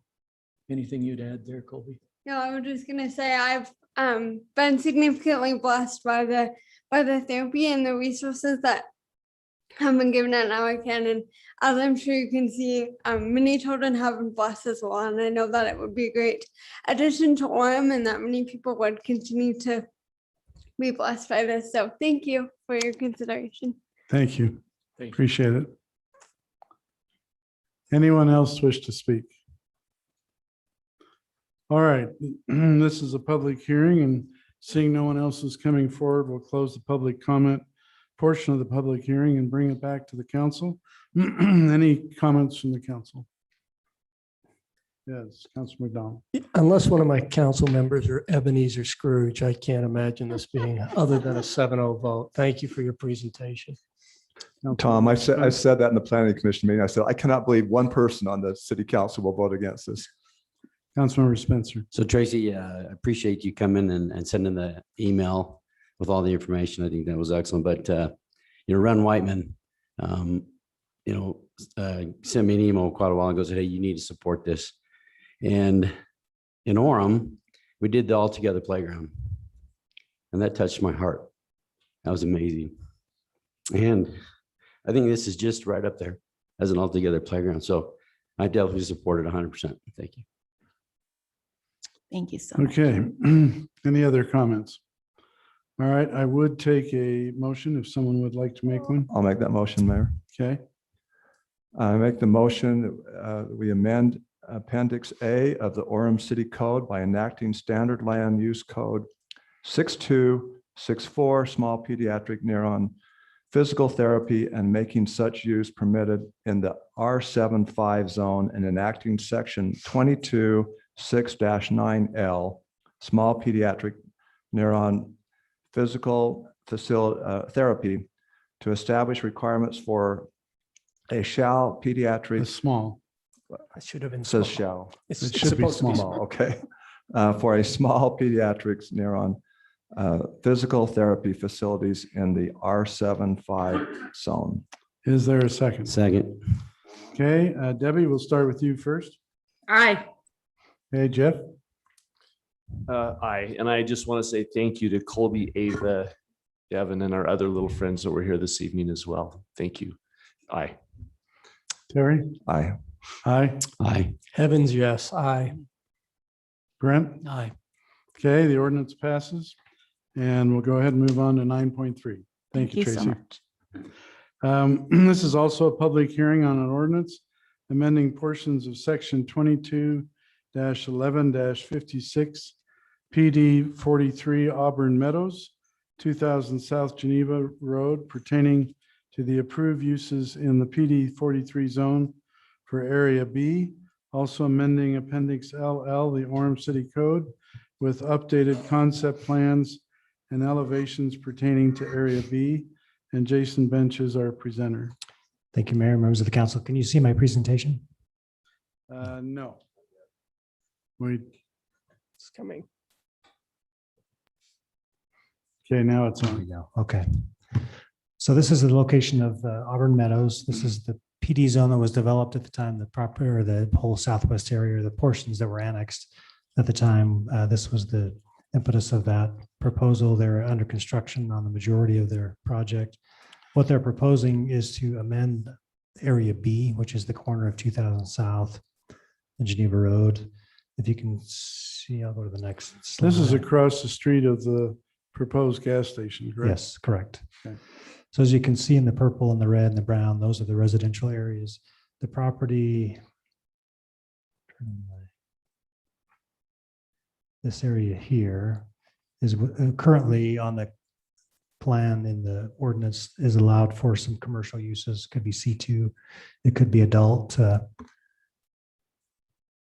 senior living facility as well. And then these are some additional townhome homes that were approved originally. What the applicant is proposing is to take these townhomes and move a few of them over in this location, 12 of those, there's 19 total. Proposing to move 12 over here, and then he'll eliminate the 7 there, and then eliminate the option for 40, up to 40 adult apartments that they were proposing to build in order to expand this portion of the commercial area. And what he's proposing to do,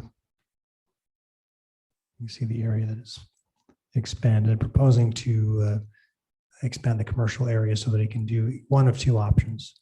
This option shows a smaller grocery store at this location. It does show some convenient retail along the Geneva Road corridor. Then this is a fast food type facility they're proposing. As part of this option, they will propose to put a number of parking stalls that would be utilized for the actual condo project to the west. As you realize, if you've been out there, there is a parking issue, which we deal with many parking issues in the city. It's not just this particular project. So there are issues that we're dealing with. This is a complicated issue. The owner is working with the HOA to help us try to solve that issue to get parking off of Geneva Road. There is legal parking on Geneva Road, but we're trying to get them to park interior. What's happening, and it's not unique to this project, it's unique citywide, countywide, statewide, is we have a housing issue. And what the people are doing, and I think what's happening here is some are subletting to additional people that are bringing their cars, which are causing obviously some big issues. So we're aware of that issue. This particular project will be parked according to the C2 standard, which is 4 stalls per 1,000. So that this proposal, what he's doing, will not cause additions to the parking. What it will do is add some additional options for the tenants there as they're working to get their project into compliance with the maximum they can rent per unit. The other option is concept B, which allows for a larger grocery store, 30,000 roughly square feet. So like a Walmart, a neighborhood Walmart type of facility, or a larger Trader Joe's type of thing. That's the size of building they're proposing there on option A or B. They're not sure of the tenant they can get at this point. It may be a smaller grocery store, it may be a larger one. They want to have the flexibility to do either one of those options, keeping the flexibility for that fast food on the corner. What will happen is the access will be at this location on 2000 South. You may be aware that UDOT is working on installing a signal at 2000 South. So the majority of this access will come off here. This one, I believe, will be closed. Access to the apartments will be closed. And on this option as well, the parking will be installed and will be utilized for the apartment side, not the commercial side. All parking on this side will be accessed within the development on this area B. These are the elevations that they're proposing, and this will be part of Appendix LL, so that when they do come in, these are the elevations that we'll expect when they come in for a site plan. This one, I think, is up in Holiday, the Harmons. So it's kind of a prototype of what they're expecting the development to look like. You can see the fast food And then the retail, if they choose to do the retail along Geneva Road, will look like that. So these will be part of the ordinance. A couple of amendments, none that would basically necessitate the ability to develop, but they are taking out the ability to do a senior independent living facility and be restricted to only the C2 uses, which was permitted. They're now just eliminating that as an option for the senior living, outlining that the C2, as you can see here, is currently existing, and that is will stay as a use. Basically stating that if conditional uses are not listed, they're not permitted in this zone. Taking out the setback of 10 feet. The way that the ordinance is written right now, this parking would not be permitted because it requires a 10-foot setback between area A and area B. They're proposing to take that out. Staff supports that because we are able at this point then to get the parking that would help facilitate the project to the west.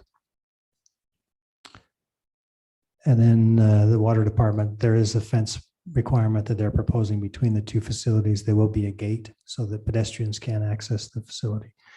But they are proposing that if a fence is put over some water lines that run up that street, that they at least have a sleeve so that it's not sitting on top of a water line. This, of course, is the property used now as staging for the project, but this is the area that they will do it. This is 2000 South and Geneva Road. The Planning Commission did make a recommendation that the council approve this. I'd be glad to address any questions. So Jason, who is the applicant? So Jeff Mansell is, Okay. I believe he's here. And is Jeff here? Okay. All right. Any questions by the council? Jason, does he have a commitment on that grocery store? As far as I know, he's working on several leads. There are a couple of different chains that are looking at coming there. He doesn't have, I think, anything specifically in writing, but there are some smaller grocery stores that are very interested. Mayor, this is Debbie. Yes, Debbie, go ahead. I live in this area and I can honestly tell you, we definitely need more grocery stores. All we have is Walmart and that's not that convenient. So I know that there's already traffic on Geneva, but I think it's not gonna be any worse than it already is because we're already having to try to travel up to Walmart. So I think this would be welcome. The neighborhood would definitely support it. So I think it's a great idea. Councilmember Spencer? Yes, so Jason, I've got so the original project, what was the parking at? 2.5 per unit. And yeah, because it's bad, really bad. It's definitely bad. And I think their issue is that they're either subleasing or renting to more. Because even when you pull out on Geneva, you're gonna get killed. I mean, it's terrible. Absolutely. But can you go back to the picture of the A or the first design? So where does that exit? Where do all that parking, where would that exit? So the main exit would be here to the light. I don't know if you can see. Let me turn on my pointer again. Sorry.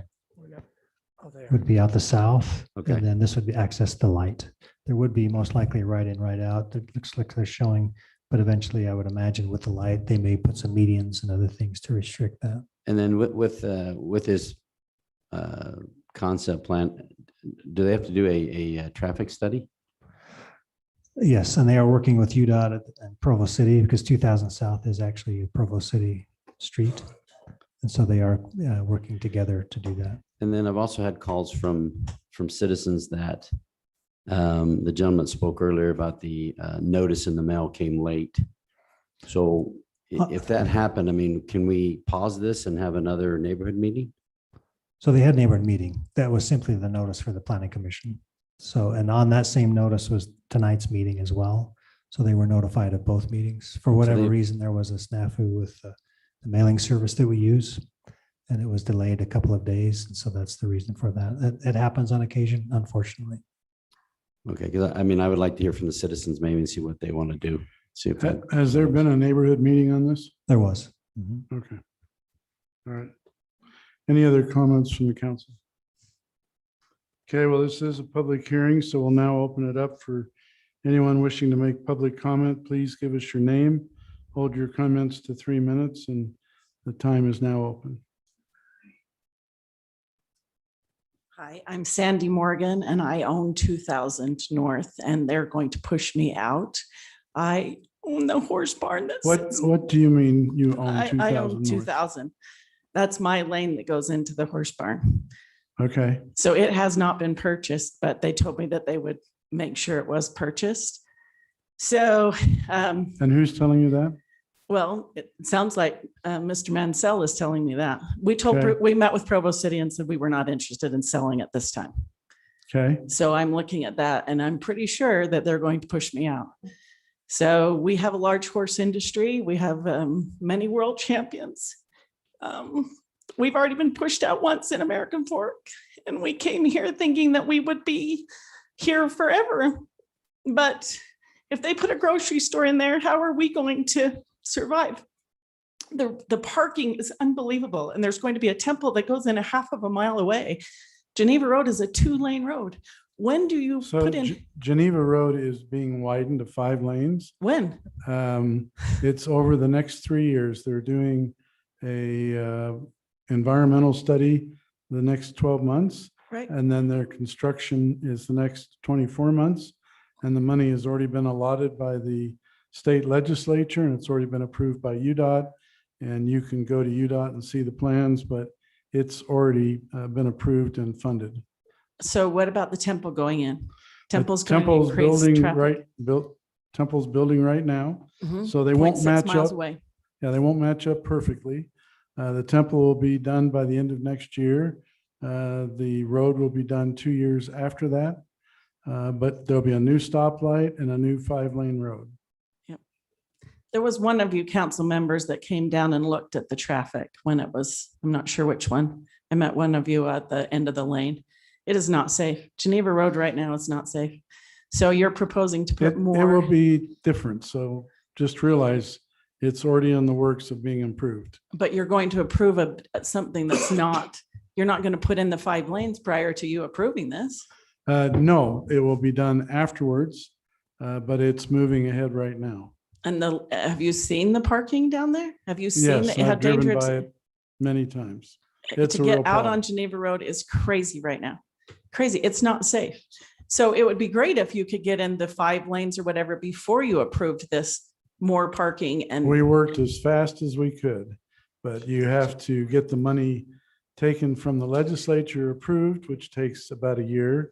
And then you have to do an environmental impact study, which takes a year. And then it's going to be 2 years to purchase any property and to redo the entire road. But no way to put a hold on this project until the infrastructure is in. It depends on what the owner qualifies for and what he's allowed to do. So Mayor, I've got a question for Sandy.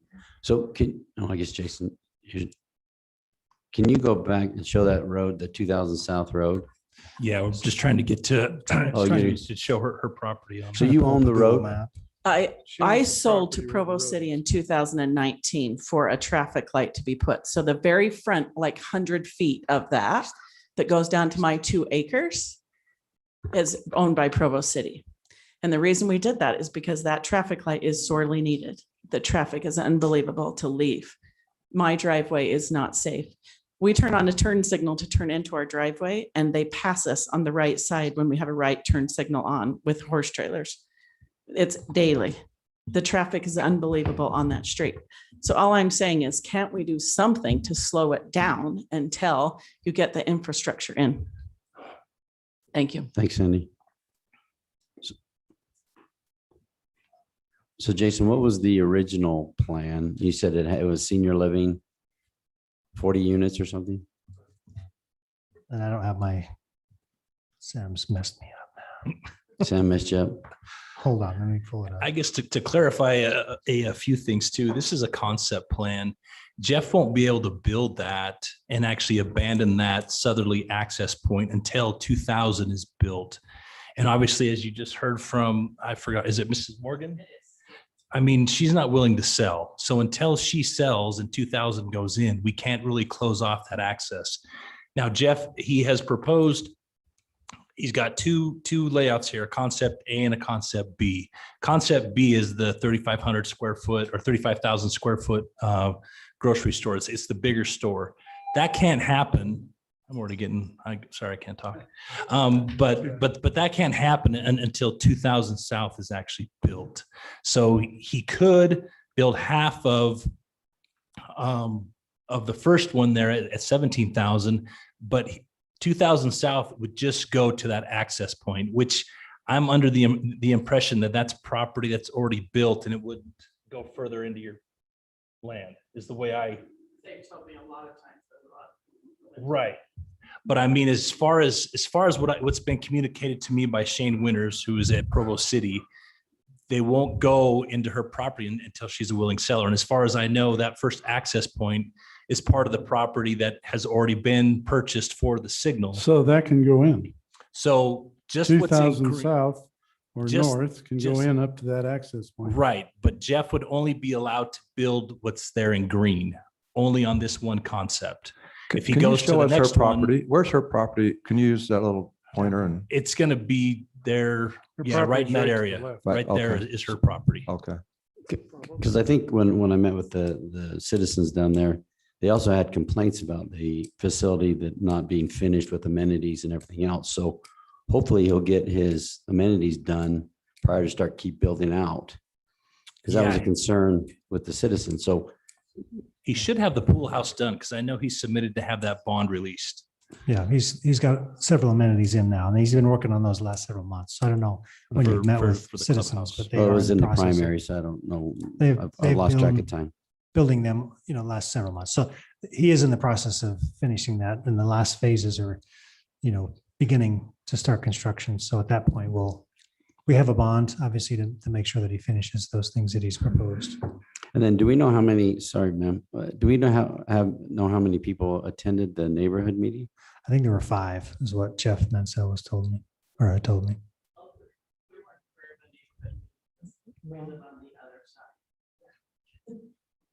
Okay, thank you. All right, go ahead, ma'am. My name is Paula Rowe. I welcome this opportunity to speak to the city council. I live in that area and we're talking about future changes and so forth, and they take time, I know, but there are things that need to be done now. As has already been mentioned, it is a disaster waiting to happen to pull onto that busy highway of Geneva Road. All the parking on both sides of the road make it impossible to see if it's safe to pull on to that highway. And it is an extremely busy highway, and you have to pull out to see if beyond the cars, and that certainly isn't safe. I don't want to motorcyclist, or I don't want a motorcyclist to hit me. Heavy trucks, I mean, this has already been recognized. You have heavy traffic on that area of Geneva Road. They go fast. You don't have any lights. You don't have any curb and gutter. You don't have any sidewalk. It's a country lane that's acting like a major arterial Well, highway. it is no longer a country lane, but we sorely need something done so that the cars that are parking along Geneva Road are no longer there. They need to require more or make available more spaces for residents as well as visitors who are parking in the Fields development. Thank you. And Jason, you're working on, or the city, who's working on getting the cars So parked about in the right 6 spot? weeks ago, we did send a notice to all property owners. I've got several calls from out of town owners, right? Wanting to know what the occupancy load is. I think what's happening is it's a family or 3 singles.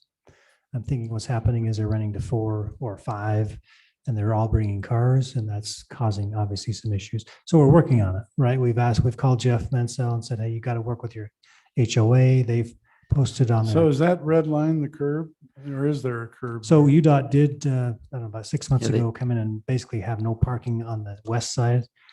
Sam Kelly went back and asked him to at least, from the access points out, like this location. And But this they're still location. parking all along the west So there's a side. certain section that can be parked. Yeah, Geneva Road in this area is a state highway and you can park on the side of the road.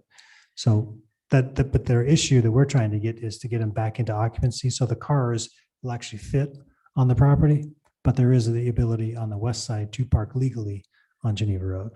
And it's a lot more convenient to park there than it is to park inside. And so people park out there. Didn't we have we red curbed anything? So there is some signage But next to the intersections that prohibit. yeah, because I parking. know pulling out on going left, that's dangerous because these cars are parked and you can't see anything also. So I think we need to red curb Can you that speak up to to the a certain signal? point. The planned signal. They did at one time change the parking so that it was easier to get on and off. Well, then they changed the parking back so that they protected their own access, but they didn't, they allowed them to park, like, say, all the way to Milan, but they protected their own leaving their section. So they changed the signage a couple of times. Yes, we have changed it twice. We initially went out and red curb, well, being a UDOT facility, they signed the whole west side saying no parking. The HOA, some citizens that actually lived there said, is there any way that we could have some parking as long as we're outside of those clear vision triangles? We evaluated that with the 45-mile-an-hour speed, and we have allowed sections of it. And some of you have seen that you can actually park between those access points. It's not permitted, right?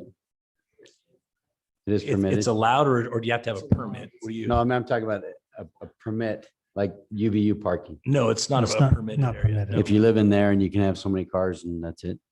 I'd never be able to live there because I have too many cars, but so. Yeah. So, yeah, But I- 2.5 per unit is what's. And I required. guess also to clarify too, there is a signal that's going to be built at this intersection next Mhm. spring. We do already have plans. It's gone through PS&E with UDOT. It'll be advertised here probably within the month or two, and with likely being built next spring. And hopefully You're talking 2000 South and Geneva? in Geneva Road, yes. It's been It's in the one you and I process. Emailed about, right? Yes, yeah. So it will happen. There's also the opposite side of the road. They're starting to demo those homes. So we'll be coordinating that construction with that gas station that's supposed to be going there with this signal. So we will have a signal there at this intersection. Provo is actively buying property and they are chomping at the bit to build half of Lakeview Parkway all the way up to 2000 as Yeah, and well. they're ready to go. Yes. Sir, I'm sorry, but go ahead. My name is Byron Taylor.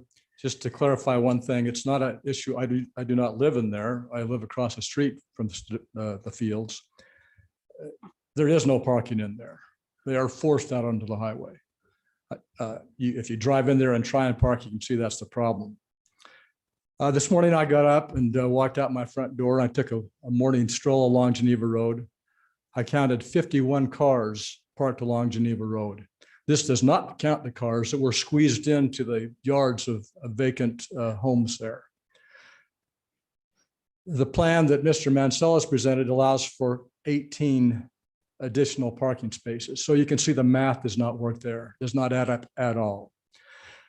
He told me that they have some plan, this authoritative top-down process of forcing people to comply and reducing occupancy in this manner. Forgive me if I have no faith in that method of forcing less density. Those of us who have lived down there, and anybody I think that's been around development knows that when you have a development of this type, even if it starts out as owner occupied, it never stays that way. We've seen that on the north end, and now we're seeing it already in the fields. It's not owner occupied. It's an investment property. They get as many people in there as they can. They all have cars. This is a disaster that should have been foreseeable. And now to try to resolve that problem by 18 additional places, at the same time enhancing Mr. Mansell's development portfolio, it doesn't add up to me. I've called your attention to number 19 on this code of ordinances. RV storage, open storage of recreational vehicles, RVs, utility trailers, boats, and similar items shall be prohibited in the P43 zone. Oh, wonderful. We know where they're going to go, don't we? They're going to go out on Geneva Road. There's already long-term storage there. People can get a trailer, put their junk in it, park it on the road. They can live anywhere. They could be out of state, and they don't have to pay for storage because they can dump it in Lakeview on Geneva Road. I watched with great interest the candidates' interviews recently because I have found out that it does matter who sits here. I heard a common theme: let's preserve the neighborhoods of Orem. However, it appears to me that nobody cares about the Lakeview neighborhood. From what I've seen so far through the decisions and what has happened, our neighborhood is being destroyed. So who is looking out for the Lakeview neighborhood? Please reject this plan for Mr. Mansell. Ask him to go back and do the math so that we have parking lot inside that development and we're not shoving it out on Geneva Road. Thank you. Thank you. Any other comments from anyone else?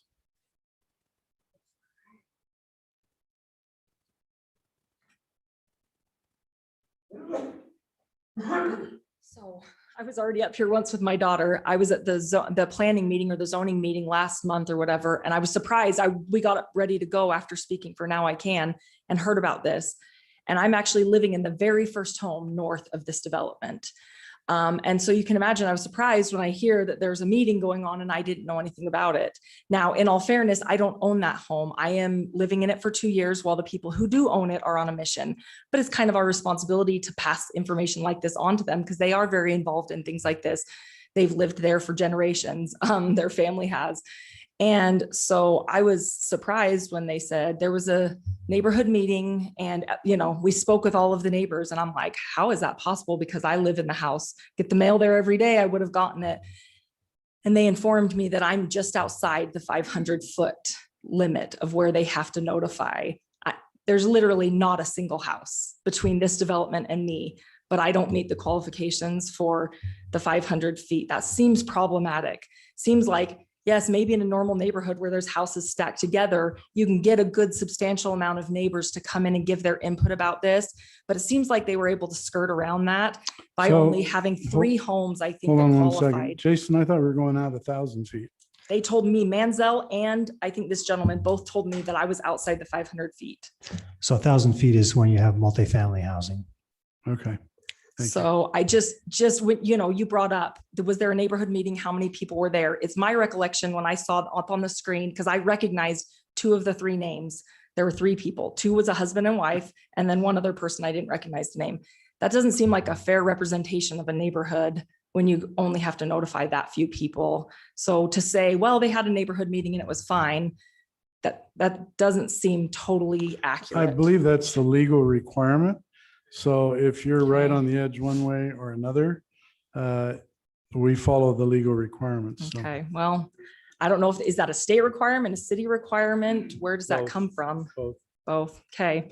It's surprising to me that the people who actually are affected anyway wouldn't. If I may, counsel, I think the state requirement is 250 feet. So Okay. I think the city is actually doing Double. 100% more. I mean, I know this is different, but we own a condo right near the temple, right? In the development right there.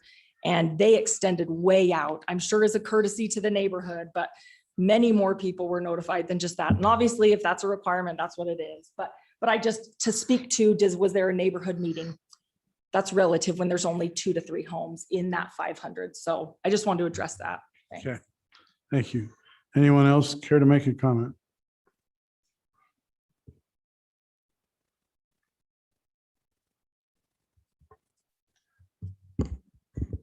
My name is Dennis Harrison. I live in the 55 and older section of this development. By the way, I received this on the 2nd and would have been happy to come to the Planning Commission meeting had I known about it on time. In reviewing the proposed development concept plans on the city site, I have reason for encouragement and also reason for significant concern.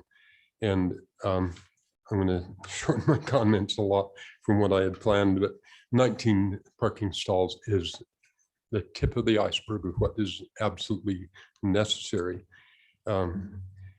in that area. And it blows my mind, pardon me, that we are jamming more traffic into an already overly used area.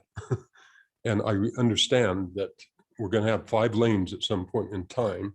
Have no clue how we're going to get around until that happens or during the production process of it. But I'm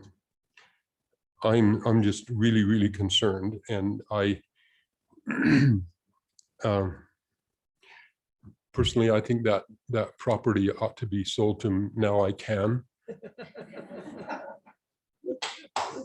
We have personal experience with those people, with our grandson, and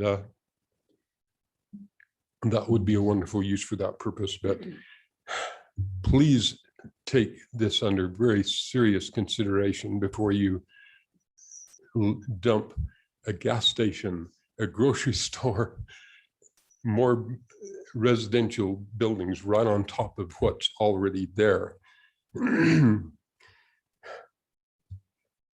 I would think that if indeed we have to have a grocery store there, let it not be the smaller one for the convenience of the developer.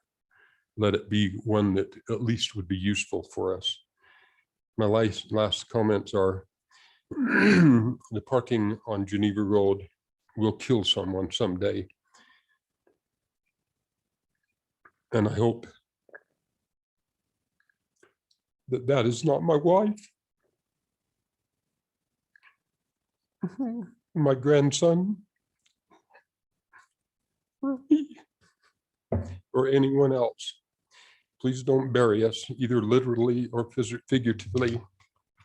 Thank you very much for your time. Thank you. Anyone else wishing to make a comment? Elaine Schofield. I can address the parking issues again, like everyone else. I send people down there to visit so we can get to know our neighbors, and they end up getting towed and have a $300 toll bill because there's no parking.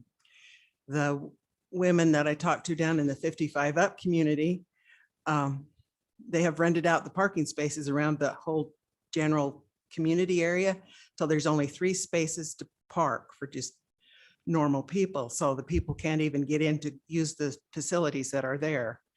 And when I look at the plans on the road and how they want to block it off, it's going to make some of these other roads major thoroughfares within the development. And I think they need to look at that. And generally, there are many, many unhappy people there about Jeff Mansell and what he has done. So I think you need to take a look at how he functions and how he manages his property. Thank you. Thank you. Anyone else wishing to come forward? All right, we'll close the public comment portion of our public hearing and bring it back to the council. Any comments from the council? Councilmember Sumner. Yeah, I just want to say that that area is a mess with parking. My wife and I went down there to look at the 55 and older community when I turned 55, and we couldn't find a parking place to look at it. We ended up out on the Geneva Road and walking into it, and you know, it was okay when we finally got in there, but then when we were walking out, one guy, a senior, he says, "Are you looking to buy down here?" And I said, "Well, we're looking." And he said, "Don't." He says, it's a mess. And I agree, we need a grocery store down there or a market, but every time I ride down there, it is just congestion. And I know we're putting in a 5-lane road, but Mary, you know as well as I do, that can be yanked by people above us quickly. The money's already there. It'll go through. You know, it can be yanked. It'll go through. Well, I believe it will, but it's not in now. You've got University Parkway to the north, Lakeview Parkway to the south. This is on UDOT's plans, and with the temple and the legislature already putting the money in, it's going through.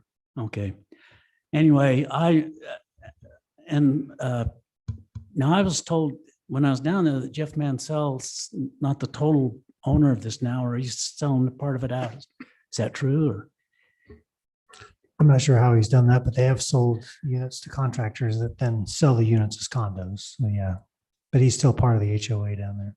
of the HOA, but ownership, is he? He doesn't own all the units. No, they've been sold. So he's part of the overall homeowners association. Yes. Okay. Thank you. I just think the traffic's a mess down there, and I don't think I can support it. Okay. Jamie had a comment. You want to say something?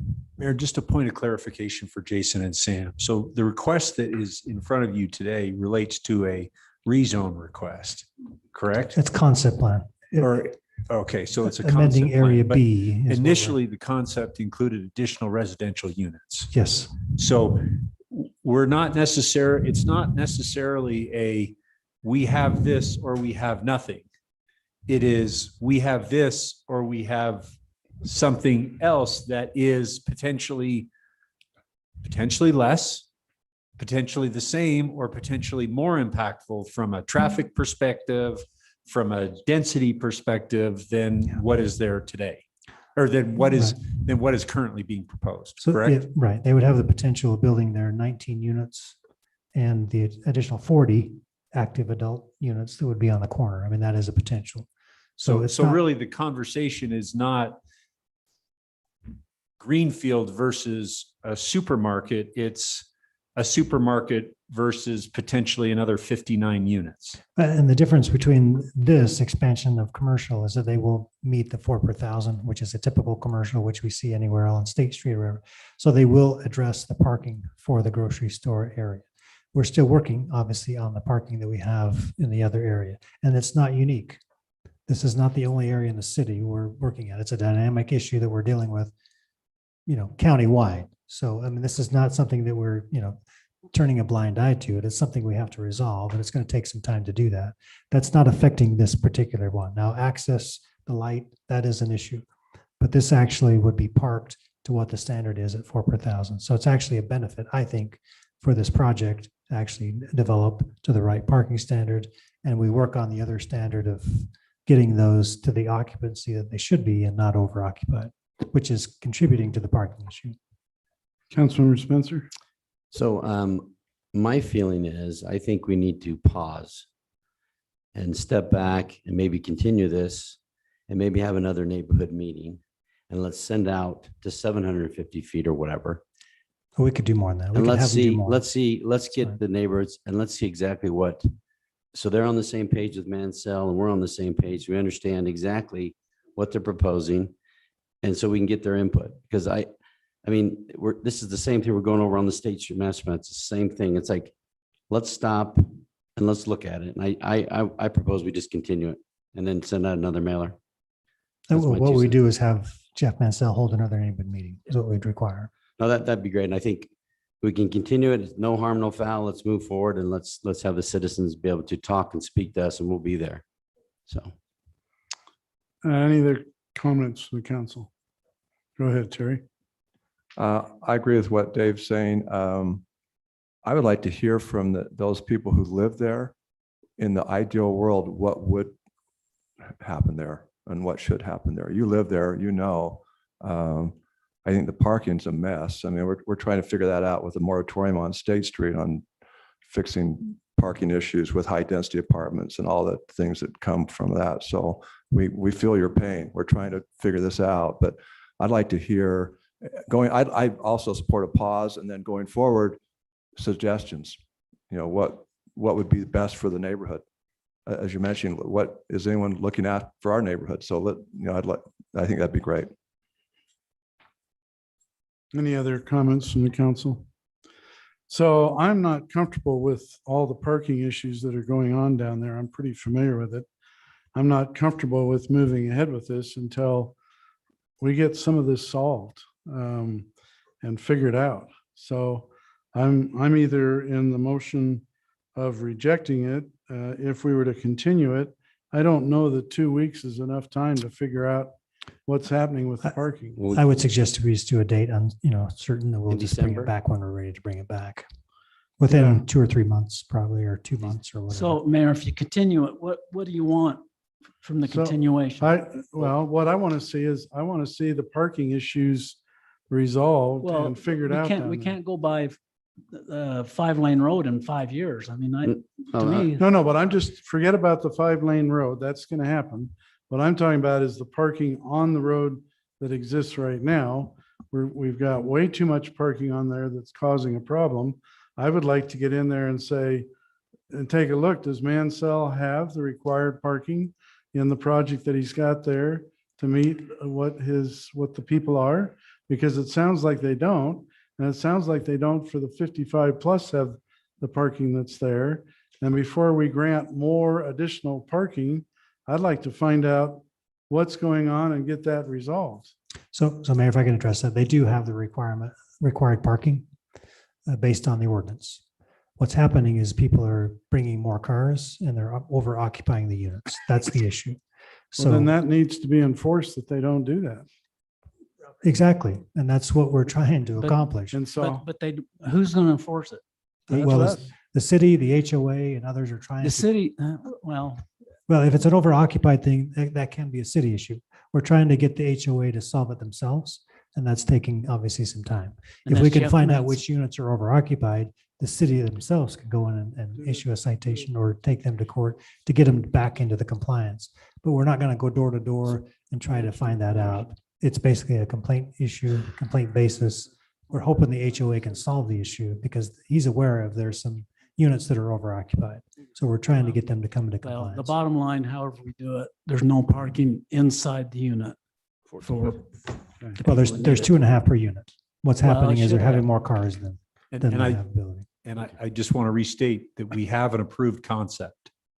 I So understand.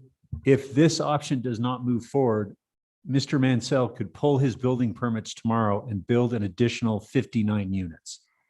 So I just want, when we talk about fixing the problem, we're talking about addressing a parking issue, and we are actively trying to do that. But there is nothing that limits or prohibits Mr. Mansell from building those 59 units tomorrow with 2.5 stalls per unit. So he builds that tomorrow with 2.5. And then we put another 50 cars out on Geneva Road and we're gotten nowhere and we're in We're worse not, trouble. we're not putting the 50 cars He out on is. Geneva Road. The expectation is that Mr. Mansell, we have given him a minimum parking requirement. If he chooses to modify his concept plan to include additional parking to accommodate this issue, and we would encourage him to do that, like we are encouraging him as part of, for example, this latest proposal to add additional parking, but there's not a requirement that he does it. So if he puts in a grocery store and supposedly only 18 parking spots for it, No. 18 are for the residential portion, independent of the commercial. This how much whole- has he got? 4 for- per thousand is the commercial requirement. Yeah, 4 per thousand. So it's like Smith's. That's the same requirement. So whatever size they have, they're going to have 4 per thousand. 18 is ridiculous. Nobody's going to build a whole 18 or 30,000 square foot building with 18 stalls. 18 stalls are this for the residential itself. All these parking stalls, and I don't think you can see my pointer. All these parking stalls here are part of the requirement for the commercial only, not for the residential. So there's, I don't know how many there are, 80 parking stalls. That's the requirement, 4 per thousand for the C2 zone. These 18 stalls are independent and separate and are provided for the residential portion to help solve the issue. It's nothing, that's not even the same thing Okay. for the commercial. Mayor, So, hold on just a second. What? Mayor, could I add Yeah. to Jason? I just wanted to bring something to your attention. I did go out and drive this project this morning and I did confirm 44 cars parked on Geneva Road. So Mr. Taylor is correct. I also was driving up 4 South and I encourage each of you to drive through the new Rollins Meadows single family home subdivision. I happen to be I'm sorry, 4 South and what? 4 South and about, it's between 900 West and 1000 West. It's on the south side of 4 South. And as I went up the road, I was looking down single family streets and I was completely caught off guard by the amount of cars parked where these brand new homes are. There were at least 20 homes parked or 20 cars parked along brand new single family homes. I then looped up to the east and into a cul-de-sac where I thought we had an illegal building permit. It looked like an illegal addition. Happy to report they do have a permit. But I went around to the cul-de-sac and there was one home, and I have a photo and I have a video if you'd like to see it. There's one home in that cul-de-sac that had 8 cars parked in their driveway and was spilling out into the cul-de-sac. So Jason's right. We have a problem in not just our city, but the county. Because we have a housing crisis, people are over occupying homes with family members, children, grandchildren, and cars. And it's a citywide issue. And I think it's starting to spill over into the single family homes. And I think it's going to continue to be a bigger problem. So just so you're aware of that, I'm seeing it in other areas as well. So how does that affect then the 55-year-old? Most of them are UVU students in that area. Yeah, and they may be, I don't they know if someone's bought a single family home that's brand new and they're renting it out. How does that affect the 55-year-old section, Brent, that you said there wasn't any parking and they told you not to live there? But you couldn't find a place to park. But I mean, Mayor's, yeah. I don't want to stop the No, discussion yet. I'm going to talk to you. So I've got a question for Dennis. You live back in the back area there at the 55 and older. And when I was down there wasn't an issue of parking back where you live. It's out where the multifamily, right? Yeah, our population density, of course, is dramatically less than the condominium section. And yeah, we don't, there actually will be a few parking stalls built as the houses will be completed down there. Across the backyard, and that's they're complaining there. Yeah, that's not right. There is very minimal parking on the street in our area. Most people park in their garages or in their driveways. By the way, I must say, the people down there are wonderful. We would love to have you. But he has a horse. Just want you to know he's got a horse. Well, I'm not sure about your horse. We had some horse troughs in the field behind us for a period of time, but they went away.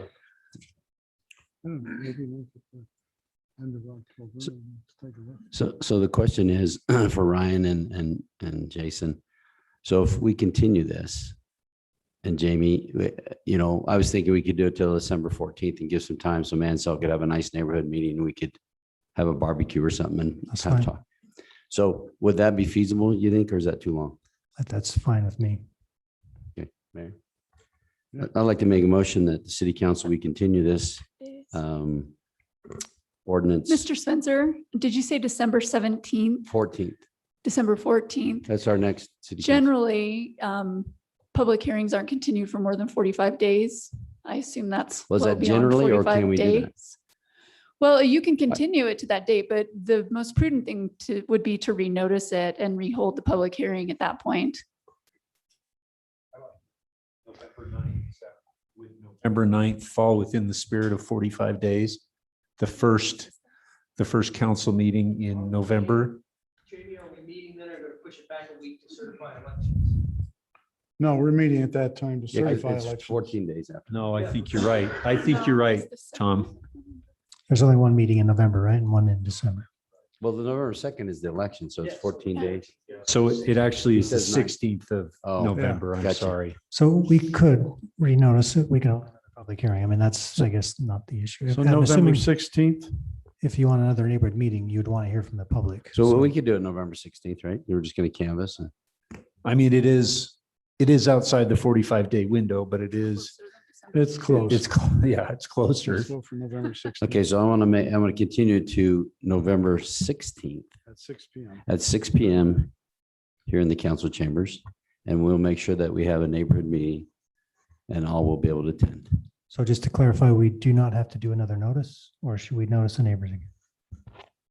Jason, what was the question? So Sorry. if it's within the 45 days, we don't need another notice. This is their notice? Or do we send Yeah, that? continuing in the open public hearing would allow us to not have to renotice. But at the neighborhood meeting, they could let The them neighborhood know. I mean, can we request that the Mansell does the neighborhood meeting and goes out 1,000 feet? We could do that.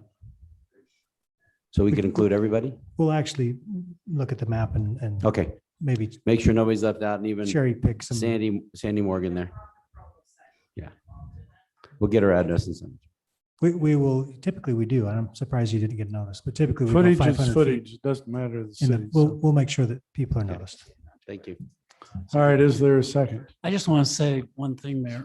I'm disappointed Jeff isn't here, Mansell. And You I am can't make too. him come, but I'd recommend that you encourage him to So I come. did talk to him yesterday and he was planning on coming. So I don't know if there's some issue that came up that he's not here. I don't know. He was. We would my like to have him here next Yeah, time. and I think he would have been. There must be something going on because he was planning on being here based on our conversation. So Jason, can I ask a question? How long would it take for Mr. Mansell to notice up and hold a new neighborhood meeting? It's at least a 10-day notice. 10-day notice. So we could continue it to a date certain in October. That would be sufficient time for the neighborhood meeting. I just don't know why we are pushing it out further and further. We have an applicant who wants some Well, resolution. one reason I would like to see is the parking issue is what's happening inside there? Why is everybody out on Geneva Road? I understand we have this problem all over the city in every neighborhood, whether it's high density or low density, but it's extreme right there. And I'd like to know why those people can't be parking inside the complex. I'd like to find that out. So I'd like, if we were to do it in October, I want to have hold on just a second. I want to have enough time to actually investigate that problem, because to me, that's the larger issue is why do we have such a big problem? And are we just going to exacerbate it? I mean, so, I don't know how much time it would take to investigate this and look at it. To be quite honest, I'm not sure if October or November, but we'll do our best to get some answers to those So, questions. yeah, I mean, would it be better to stick with it in November 16th? If it's doable for the, legal, I would. Heather, are you okay with November 16th? So, Steve was just whispering in my ear, you could set it for October. And if you're not ready to go And on the continue it? parking issue, just continue it again. So we then could to do November October 16th. 26th is the last city council, and we can continue it if we're not ready. And then you could push it into December and go another 45 days. So I like the mayor's, it's more than just a meeting with the citizens. The mayor's saying we as a city need to do a study about the parking. What's happening there? Yeah, so it's more than just having a meeting. I think I agree with them. I don't think it's going to be done in October. If we're asking the city to do a study and to look at are there parking stalls available inside the complex that they're not using? I mean, all that I think needs to be researched before I'm comfortable meeting again and not knowing those answers. So I agree with the mayor and what Dave's saying. I think why rush it? Let's do it in November. But I mean, if we do it at 26, we can always continue it to 45 days after that. We can do 45. Well, I guess if they're ready in October, but I mean, Yeah, we can do it, but we got to get some answers. yeah, I'd like the answers See before some we meet action. again. so I mean, the question is so the council, what date do you want to do it? October 26th. So just do October 26th and continue it? Okay, then I changed it to October 26th, 6 PM, council chambers. And then Mansell will notice 1,000 feet or whatever, and you'll get with him. Yes. And is there a second? Second. Okay. All right, let's go ahead and vote on the continuation then. Debbie, we'll go to you first. Aye. Jeff? Aye. Terry? Aye. Aye. Aye. Brent? I'm against this whole project, but talk about it later. Aye. Okay, so the continuation passes. We'll now go to a resolution 9.4, designating a portion of 150 North between 668 West and 800 West as both Parkside Lane and 150 North. And Jason is the presenter. So the way the night's going, this might be very complicated. I don't know, but before you tonight is simply an address change from Parkside Elementary School, formerly known as Suncrest. They want to take this, I don't know if you can see, I turn on my pointer. They want to take this short cul-de-sac, which is 150 North Street, that fronts in front of the new school, existing school, new name, Parkside Elementary. They want to change it to Parkside Lane. It will keep the 150 North address as well. So anybody that actually fronts on that street residentially will still have the same address. It just simply will change the name of the street to Parkside Lane. And a little background on that, Alpine School District is going to demolish Geneva Elementary just to the north of Sunset, which is now Parkside, and then combine the two schools. They're combined now into this building. And then later they're going to build a brand new building. So the principal, John, I don't know if he's here tonight, but he was aware. Yeah. Hey, Jim. So since you're the applicant, why don't you come forward, John? This is not a public hearing, but you're the applicant, so let's hear what you have to say. Thank you. Appreciate the opportunity. With the consolidation of Geneva and Suncrest, we've worked very hard the last few months to rebrand the whole school, make sure everyone knows that we are now Parkside, even though we are in the old Suncrest building. Currently, this street has the additional name as Stallion Way because Suncrest used to be Stallions. Now that we've changed our mascot, we are requesting that it be Parkside Lane to reflect. What is your the new mascot school. now? We are the Parkside Panthers is what we are. And what is your name, sir? John Shelton. Should we make it the Shelton? You know, John, we know each other from a that- long time. yes. Sorry. That was our second option, but we'll go with Parkside. So let's move So, it to first. You know, I go with what the community wants, so. All right, any questions from the council? No. Okay, I would accept a motion if someone would like to make it. Mayor, I'd like to move that we design a portion of 150 North between 668 West, or did you change that number? 668. 668 West and 800 West as both Parkside Lane and 150 North. Debbie, we'll go with you first. I'll get a second. Second. Second. Debbie, we'll go with you. Aye. Okay, Jeff? Aye. Aye. Aye. Aye. Tom? Aye. Aye. After all that, you don't want I'm to, saying you're not going to goodbye vote? John. All right, the resolution passes. Thank you. Jamie, do you have any items? Okay, so I would like to move that we adjourn to a closed meeting in room 107. First, I would stay with 107. Why? This has plenty of room and it's private. Jamie? That's, Yes, that's the plan. I'm sorry. We would need to go into the city council. Okay. So I move that the city council adjourn to a closed meeting for strategic session in the city council room across the hall to discuss pending or reasonably imminent litigation pursuant to Utah Code Section 52-4-2051C. Is there a second? Second. Okay. Debbie will ask you for your vote. Aye. Okay. Aye. Aye. Aye. Aye.